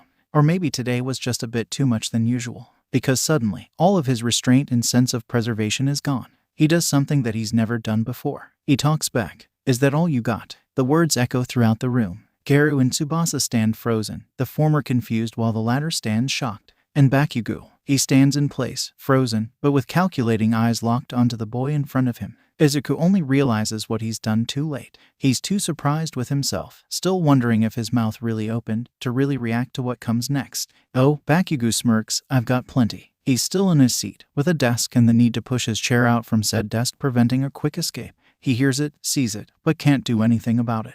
He can only listen as his doom nears ever closer. An explosion charges up, more force behind it than before. The hand rips past the length of his desk, and then the explosion goes off, right next to his ear. There's a sharp pain, and the sensation of liquid flowing down his head. He falls out of his chair and onto the ground in a frenzy, curling up and clutching at his ear. Bakugo, Tsubasa yells, running up to Izuku's downed form. What the hell? Oh, piss off. Bakugo scowls. This isn't the first time it's happened. You were there the first time, you know that he'll get over it. Tsubasa takes his own hands away from Izuku's ear, almost backing away in shock at what he sees. He's bleeding, and it looks really bad this time. Oh, fuck you. It wasn't that strong. Bakugo turns and walks towards the door. Come on, fingers. We're going. We'll let Wings catch up if he decides to stop acting like the nerd suddenly matters. Tsubasa switches between looking at the leaving duo and back to Izuku. Once Bakugo's out of sight, he starts to help Izuku to his feet. Come on, man, Tsubasa says as he struggles to drape Izuku over his shoulders. We'll get you to the nurse. And then, no, Tsubasa sharks his head to his side. What? But you're... No. Tsubasa almost jumps in place. Izuku scowls at the accidental display of his quirk, but he shakes it off. It doesn't matter at the moment. I don't trust the nurse, Izuku breathes. I trust her as far as I would be able to throw sensei. The teacher, Tsubasa asks. I guess, but never mind. Izuku almost shouts. He can feel himself getting more and more dazed. Just get me to a closet. What? Dude, janitor closet. Izuku hisses. And get my stuff, please. But what would a closet? This is my best chance. Fuck. This hurts. Izuku groans. He takes a moment to recover, doing his best to focus his eyes. Please, it's for the best. Tsubasa shakes his head. Fine. I hope you know what you're doing. The two start their journey, Izuku dragging himself along as he goes. He ignores the piercing gaze of the teacher as he stumbles out of the room, ignores the pain screeching and scratching and peeling at his head for as long as he can hold out, and focuses on placing one foot out in front of the other. They reach a janitor's closet in no time. Izuku pushes himself off of his savior. He ignores the concerned look on Tsubasa's face. Without another word, he takes his things, pulls the door open, stumbles in, and slams it shut, leaving him engulfed in darkness. He prefers it. The less stimuli, the better. Of course, that doesn't mean much, with the way his quirk is going haywire. But some reprieve is better than none. He collapses against the door, sliding to the floor. He ignores Tsubasa's desperate cries, fishing out his phone instead. He peeks down at the screen. Pain, pain, pain. A world of pain is all that fills his eyes, but he tries his best. It's a miracle that he's able to navigate his fingers, going to his contacts and calling Kurogiri. But he doesn't get the chance to speak, the last things he hears being the dial tone on his phone. He drops the phone, the plastic and metal clattering to the tiled floor. His breaths turn ragged. His back is pelted by Tsubasa's fist pounding on the other side. There are bugs in the walls, car in the distance, people talking, yelling, birds chirping, cats meowing, water flowing through pipes. Too many sounds, unfiltered and unrestrained. His brain pulses within its cramped prison. Soon, the world turns to black. His eyes flutter open, a hint of grogginess and fatigue pervading the movement. He almost doesn't recognize where he is at first, but the grungy-looking ceiling and the telltale sounds of dilapidated architecture bring him back into focus. Tamura is off in the corner as usual, playing his games, and Kurogiri is actually in the back of the establishment, seemingly doing inventory. Unfortunately, that information does little to indicate exactly who owns the third set of lungs he can hear. The best Izuku can tell, the individual's likely a smoker, given the audible condition of their lungs. He groans as he slowly sits up. He finds that he's been placed in one of the booths among the bar's many tables. A slow turning of his head to the left reveals the third individual present, sitting across from him.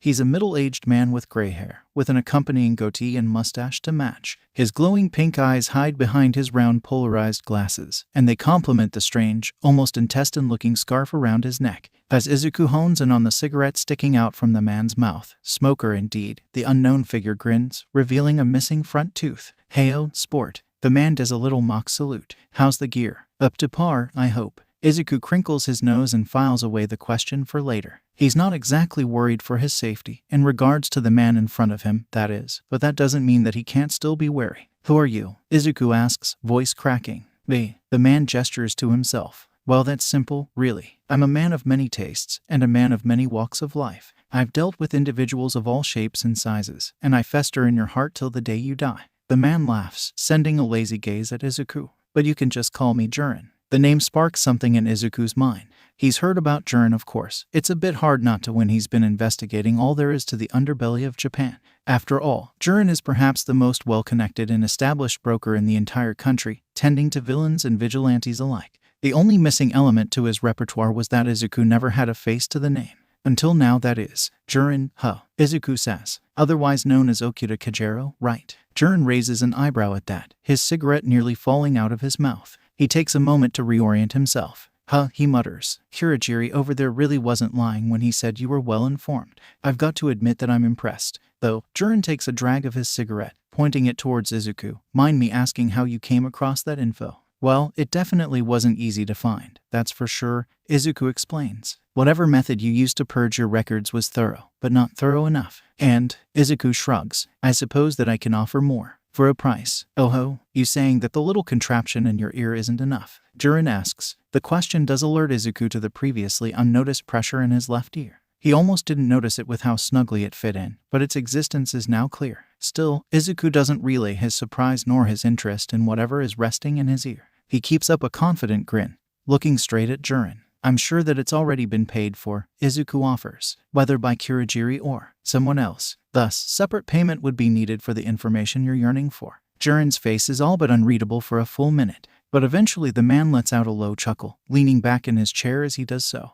I'm curious. How old are you, kid? Now that info can't cost too much now, can it? Nope, Izuku says, because I can offer that for free. I'm 9 by the way, nearing 10 soon. Jiren whistles. Shit, really? The disbelief is clear in his voice. You keep this up and you'll be my favorite client in no time. Izuku tilts his head in thought at that. He could be looking too deeply into the wording, but he has his suspicions. You were the one responsible for setting up my laptop, weren't you? Jiren nods. Got it in one. Hope you haven't broken it or anything.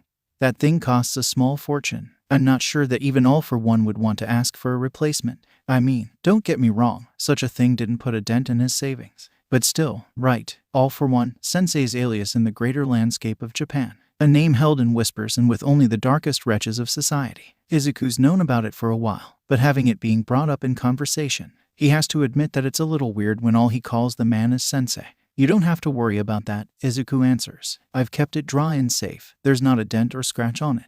Jiren nods. Glad to hear it. Make sure that care extends to your new tech, will ya? They're not exactly things I get asked for too often. A replacement might take a while if you lose them or damage them in a fight. Right, Izuku mutters, bringing his fingers up to his ear to feel at the device. He traces the length of the smooth synthetic surface, noting the surprisingly small contrast between the feel of the device and the softness of the skin and cartilage of his ear. How'd you get my ear healed so quickly? Jiren puffs out a cloud of smoke. He smirks. Who said that was me? Izuku hums in thought. All right, then how about explaining what exactly is in my ear? You wouldn't mind that, would you? Not at all. Simply put, it's a sound therapy machine. White noise masking, sound habituation protocols, and the like. Everything in our age that works to ease the burden of conditions such as yours. Izuku frowns at the information, his mind already providing a basis to what all those words have in common. Tinnitus, Izuku whispers, addled. He leans back in his seat. Knew it was only a matter of time. Correct. Jiren scrutinizes the boy in front of him. Why do you sound as if you didn't already have tinnitus before? Izuku raises an eyebrow at that. Because I didn't. Jiren places his hand under his chin. The damage to your ear, your left, that is. That was a fresh injury. From today. Yeah, as long as it's still Thursday. Anyways, it is, Jiren affirms. But what about your right ear? What about it? Jiren huffs, crossing his arms together. I did a little testing myself while you were out. Turns out you have tinnitus in both your ears. The left ear just has a more pronounced case of it. As for your right ear, the scarring's a lot older, years old. But it's clear as day. There should be at least some ringing in your right too. But Izuku crinkles his nose. He takes a moment to think. I guess, technically, this was the second time that Bakugo's blown one of my ears out. The first time was when we were kids. He went for my right ear at the time. Are you saying that I've had residual damage from that, and I haven't noticed for all these years? Jiren shrugs. I don't know what to tell you, kid. That's just what it looks like to me. Maybe you got used to the ringing when you were young.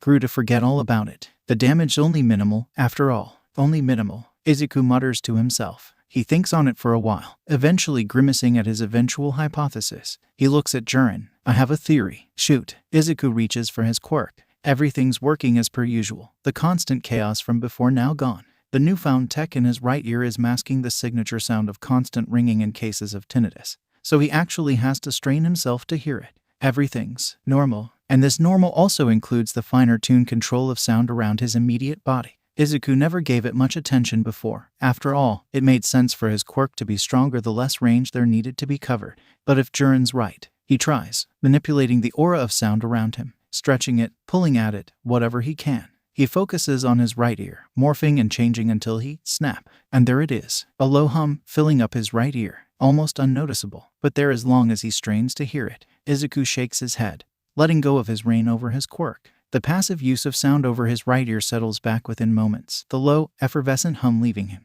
I think, Izuku begins, that I've been subconsciously masking the sound with my quirk. I just tried working around it, and suddenly I could hear it. You saying that my services were unneeded this time around.